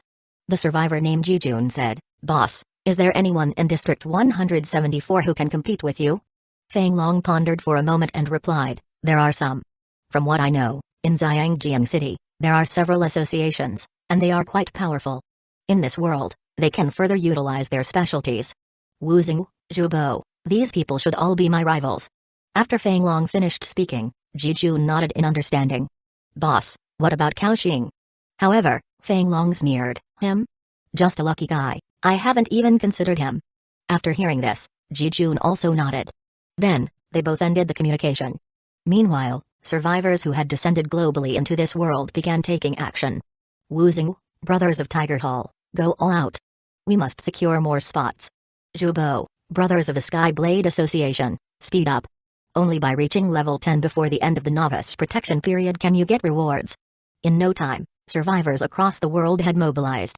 At this time, in Cao Xing's camp, Liu Muxu also heard the system announcement and looked at Cao Crossing, although she didn't know how Cao Xing compared to other survivors. Judging by the past few days, even if Cao Xing wasn't first, he could at least make it into the top 10. Cao Xing wasn't aware of Liu Muxu's thoughts. Now, besides developing his territory, he also had another goal. And that was to claim the first place on the leaderboard. Cao Xing looked at Assam and Andrew and directly ordered, then, let's set off now. Target, the hunter camp 7 kilometers away. Assam took the lead, drawing his long sword and proclaiming loudly. Charging for the Lord is my life's mission. Andrew, standing by, also said devoutly, I wish to fight for the balance of nature. After the words fell, Cao Xing and Liu Muxu, with Assam and Andrew, headed out of the camp. As for Yelena, she was left behind to guard the territory. Crunch. The sound of footsteps of 3 people and a wolf continued through the snow. A frost wolf knight, a sharp-clawed druid, followed by 2 humans. This strange combination walked through the endless snowy plains. Over an hour later, they arrived near the location mentioned by Dua. From afar, roughly a kilometer away, they indeed saw smoke rising in the snowfield ahead. Beneath the smoke, Cao Xing saw a large camp, sparsely dotted with over a dozen tents. This was a sizable hunter camp. When Cao Xing approached, a system prompt appeared in front of him. Hunter camp, special zone, danger level, extremely dangerous. Note, this is a camp of fallen believers in the evil god, with extremely twisted and frenzied mindsets, posing an extreme danger to you currently. Please leave quickly. Although the system prompt indicated these hunters were strong and that Cao Xing was no match for them, it did not take Andrew and Assam into consideration. Cao Xing didn't back down, he immediately urged Andrew and Assam to advance at full speed. He and Liu Muxu followed behind. Cao Xing said, Muxu, just stay beside me and leave the fighting to them. Liu Muxu replied softly, okay, Axing. A few minutes later, they approached the camp. Meanwhile, a patrolling hunter at the camp noticed Cao Xing and the others. He immediately cried out, there's a situation. It's an enemy raid. Enemy raid. Hearing the shout, a large number of hunters swarmed out of the tents. They all wore similar attire, thick snow garments, and swirl masks resembling those of Uchiha Bito, but blood red. A dagger hung at their waists, and a wooden longbow slung across their backs. Kaoxing glanced casually and saw the attributes of these hunters. Hunter level 4, race, human clan, attack power, 31 to 35, life value, 430, skill, cutting. Hunter scout level 6, race, human clan, attack power, 54 to 47, life value, 660, skill, flying knife throwing, raid. The strength of these hunters was about the same, consistent with Ga's intelligence. So, Kaoxing directly said, "Assam, Andrew, go ahead." Assam held up the long sword that emanated aurora to his chest, controlling the frost wolf beneath him to rush forward swiftly. For glory. Thump. Thump thump. Andrew ran on all fours, like an animal. The main meeting punishes these destroyers of nature. The two powerful second-order beings charged into the midst of the hunters with force. Then, they launched a powerful onslaught. Bang!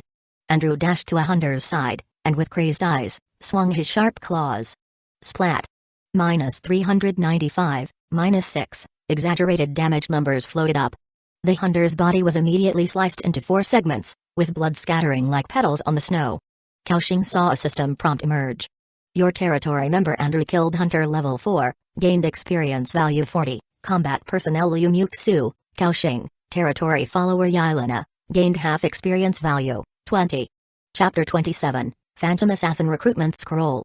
Not only did Kaoxing hear the system prompt, but Liu Muxu beside him also heard it and asked hesitantly, "Axing, I seem to have gained experience points too. But I didn't help fight, did I?" Kaoxing thought for a moment and quickly understood the reason. Although Liu Muxu did not participate in the battle, she applied the Aurora Blessing status to both Andrew and Assam, which added extra damage. This meant that the system considered Liu Muxu as having participated in the battle. Kaoxing also applied Ice Armor skill and Ice Healing skill, which also counted him as a combat participant. Including Yelena, who was guarding the territory, she also provided a buff to the druid. A look of joy appeared on Kaoxing's face. This feature was fantastic. "Muxu, this is a good thing. In this way, as long as we recruit strong followers, we can just apply statuses to them and not worry about the rest. At that time, we can send all these followers out while upgrading from within the territory." What was more crucial was that this greatly increased their chances of getting the leaderboard rewards. Liu Muxu listened and a slight look of joy appeared on her face. Then she simply stayed by Kaoxing's side. The two of them watched the camp as a one-sided slaughter unfolded. At this moment, Assam directly rushed into the center of the camp, facing the onslaught of 7 or 8 hunters alone. There were also 2 archers beside them. However, their arrows hit Assam's armor, creating 2 extremely small damage numbers on it. -1, -1, the hunter's attack power was still okay, at least it could cause a bit of damage to Assam. But the damage was so low. It could be said to have broken the defense, yet not really. The next second, a series of green +10s appeared above Assam's head. The hunters were completely dumbfounded. How the hell was this supposed to be played? They dealt less damage than the opponent's health recovery, which was too shameless, wasn't it? "I want to report. Someone is cheating." But Assam didn't care about their thoughts. With a loyalty of 95, he would put Kaoxing's orders first. And that was to kill all these hunters. Puff puff puff. The frost wolf swordsmanship danced with roaring momentum. Every swing of the sword would inevitably take the life of a hunter. The frost wolf also carried him, continually leaping and changing positions within the camp. The second-order Assam was simply invincible. Your territory member Assam has killed a hunter level 4, gaining 40 experience points. You have gained 20 experience points. And Andrew beside them was even more terrifying. It directly transformed into a demolisher state, toppling tents with great force. Hunters hiding inside were easily pulled out by Andrew and then slapped to death with one claw. Under normal circumstances, Andrew exuded a sage-like calmness and wisdom. But once in battle, it was like a berserk beast. Roar. After a terrifying roar, Andrew pinned down a level 6 hunter scout and shattered its head. Kaoxing and Liu Muxu kept seeing the gaining experience points prompts. Not long after, a white light appeared on Liu Muxu's body. She had leveled up. Leveling from level 1 to 2 was simple, requiring only 100 experience points. But from 2 to 3, it required 1,000 experience points. Each level up beyond that required an additional 1,000 points. And at that moment, from within the innermost end of the camp, a dark figure suddenly rushed out. It seemed to know the terror of Andrew and Assam, and as soon as it ran out of the camp, it charged through the snow without any intent to fight. Kaoxing glimpsed at its attributes. Hunter Captain level 10, race, human clan, attack power, 172 to 184, Life value, 1540. Skills, Cruel Cutting. Deals twice 80% attack power damage to the enemy, adds level 1 bleeding effect. Greased Feet, increases move speed by 30% during escape. Oh no, that's the captain from inside. Cao Xing shouted immediately, don't let him run away. This guy, although just a level 10 ordinary monster and hadn't advanced, that Greased Feet skill was really outrageous, an escape artist. At that moment, Andrew suddenly roared. Roar. He transformed from his humanoid form into a giant bear covered in white fur and charged like a cannonball. Boom. The explosion of speed in an instant even surpassed that of the polar bear. It was the very skill of Andrew, giant bear form. Thud. Thud thud. The ground trembled continuously. Under the giant bear form, Andrew's all attributes increased by 30%, along with Yiliness, Snake Man Tribe Frenzy, which added another 20% to move speed. Andrew easily caught up with the fleeing hunter captain. Then, in its terrified gaze, Andrew let out a mighty roar. Roar. The giant bear paw slammed down. Splat. The hunter boss was directly crushed into a pile of mush. The cold snow now had a bright flower constructed from blood and flesh. This gruesome scene made Liu Muxu's face turn a few shades paler. Yet she bit her lip, forcing herself to accept it all. Because she knew, such scenes would be very common in future battles. Cao Xing heard a system prompt in his ear. Your territory member, Andrew, has killed the hunter captain level 10 and gained 300 experience points. You gained 150 experience points. At this moment, a white light rose from Cao Xing's body. Your level has increased, current level 4. This level up has granted power +2, agility +2, spirit +4, constitution +2. Cao Xing felt overjoyed, leveled up again. A surge of energy welled up from within him. His mind became clearer and his body more energetic. Woo, this feeling of leveling up is really nice. Soon, Assam also resolved the battle on his side. All the hunters in the camp had been slaughtered by them. The ground was littered with broken limbs and bodies. The system prompt appeared. You have destroyed a hunter camp, territory reputation +50, warning. Due to completing a high difficulty raid, based on your strength assessment, you received an extra reward, a Phantom Assassin recruitment scroll, blue. Oh, another blue recruitment scroll? Cao Xing's eyes lit up with joy as he checked the scroll's attributes. Phantom Assassin recruitment scroll, blue, can be used to summon a Phantom Assassin with a level 20 elite strength. Wow. A level 20 elite creature, even stronger than Andrew. Cao Xing's eyes were filled with intense shock, then ecstasy. Clearly, this recruitment scroll could boost his strength significantly again. However, he didn't summon it right away but instead led Liu Muxu towards the camp. Let's clean up the battlefield first. The two then entered the camp. The sight before them was one of chaos, with even the bonfires having been extinguished. Cao Xing approached a hunter's body, just about to reach out. The system prompt appeared. Humanoid creature, cannot be decomposed. Cao Xing's mouth twitched. What did the system take him for? He didn't intend to decompose anything. This was slander, slander. Despite that, he still reached out and searched the hunters. Acquired items, a hunter's mask, white, a first-year soldier training book, white, 15 coins, a mask. Cao Xing wondered, and then checked the attributes.